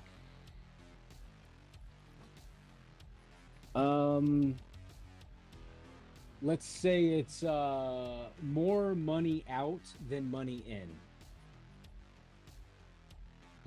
So that's a really wide swath of shit right now. Technically, I'm impoverished. Well, actually, no. And I'm in a house in Las Vegas right now. But then there are people who have literally no money whatsoever, who also don't have houses, and don't have houses. So it's a very vague one. Yeah. Let's say impoverished. What is the actual definition of impoverished? You can look it up. We can go with a Merriam-Webster definition. Go and look it up. I'm looking it up right now. Okay. Made poor. That's it. Made poor. Gotcha. So made poor. Wait, that's literally that's the definition is just made poor. Impoverished. So okay, hold on. That's first of all, you're not even reading the right definition. Yes, impoverished as the past tense. Dude, you're Hey, hold on. I will calm down. You just are, man. Just get over it, okay? You're using it in the term made poor only if you're using impoverished as the past participle of the fucking verb impoverished, okay? If we want the adjective based on what we're talking about, then that would be deprived of strength or vitality. So that means it's the wrong word in the first place. All right, well, hold on. Then just without getting all panty bunched, what is the definition, the correct definition? The right tense. The definition means we're not probably even talking about being impoverished, because when it's used as an adjective and not it being made poor of a person or an area, then that means deprived of strength or vitality. But we are talking about economics and financial status of people, so that is just the wrong word. Okay, That's all it is. All right, well, all right. I'm gonna obviously kowtow to You could say poverty-stricken, poverty-stricken, destitute, Poor or just poor. yeah, or either poor. Okay, like so but, poor, lacking sufficient money to live at a standard considered comfortable or normal in a society. I'm okay with that, obviously, definition. My only concern with it is What that... about poverty-stricken? Do you want to hear that one? Yeah, sure, let's hear that one. Extremely poor. Okay. Or maybe destitute might have a better one. Okay. Well, that one just says without the basic necessities of life. That could also apply, but we'd probably then want to clarify that we're referring to being financially destitute. All right. Or impecunious. All right. Little or no money. Yeah, I don't know. I generally, when I think of destitute, poor, impoverished, my general mind is going to be people who can't, even if it was really basic food, can't afford, say, at least 2 meals a day and don't have a roof over their head. That's generally what I'm thinking of, like, or their own roof over their head. Okay. Can you have one but not the other? Wait, I mean... Wait, like have food but nowhere to live, or food but nowhere to live, or somewhere to live but no food? I feel like, if, in my opinion, at least, you know, it's really weird. I don't think I've ever really thought about this as deep as I'm thinking about it now, and this wasn't even the point of the conversation. Right, that's the thing. Yeah, but so that's kind of what I'm saying, is that there are so many angles that we could come at this from, and it's hard to take a stance on something that you don't even understand. No, like hey, not you, but me, like you as general. Like, hey, like I understand. I Hey, don't have... No, I understand. Like, for example, but you and I have engaged, and I know for a fact you've done the same with Triceratops. We've engaged in a great many hypotheticals before, of which none of us were professionals or knew the data back to back and front to back and shit like that. Yeah. That's all I'm asking. That's all I'm asking for, is that engagement. It doesn't have to. I'm not expecting or expecting like you to be like, oh, well, actually in the 1800s it like cost of living was this, like I'm saying, like, with the knowledge at our hands, I will look it up at some other time and try and find out. I don't even know what I would look up, to be honest, because I feel like it just makes sense to me that with the availability today of like the internet and the technological evolutions, it feels like if I was a betting man, gun to my head, and I had to make a bet, I would bet that it is easier to make money today as an artist than it would have been I'll even say 100 years ago, if not 50 years ago. Bear in mind, we had I don't know, you might have been in, do you remember not having internet, Kyle?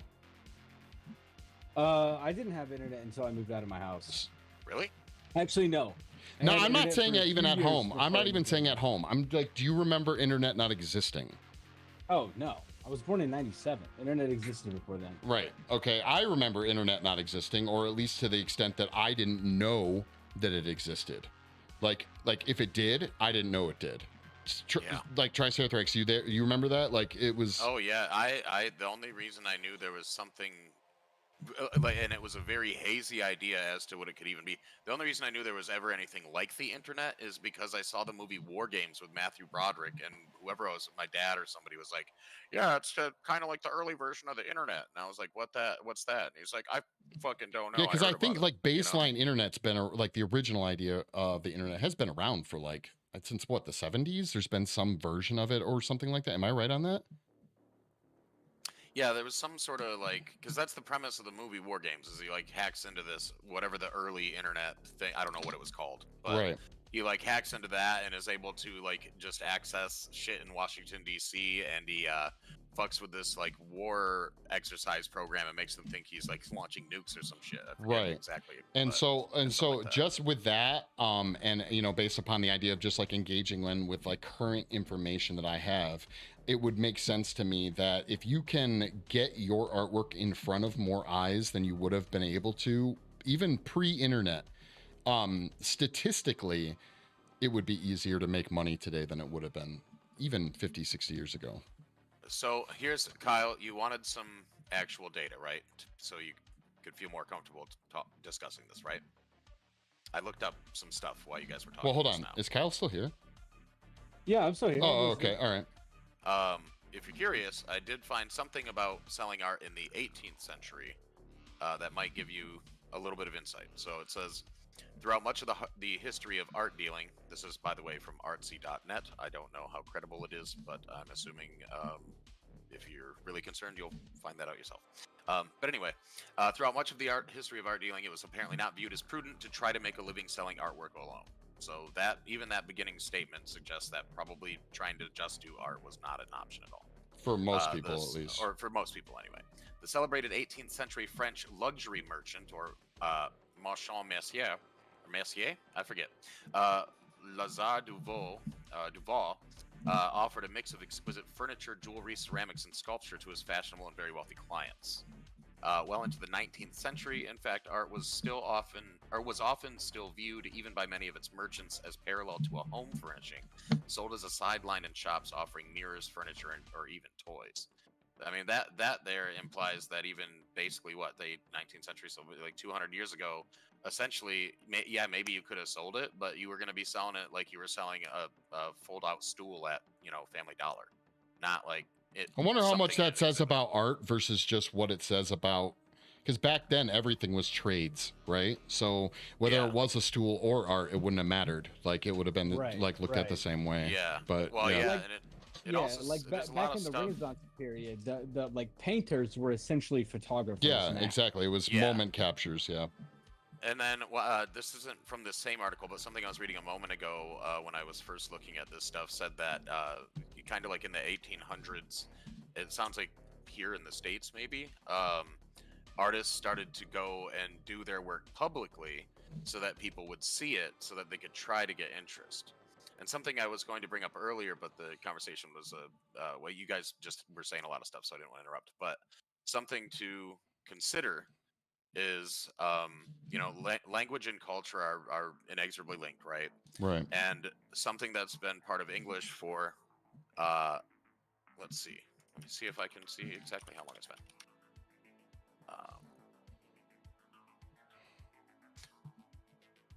Okay. So the stereotype of the starving artist is apparently from the late 18th century. So for hundreds of years, we have stereotyped artists as being people with talent who don't have any money. So that probably should be an indication that, generally speaking, artists did not have a good time selling art. Well, and for the last in all fairness, no, they still don't. Yeah. Well, maybe they still don't. But Like that's you true. were saying, I mean, starving but being able to put your shit on Instagram is a lot better than starving and having to go by donkey for 7 days to get to the nearest city and hope you didn't die from being out in the cold at night. Yeah, that's true. Yeah. It might be some of the parameters may be there today that were there in the past, but on many levels, the actual transportation and shipping and shit like that are basically what make the world go round. You could have been the greatest artist ever back in 1402, but if you couldn't get it from your town to the next because fucking cholera, I think who another cares, thing to keep in mind, at least I don't know where, I'm assuming it's similar all around the world, or at least the Western world. But for example, I'm pretty sure an art class even being a standard operating procedure in like public schools is a relatively new thing. Oh, like art class, probably. I'm pretty sure I would, I don't want to say maybe 100 years ago. It's hard for me to envision the 20s, like Wayland having an art class. Do you know what I mean, Sam? Well, I mean, the Allegan County Fair used to do that little thing where they had that, 1800s mini village that was supposed Yeah, to, yeah. you know, be over. Yeah, but I mean, like supposed to be fun, school was created to like make factory workers. Well, Like, yeah. Right. school- The only reason I was bringing it up is in reference to the awareness of such a thing. Even of art. yeah, of even the the baseline awareness. So if you take away awareness, you take away all that, like all of a sudden all those things really are because but I'm not gonna lie, I'm not envisioning the people living in New York. I'm not envisioning the people living in San Diego, San Francisco. I'm envisioning people living in the middle of nowhere and their accessibility and awareness of anything creative, and that it even could be an option. You're like pushing mud together to create a sculpture, guy. Like that's only valuable if you're aware that you could even do that in the first place. What if it wasn't just like okay, so we often kind of like dilute art into sculpture, painting, pottery, blah blah blah, but like carpentry is an art, right? Well, this is what I was saying earlier about the whole whole furniture thing, right? Yeah, I mean, okay, but bear in mind, if we're going down this road, you're really opening up a really big can of worms, because then literally like everything is art. Like literally everything, especially at that time period where I wouldn't say everything. Well, in that time frame, everyone is creatively problem solving to create every product. Well, I mean, the tax collectors weren't. I mean, if we're really hey going man, back, I wouldn't be surprised if some tax accountants don't claim that what they do is more of an art than a science. Yeah, because they're fucking skeevy. They're fucking like, you know, they like to, you know, try and skeeve people out of their money. Of course, they're gonna be like, oh yeah, you like Michelangelo? Well, what I do is an art. I'm just collecting. Well, hell, even then, well, like, couldn't you argue that all of you who are artists do exactly the same thing? I mean, you paint pictures nobody asked for, and then somebody buys that. You know, like you're not. You're just like, I drew this. You should pay me a bunch of money for it. Love that.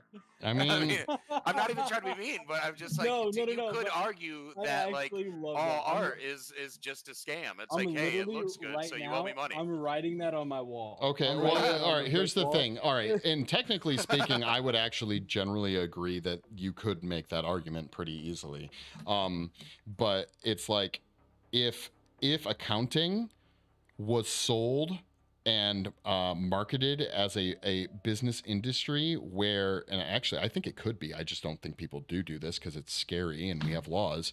You could, I've literally heard people refer to accountants as, wow, this accountant was like, what, not like an artist, like a wizard, right? The fact that there are good accountants and bad accountants, you could say either refers to their knowledge of, say, tax law or something like that. It's all knowledge. It's not necessarily. It is, but so is art. Like, it's all knowledge. It's all creative problem solving. You know what? Fuck it. Well, I don't think, I would not say that. Well, like for instance, what either of you do is just art. I could go and learn all the technical knowledge that you guys have, but that does not a sculptor nor painter make. Yes, and you can learn all the technical knowledge of an accountant, and that is not all that an accountant takes either.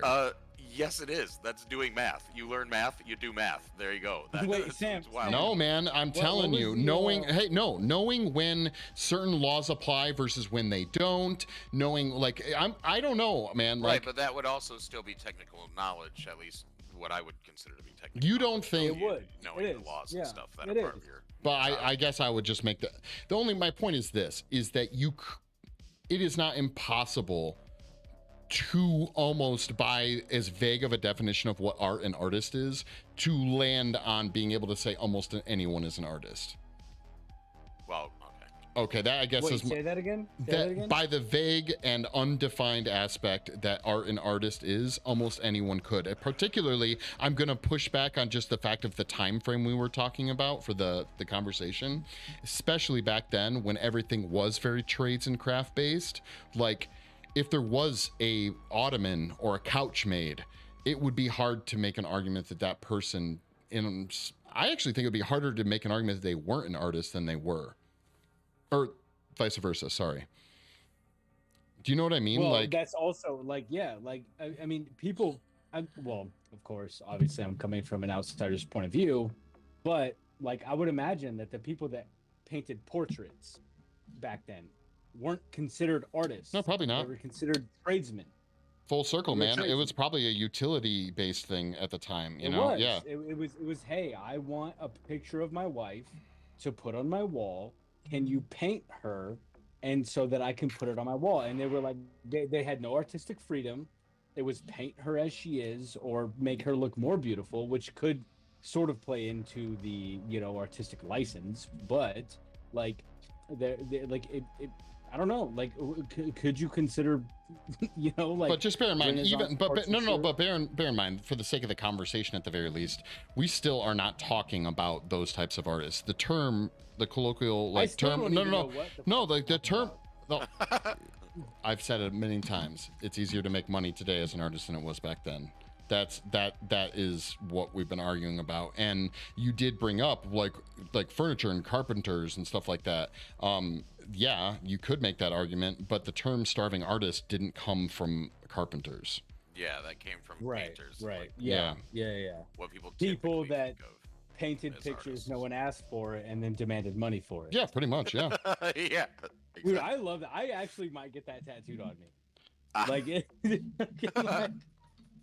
that is I'm actually, glad like- you enjoyed it. I was worried that would be an offensive that is statement. Which is so not my intent, much but- like closer to the ethereal being that I am than anything else.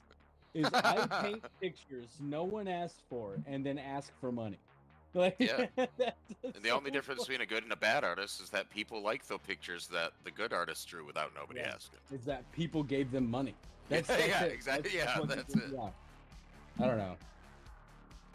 Wow, this has been a hell of a conversation. We have taken a lot of twists and turns, guys. But it's Yeah, gone we a lot have. of directions. You know I'm what I gonna. think- you know what I think? Well, here's the deal. Any last thoughts? Because I'm gonna be wrapping up stream. So you guys got any last thoughts? Yeah, here's my last thought. My last thought is this. We should table this conversation for a second. All right? Well, I'm gonna be getting off stream, so it's totally gonna be tabled. It's gonna be very tabled, yeah. That's what I'm saying. We should table this. We should come back to this and discuss this from a point of some sort of understanding, I guess. I don't know where the only lack of for- understanding came from, homie. No.